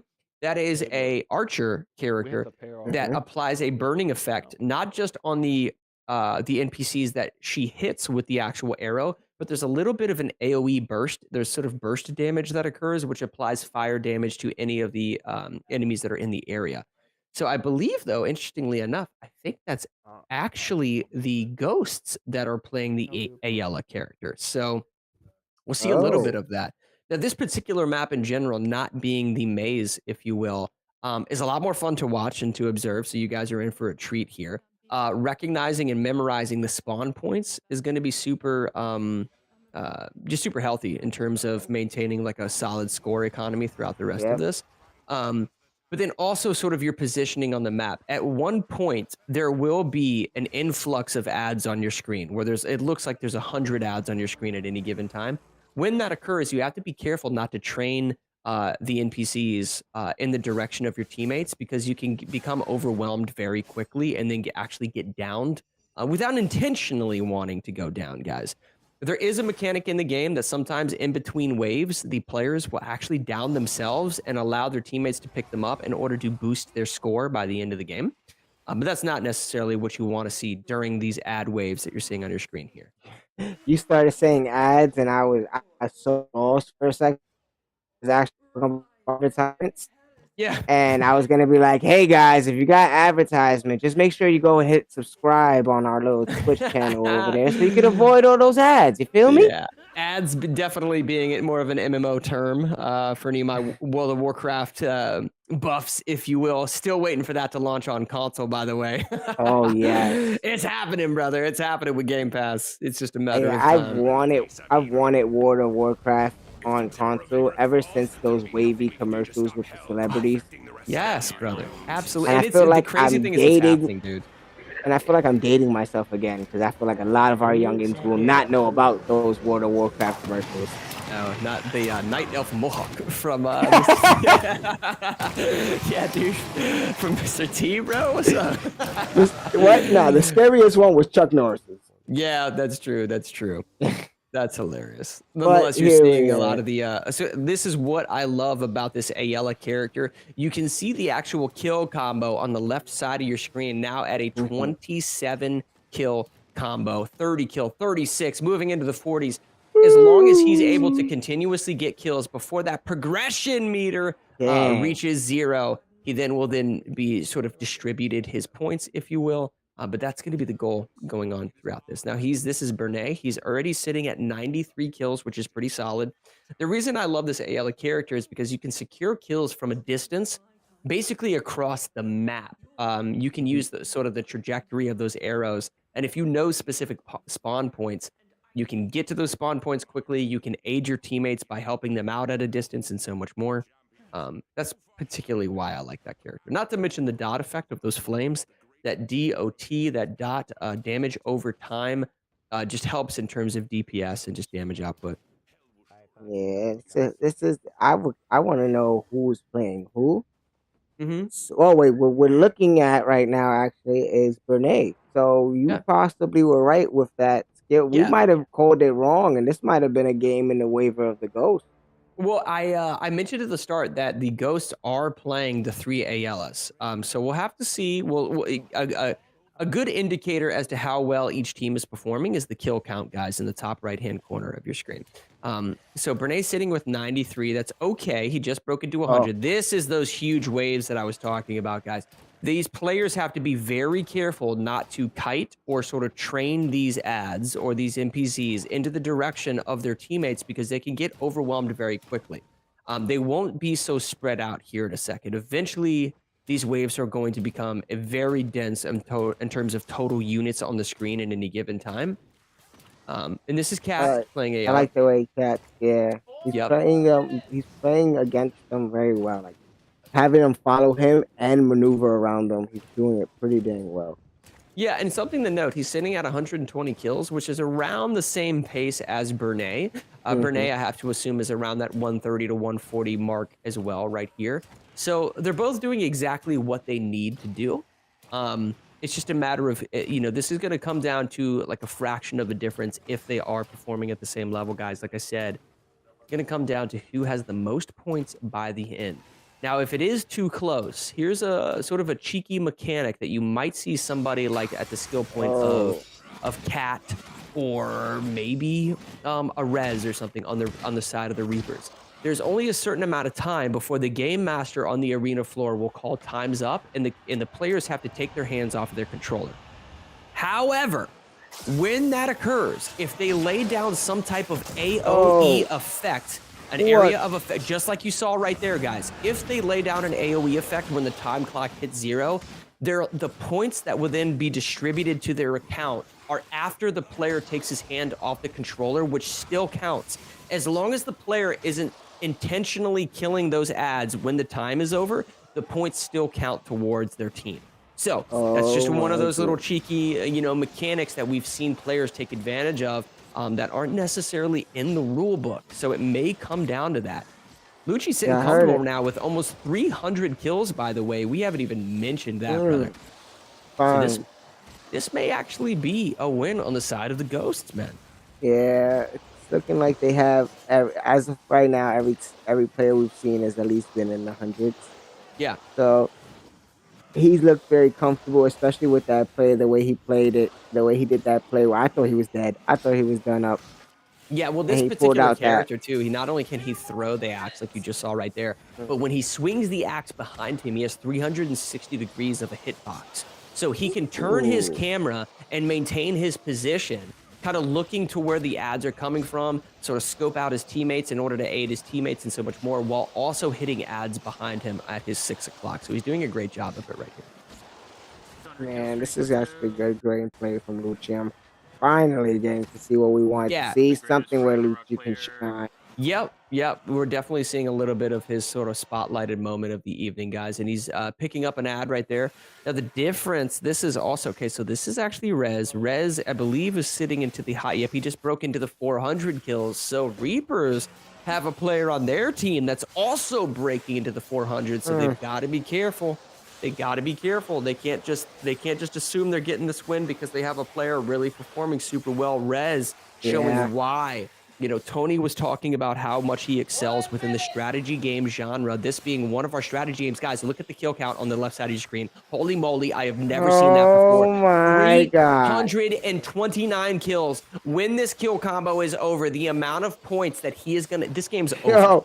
This game 340 over. Oh my God. What is he doing? I've never What is he doing? This is not absolutely wild. This is he gonna get it? He's continuing it. He's continuing it. No way. Yeah, we're calling it. It's 4. He got it. He got it. He got it. He got it. We're going for 500, guys. We're going for 500.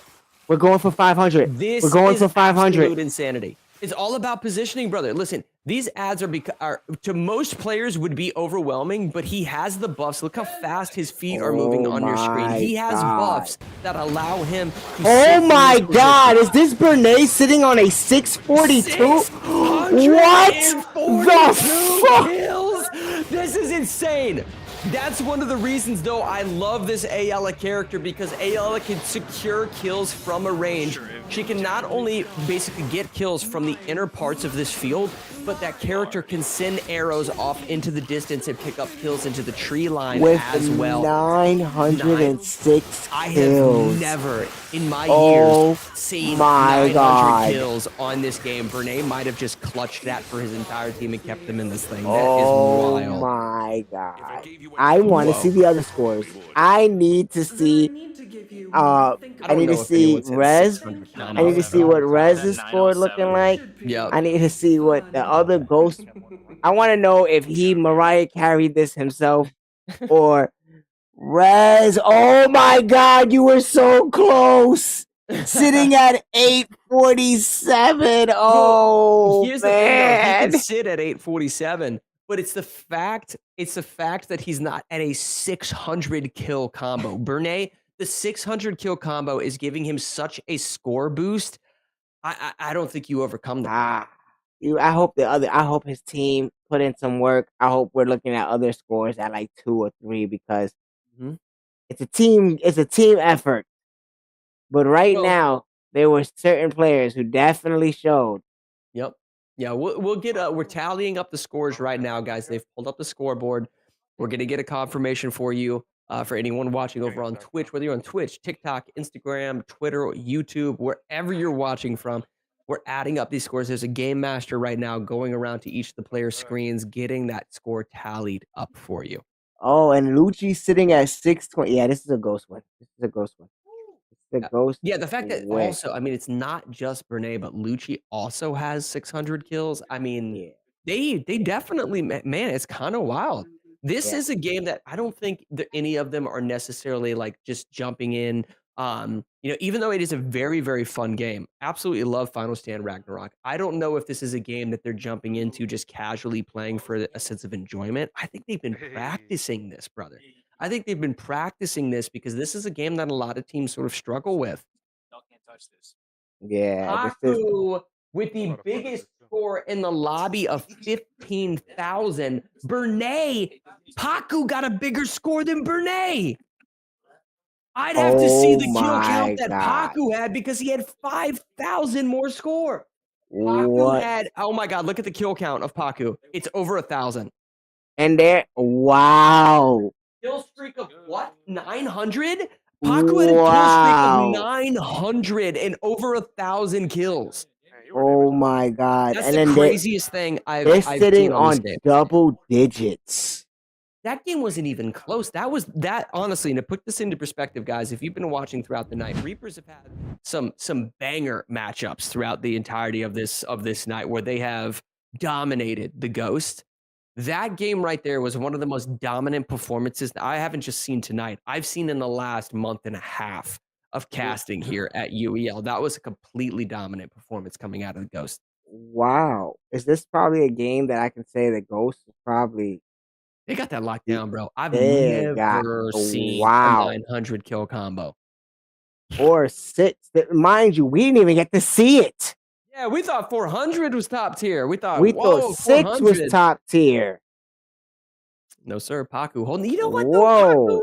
Listen, if I'm who's the owner of the Ghost? If I'm the owner of the Ghost, Paku ain't sitting in tier 4 anymore. Paku, you're a certified dog. You heard it here from Monster Matt. Yes. Playing fighting games, playing Rainbow Six Siege, Final State Ragnarok. What else did he play tonight, man? I feel like multiple fighting games. Yeah. Dog. Oh. Yeah, I was about to say the day that we gave him the leash right there. That's when he became the dog. Come on, dog. The dribble skills, the crossovers, the shot, the one-on-one shots on goal. Come on, Paku. All right, man. And Skullgirls. Remember, he's the reason we created Mariah Carey. I know, dude. He was big band. He was dude. He was Mankind. He was the Undertaker in WrestleMania. He's moving on up. Moving on up. We changing the name to Paku to Paku Jefferson because he's moving on up to the east side. You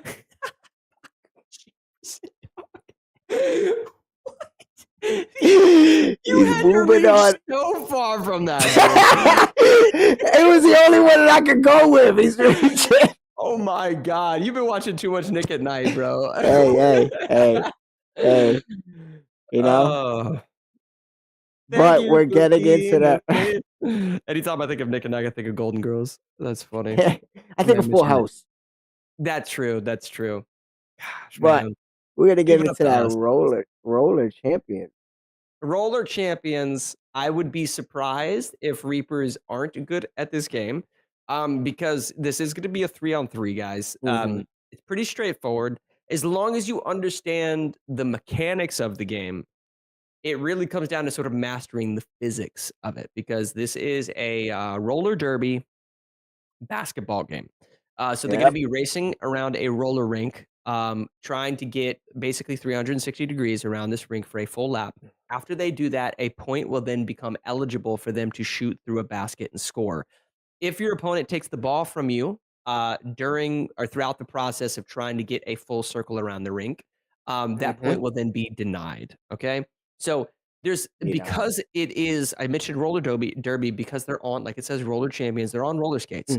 So there's physics. There's sort of like movement physics within the game because you're on roller skates. That's hard to master.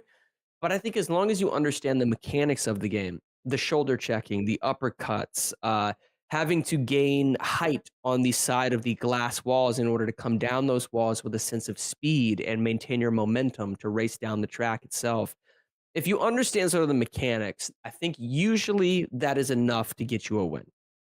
Yeah, usually. But there are times where you might think you have what it takes. You might think you got it, and then just one lucky throw, one lucky go around, one lucky tackle. Yeah. Because you could be at that point where you're getting that final go around, and then a team comes from left field, tackles you, and you have to restart all over again.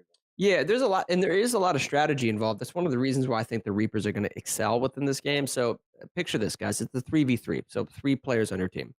If one player has the ball, what's going to be the job of the other 2 players? Well, sometimes you have teams that constantly will try and be in front of that ball carrier in order to act as, basically somebody to pass to. There's a slingshot mechanic in the game to where you can grab sort of the waist or the hands of somebody and then slingshot around them in order to pick up more speed. So some teams are just trying to get in front of the ball carrier at all times, whereas other teams just basically act. The other 2 players that don't have the ball basically act as the muscles, if you will, and they try to bully their way across the roller rink, if you will, just basically protecting the ball carrier, giving him distance and time to get around the ring and get that point eligible. So there's a couple of different strategies, more than a few, I would say. But typically speaking, like I said, if you understand the mechanics, you're going to be pretty well off here on Roller Champions. Okay, All looks right, like we got a timeout. another technical timeout. We're getting those stuff together. I'm pretty sure those guys want this game to play. So we're going to see Fear, we're going to see Paku, and we're going to see Bernay. And then we're going to see Cat, Rez, and Corey. Yeah. Yeah, I mean, listen, this is tier 1, tier 2, and tier 3 versus the tier 2, tier 4, and tier 5. But make no mistake about it, Paku has been putting on a show tonight. So he's a tier 1 threat in and of himself, bro. I'm telling you right now, he's not sitting in tier 4 moving into next week. That being said, though, guys, the PC brand that allows us to do all of this for you guys and put on a show throughout the 6 hours usually of this broadcast. Check out SurfThing computers that we have all over the UEL arena. If he loses this now, I don't even know. All right, calm down, TOG. You just lost to him. Calm down. Stay focused, bro. Stay focused. Going great on his trail. Right now, hunting down from the bandits. Oh, and there and that one goes in there, taking this one away. It's 5-2. The first half is really starting to go their way. Yes, it is. Definitely. Yes, this could be a runaway, like you're saying. Welcome back, guys, to our Week 13 matchup between Ghost and Reapers. Reapers 1 game away from securing that magic number of 17 wins, which is going to lock in the victory for them. We're getting ready to play a game of Roller Champions. This is a 3-on-3 matchup that I think is, within our sports category, but I think it sort of lends itself to players that excel within strategy just as much. I would say both of those aren't necessarily the Reapers. The Reapers have been struggling in the sports games. Ghosts have been doing relatively well, specifically Paku, in those sports categories. But there is a level of precision and strategy that's sort of required to win in a game of Roller Champions. That lends itself towards the Reapers. So we'll take a look here. We're getting ready to jump into it. We're going to spin the wheel to see what our next game is. Spin that wheel. Spin that wheel. Oh, Jack Revival's an awkward racer, brother. That is an awkward racer. Yep. And if you don't, that's the thing about Injector Rival is one of those things that if you don't know how to play, you're going to have a bad time. Yep. Because it's a very fun game, but just not, I don't see that many people putting in the time to practice it. Well,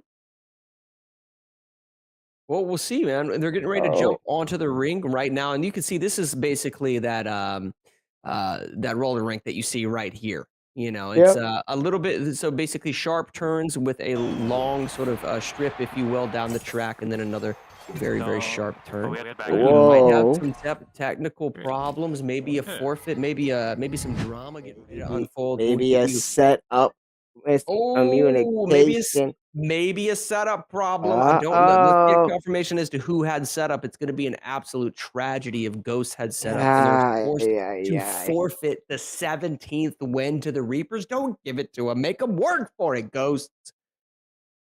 Oh, okie Man, it can't get rough, dude. Listen, we're having 0 timeouts on both teams. We got Tony over here mentioning the Jeffersons.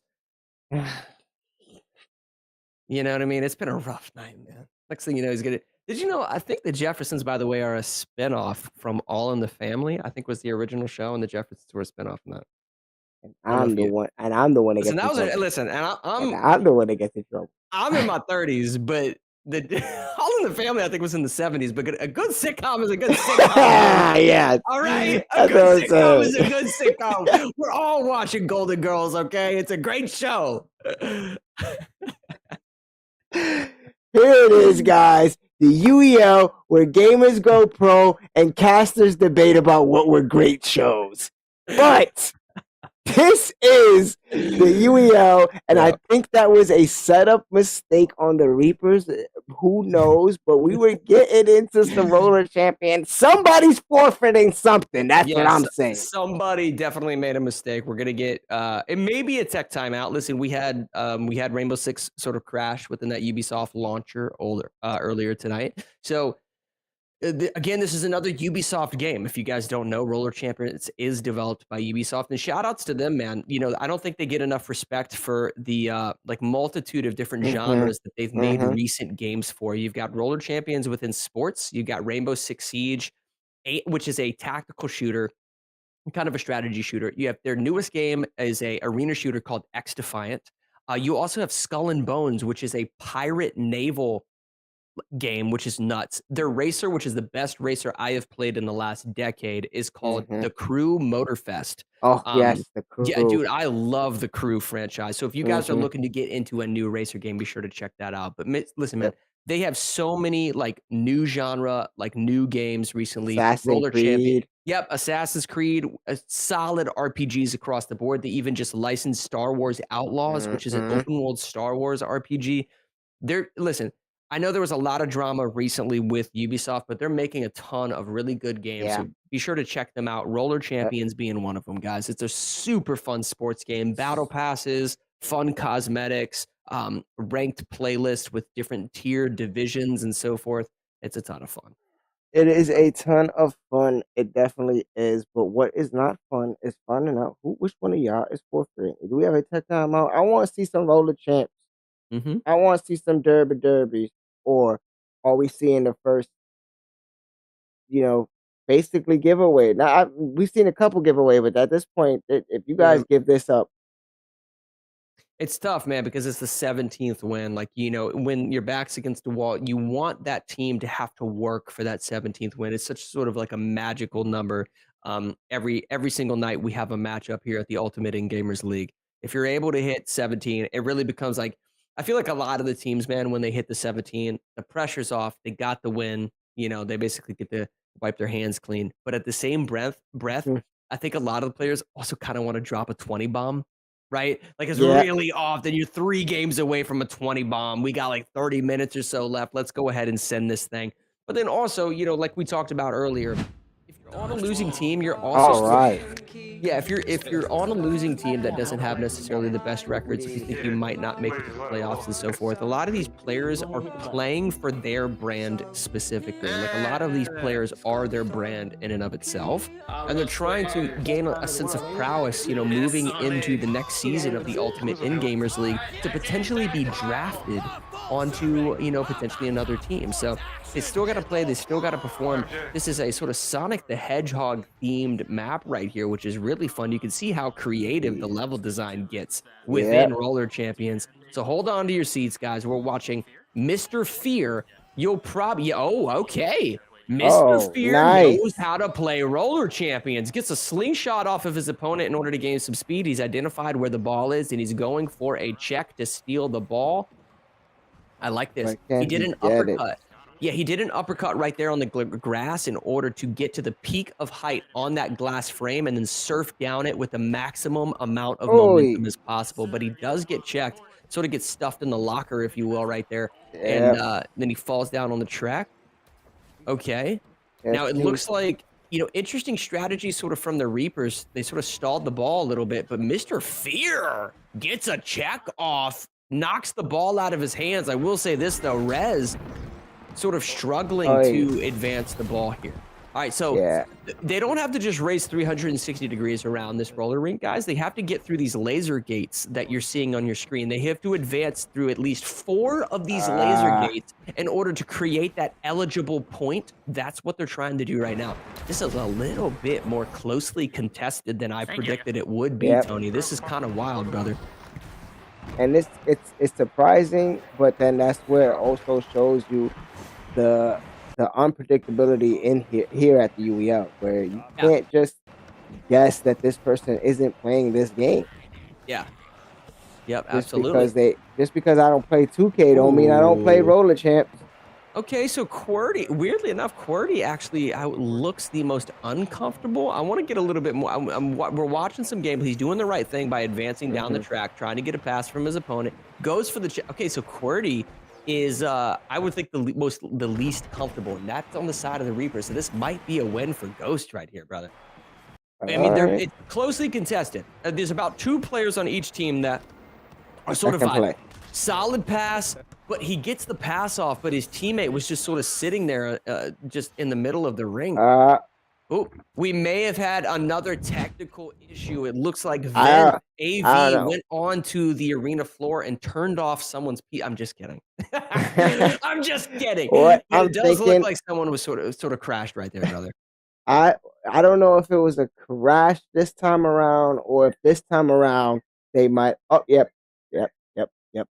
It was definitely a crash, but I personally, if I was a Reaper, I'd probably just shoot this one over to them real quickly.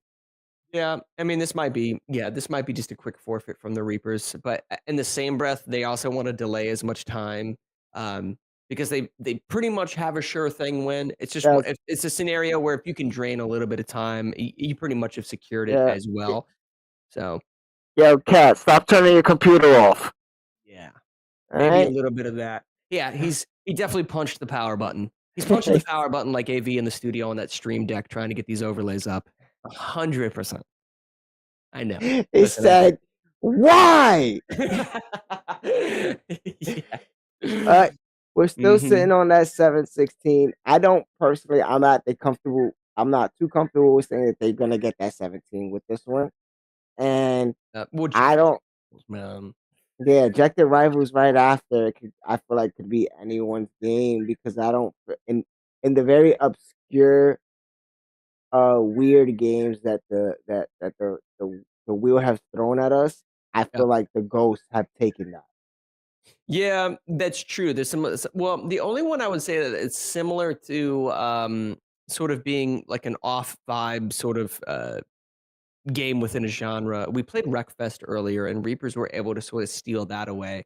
But this one's, I think this game has a higher skill ceiling, I feel like, than Wreckfest. So if you guys have never seen Ejected Rivals, it's called Ejected Rivals because you can eject the driver from the actual seat of the vehicle itself. And you will use that mechanic within the game to eject the driver from the seat. You'll use that mechanic to basically traverse the courses themselves. So you can imagine a sports car sort of racing along a cliffside, but there's a roadblock in front of you. And you might think, oh, that's the end of the course. Nope. You have to eject your driver out of the front window of that car. And then you have to sort of pivot and maneuver him through the sky in order to get through rings, bounce off of balloons and so forth to continue your momentum and to basically traverse the course. At some point, you'll see the players sort of transforming back into the car, ejecting, transforming back in, and so much more. Some of the courses that the players actually choose don't require any ejecting whatsoever. It's just basically a drive-through, but that's not super often. So you'll probably see that mechanic at one point or another, but it is a very difficult game, man. I think it has a high skill ceiling that a lot of people struggle with. Yeah, I do. I definitely enjoy it. It's one of my favorite new games on the wheel. Ejected Rivals, especially Demolition mode. If you guys ever get to choose different modes that are Ejected Rivals, my favorite is Demolition because it reminds me of a good old fashioned Twisted Metal game. Yes. Well, and this is a game right here. Okay, so so we are actually jumping back into Roller Champions, guys. Another amazing. This is Venice Beach. Here we go. I love the level design on this game, man. It looks phenomenal. Yeah, this is another sort of matchup here where they were both tied 0-0. So actually resetting the game is not that big of a deal, guys. Yeah. Here we go. And let's see if one of these teams can finally probably take an advantage. Yeah. Well, this is Because, like I fun. I said- wanted to see Cat. Okay, so Cat, you can tell by the way he's sort of surfing the glass, if you will, that he understands the physics of the game. Mechanics-wise, he just hit There it his is. upper. Yeah, he hit not just his jump button, but his uppercut button in order to basically cross his character Oh. model with the ball itself. So, okay, Cat's is Good vibing. pass. Yeah, so Good I think Cat pass. and Rez, if we could get. Oh, wow. There and it as I is. say that, Cat He scores said, the "I'm very first done." goal. He said, "I'm tired. Let's get this game over with. I want to jump into ejected rivals." Yeah, it's it's unfortunate. They might have stifled the momentum a little bit of the Ghosts with that PC crash. Unfortunate, but Look at that smile on Cat's face. That's that toxicity where he's like, ah ha ha ha. Hey, bro. Yep. Yep. Just a little bit. Look at the way that he's actually like shoulder Yeah, checking. look at him. He's spinning. He's doing everything right now, brother. We got Paku right now with the ball. And it looks like another player crashed out. What? No. Someone's taking headphones off. I think this is a situation. Listen, I know the Reapers had a goal right there before the actual PC crashed. I do think, though, that this is a situation that potentially we might see them just skip the game altogether because it's, the Ghosts had plenty of time to actually make a comeback. They were only down by 1 point, but the actual game, the launcher had crashed 3 times in a row. So you got to just move on. Yeah, and I think that's what we're doing. I think we got a confirmation from AV in the studio that they are skipping there. So We are we're going to move on to definitely- ejected rivals. Yeah, we are definitely ejecting out of this game Mm-hmm. and heading right into some ejected rivals. Ha! Dad jokes. We got them. Well, let me interject here and ask you. Let me ask you, brother. Is there a specific player that you see on either one of these teams sort of standing out as a solid sort of not just a racer player, but that might excel with injected rivals? On either team, like which that one player that you're looking to say that, listen, this person tends to excel within the racing category, and they probably have been practicing this. Paku, but I don't think he gets to play, if I'm not mistaken, because he was just in for unless they get to reset. Unless they get to reset. But Paku was just he was in, but we skipped over roller champions, so he might be available. You might be right there. Yeah. So if he is available, I'd say Paku and possibly Mr. Fear is who the Ghosts will probably go with. Nope, I lied. It's looking like City. Yeah. Yeah. There's a lot of those fun sort of arcadey sports games, huh? Was Knockout City, was that the dodgeball game? Yes. Yeah, that game was actually pretty good. That game was actually pretty good. We played it for a little bit. Must have not been good enough. That's true. But listen, that's one of the things I love about the UEL is sort of the rotation of fresh games, new games, and then honestly just unique games. And if you're a developer out there that is either working on a game or has launched a game, be sure to reach out to the UEL, for potential, just being one of our sponsored titles, like Luminar Rush, for instance, is one of our sponsored games here on the wheel. We love the developers there. We try to do everything we can to not only just promote those games, but just showcase how fun they can really be, for sure. Oh, so it's looking like we're getting Big Bad MJ and Mr. Fear to go against Pat and Cordy. I'm gonna go out on a limb here, man. I think Cordy. I wouldn't be surprised if Cordy was like excelled in this game. I think Mr. Fear is the one to watch in that tier 5 spot.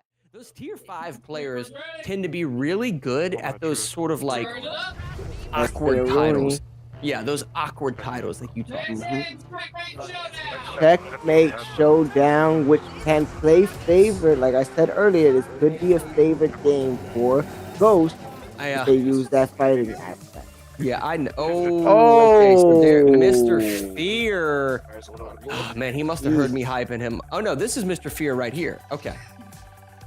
Ouch. Okay, so maybe Mr. Fear. Oh, Lord. Lord. He needs some milk. He needs a lot more. All right, so he must have heard me talking about him, man. I was hyping him up. There it goes. It gets launched. You can see these are where some of those balloons are, guys, where they can use those balloons to sort of bounce off them and maintain their sort of forward momentum. This is Cat. And right now, what they're trying to do, this is a game of travel distance, guys. So they're going to launch off of this ramp, and they're trying to go as far as humanly possible to basically maintain that first place spot, if you will, as to who has traveled the farthest. Okay? And there you see Cat, like you said, going for those balloons. Mm-hmm. Absolutely. Yep. There's not just these balloons, though. There's also these charges, if you will. You can gain extra charges to maintain these jumps. You see that Cat's sort of doing. Nice. If you get through these loops right here, that can help you maintain. Yep. And they just keep going the more of these nudges that they get. 100%. Look at that. Look at that. Cat takes a little bit awkward of an angle. He might have just hit that. Oh, unfortunate. Didn't have enough. I'd have to get confirmation. I'm trying to look as to who. You can see the first place player in the top right-hand corner of your screen. This first, second, it's third, looking like Cordy. That might be Cordy and Cat. Okay. Alrighty. Yeah, because that is. I know that's Cordy in second. I know that's Mr. Fear is in last place, and then we have some. Who is that in third, brother? It might be. Ow! So we'll get a confirmation as to who took that. That's interesting. That's. Yep, Cordy and Horninho. So that being said, that's gonna be it. That's gonna be a Reapers win.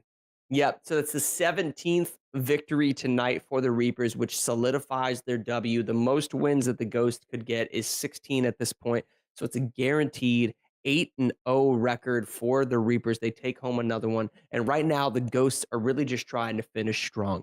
This is one of those situations where they need to practice. Clearly, they need to practice. They're 2-5. They're going to go to 2-6 now. They need to practice a lot of these games. There's no other better time to practice than when you're actually on the court via game day, right? So get the practice in, number one. But also these players are working for sort of brand recognition, right? They're trying to sort of build a prowess about themselves so that as we move into more seasons of the UEL, they're more likely to be drafted because they want to showcase their talents right here live on this broadcast. And I mean, I feel like Paku's my only highlight of this on that team right now for going through. Right now, Paku has shown out, and that he deserves a better spot. That's true. I think Paku more so than anybody definitely has had a great night. Bernay has sort of had his moments. I'll say that. I was going to say. Yeah, Bernay has had his moments, but go ahead. I was going to say, if you really look at it, you switch Bernay with off of just tonight. You switch Bernay with Big Bad, and you switch Paku with Lucci. Ooh, yep, 100%. I completely agree with that. This is a situation, and I don't want, it's when as casters, we're just talking about, we're not just giving our opinions, but we're sort of expressing what we visually have been picking up throughout the night. And it's not a matter of, I think this is more of like MJ just didn't have a good day. He's had like sort of little moments here and there, but he hasn't been as noticeable, I would say, as Bernay and sort of Paku. Now, that may also be a result of the games that have been rolled. We also have to consider that, because you may move a player up into a higher tier spot, and then the games that they don't necessarily like may be rolled in their next matchup and sort of expose them a little bit, right? So there may be a little bit of that, to Lucci's credit and to MJ's credit. To Lucci's credit, I mean, look what he did on Final Stand Ragnarok. He definitely has had a couple of moments tonight where he has exceeded and played well, but not as much as Paku. But that's what I was going to say. I was just going to say, like, I want to be nice, but, sometimes nice guys finish last. If you're nice guys finish last all the time, bro. Like, you're going to go 100% of the time. If you're going to go based off of that Final Stand Ragnarok, he was still the third best player. Yeah, that's yeah. When you say it like that, and then if you want to get technical inside that game overall, he was the fourth best player. Yeah, it's true. Yeah, that's true. Well, nonetheless, guys. Yeah, I mean, you make a really good point, man. But here they are. They're sort of playing. This is Checkmate Showdown. It's probably my favorite game on the wheel, to be honest with you guys. I love this game. I feel like Checkmate should have been like this. Checkmate. Chess should have been like this my whole life. Yeah.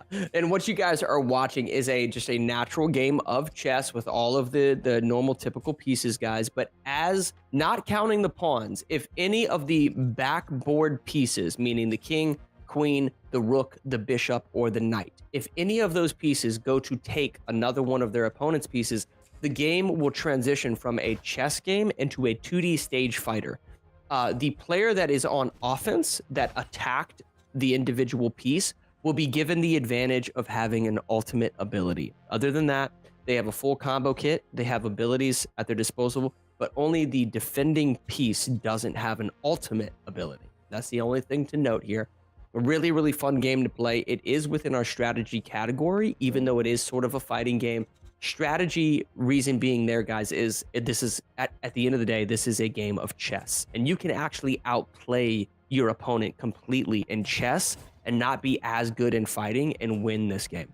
Yes. And just to give you guys a quick breakdown, we got Big Bad MJ playing as the bishop, Renee playing as the knight, Lucci playing as the queen, Paku as the rook, and Mr. Fear as the king for the ghost. And on the Reaper side, we got Cat as the queen, Rez as the bishop, Cordy as the king, Midnight as the knight, and Hornino as the rook. That rock. Yes.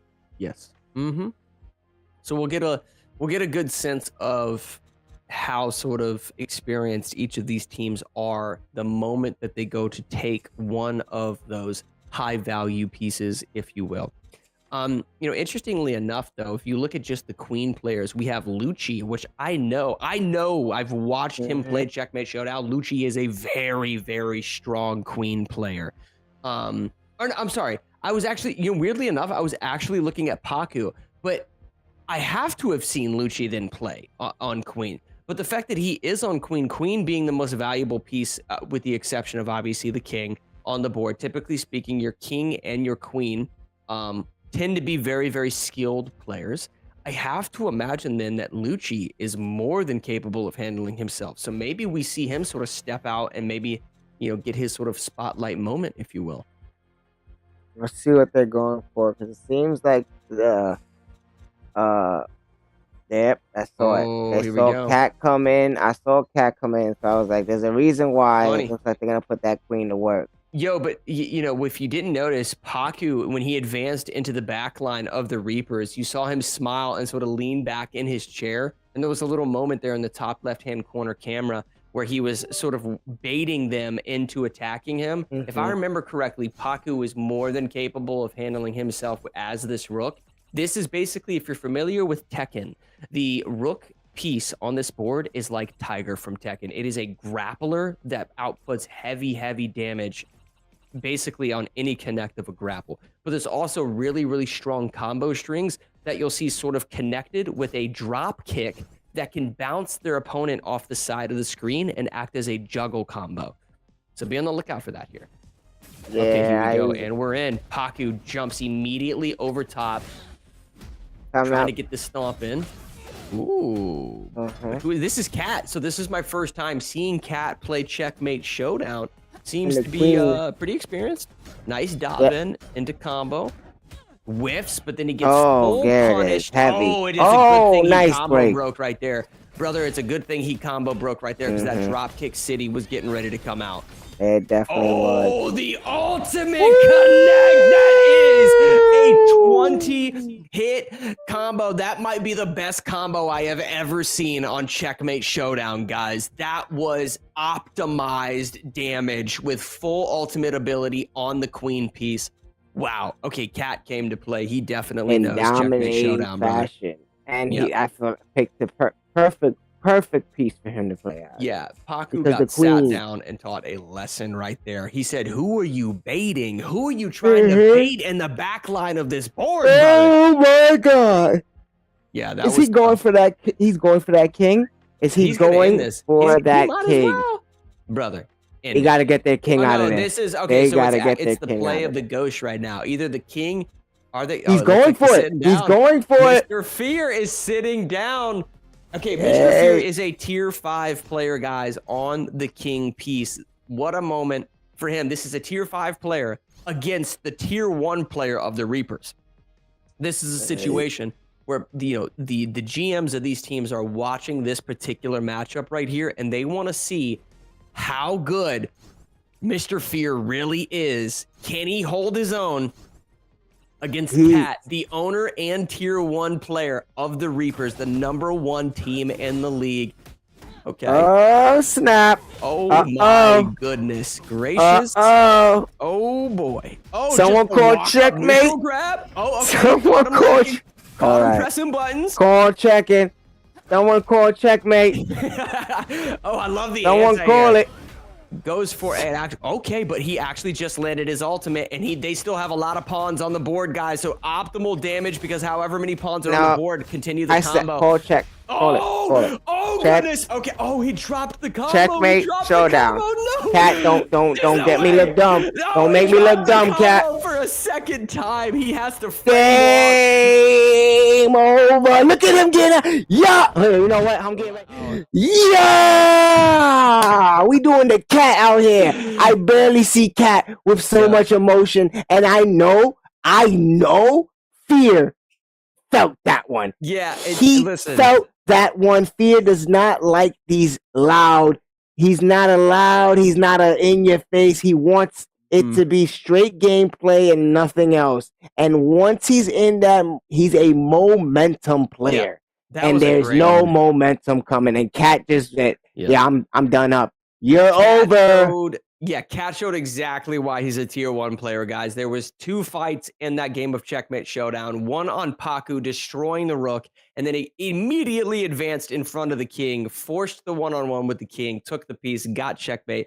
But I mean, that was a great showing from Mr. Fear. And any other, if he was any other piece, Cat would have been left with a fraction of health. The mistake he made was dropping a combo. So when he got the knock up, in order to carry that combo, you have to do what's some would consider sort of a frame walk. You have to, in a fraction of a frame, you have to walk forward a little bit so that the jab with the king catches your opponent dropping down so that you connect with that hitbox.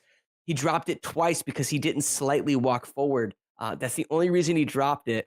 Had he connected, though, brother, he would have beat Cat. I mean, which is something to say in and of itself. So major props for Fear right there. You might say that, right? But Fear's a fighter, Cat isn't. So for Cat to do as much damage as he did to the king, mind you, that means that your next battle was over. You lost regardless. He might not be a fighting game player, but he clearly knows how to play that game. He is like, he's not a fighting game player, but he can fight in Checkmate Showdown. But that's what I'm saying about. That's how I bring back to what Cat is. Cat is that person where you tell him, "Hey, who's the easiest person in this game to play and easiest to learn that I can dominate in?" And you put him. Let's say we'll put him in a Tekken. Let's say he never played Tekken. He's probably that guy that you tell him, "Go Eddie." He's gonna master Eddie. Yeah, I get you. I see. I'm picking up. And then you're like, "Oh, it's over now. Now it's game time because I found what's the easiest way to beat you, and I mastered that." Yeah, and there's a lot of characters that are sort of like optimal, sort of high tier characters that have a lower sort of threshold of skill required to sort of play well with them. Just speaking as a Mortal Kombat player, there definitely tends to be characters, and I hate to say this, but Scorpion more often than not, is a very like user-friendly character in a lot of the games. And I think that's by design because it's Ed Boon's favorite character for obvious reasons. But there are those characters. And I don't know Checkmate Showdown enough to be able to say that the Queen is that character, but clearly, clearly Cat is able to sort of optimize his damage output, putting out what was a 20 hit, probably the best combo I have seen thus far on Checkmate Showdown. So props to him, man. Holding it down in that tier 1 spot right there.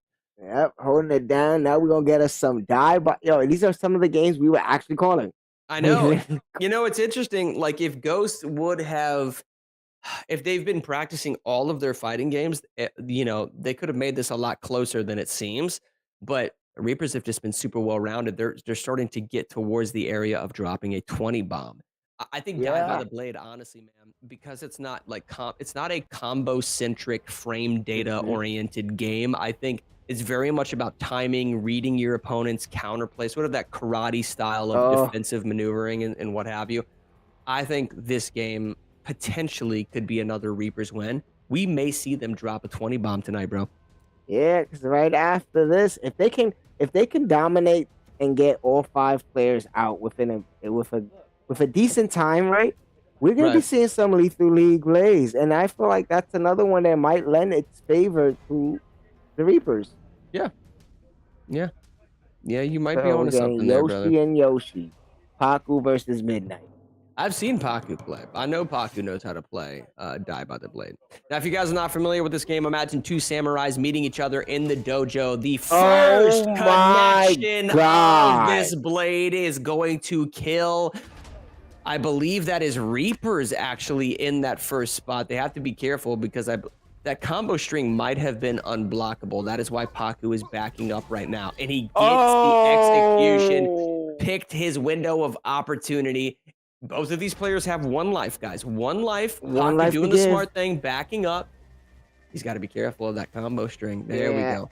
And he needs to also be careful with wasting his stamina, because I feel like that's what put him in the predicament of losing that round. 100%. Midnight lost that round because he used too much stamina. You can see that below his actual profile screen there in the top left and top right hand corner. And He whiffs the he's unbreakable. looking like he's gonna do it again. He did it again. That's that stamina play. That was your fault, Midnight. Yep. That was your fault. 100% Midnight's fault. Paku, though, knowing the distance on that 2-hit combo string would be perfectly right there on the edge, didn't just go for the single hit, went for the second one that initiates with a step forward right inside that hitbox frame, picks up the kill, and now Paku, going into game 2 right here, has 1 life left. Qwerty, all he has to do is get 1 kill to send Paku home.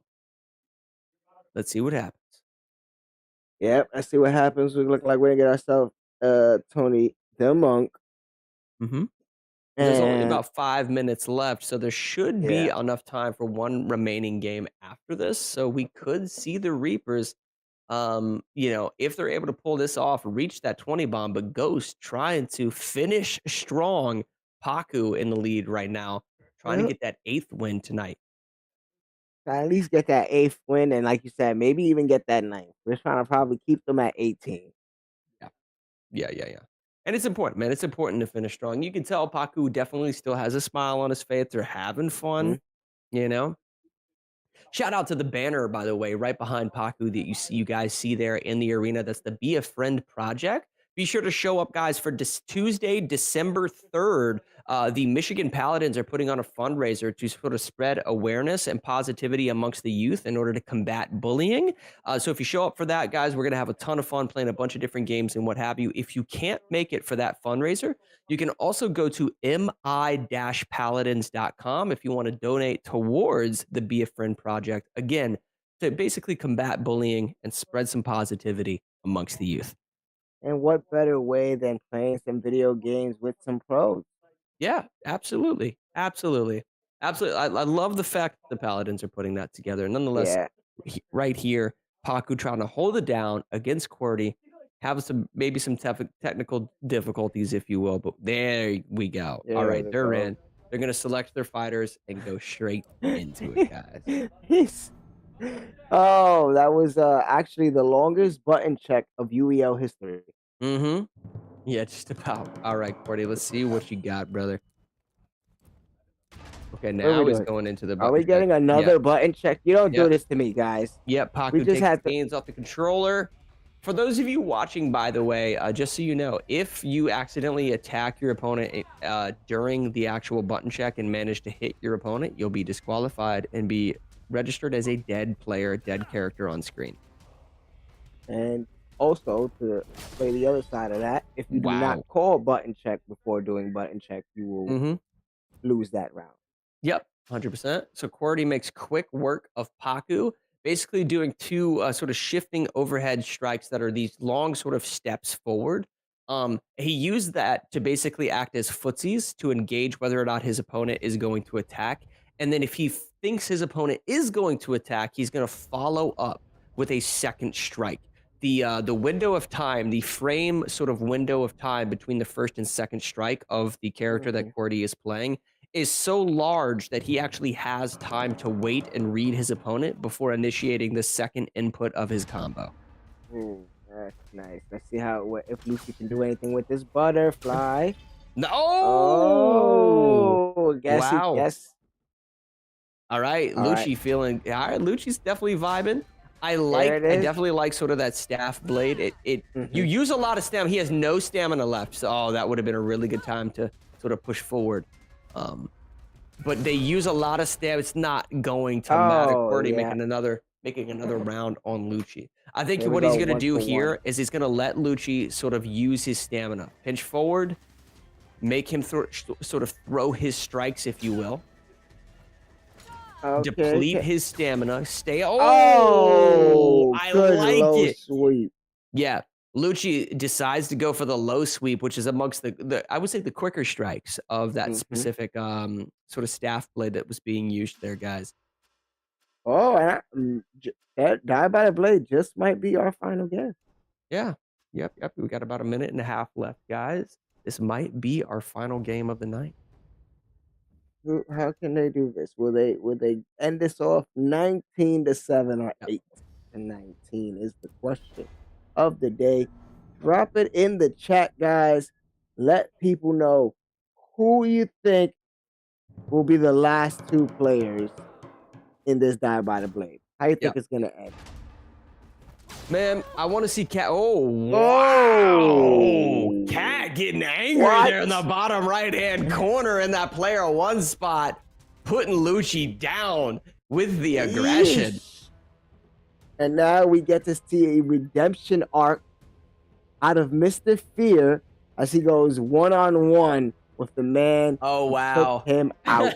That is hilarious. Great reference, man.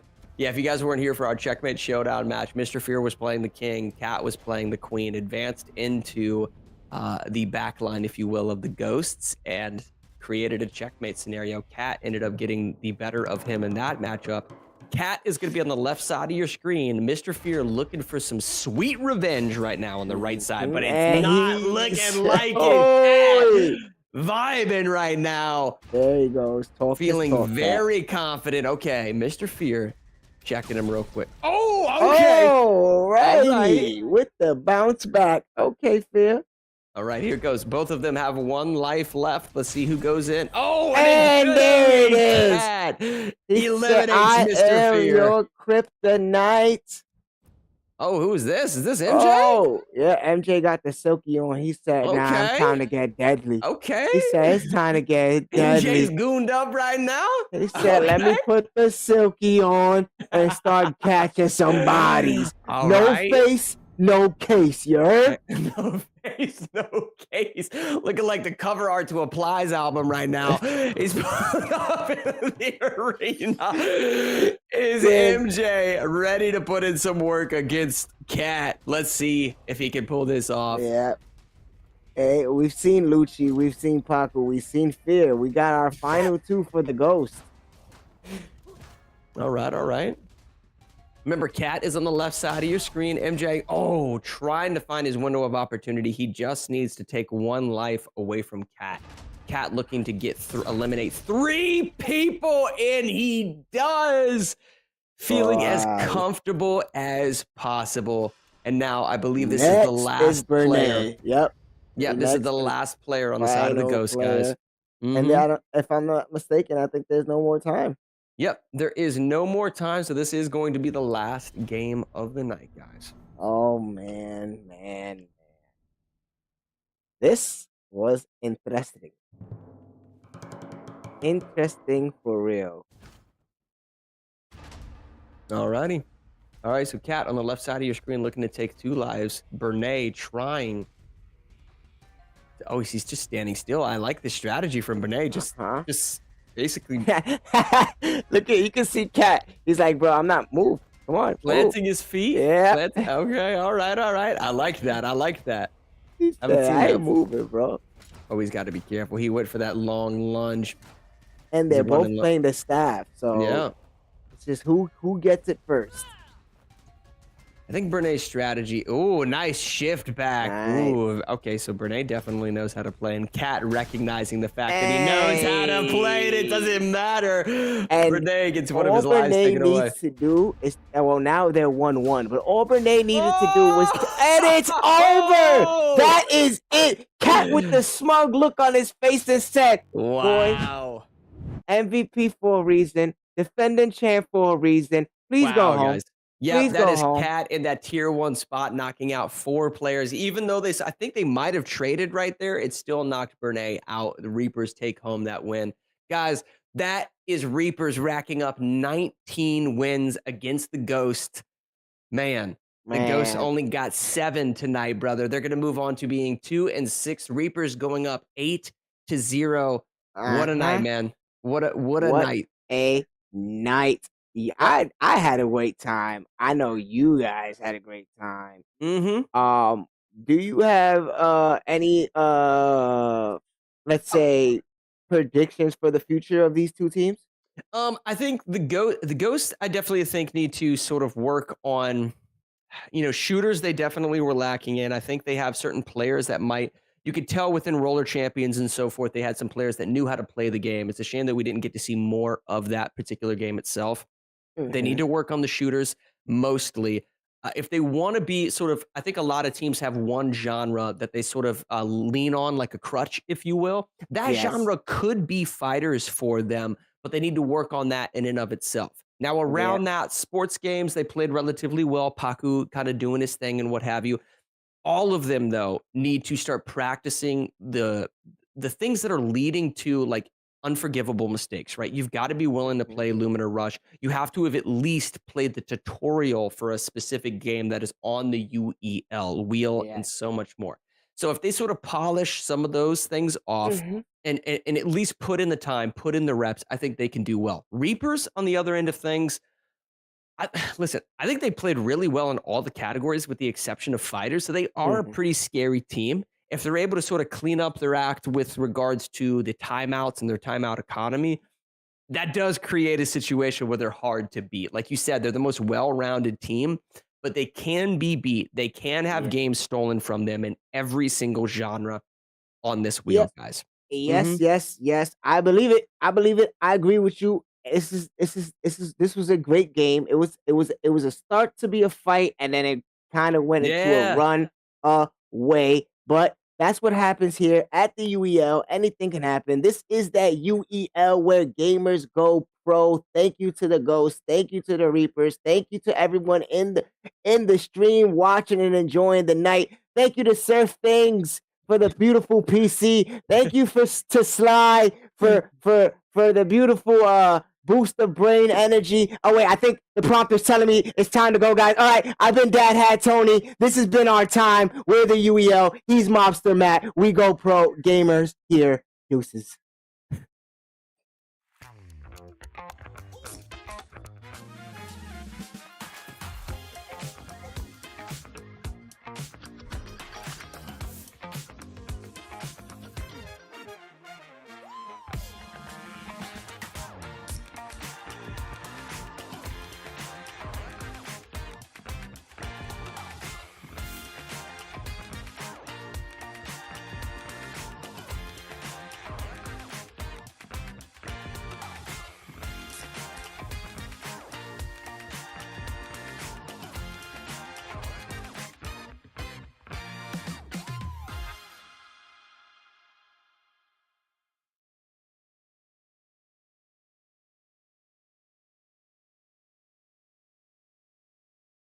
Michigan Paladins play for purpose, supporting efforts to end bullying and building kindness.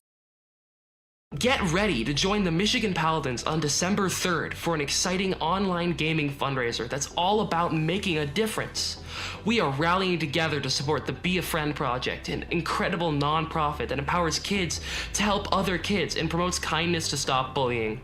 This Giving Tuesday, every match we play and every contribution made will directly impact children and teens facing the challenges of bullying, reminding them that they are not alone and inspiring them to stay strong. For the Paladins, character and sportsmanship are as important as gaming skills.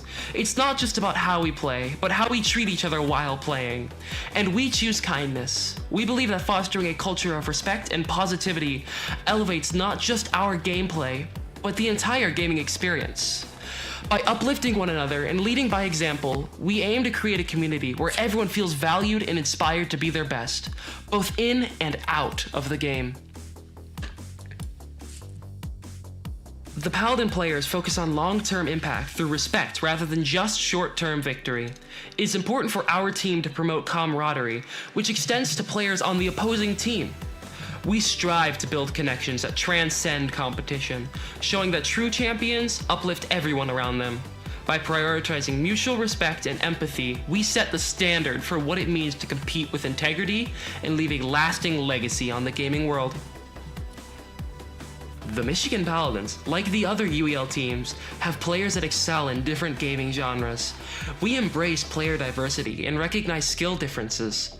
Our Paladins share their game knowledge and support each other. Everyone belongs and has something valuable to contribute. By celebrating our unique strengths and lifting each other up, we aim to build a team that is stronger together, embodying the true spirit of unity and inclusivity. Winning is great, but respect lasts forever. Be the player that everyone wants to play with.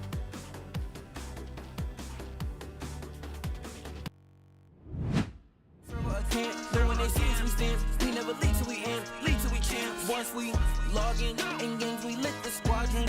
Ballin', dodging, these moves they hit, we got them. Falling, groveling, so we lit in any room. Server a camp, know when they see us, we stand. We never lead till we amp, lead till we champ. Beat them advance. We do we think for them when we in it, we kill it and leaving no chance to hell reclaim. That's not how we move in the wheel of games. Ultimate gamers and still the change, shaking the industry. Plenty G's winning our team, we some killing bees, killing these moves while they still we replenish. We load the artillery, hold the hostility, boosting these trophies we win. We in it online on the grind, opposition and misery. Leaking they dwell, call us the winners cause we never fail. This is the team that's making a wave on the streams, growing and hanging below. Ultimate endgamers league, 1,000,000 degrees, and this is where gamers go pro.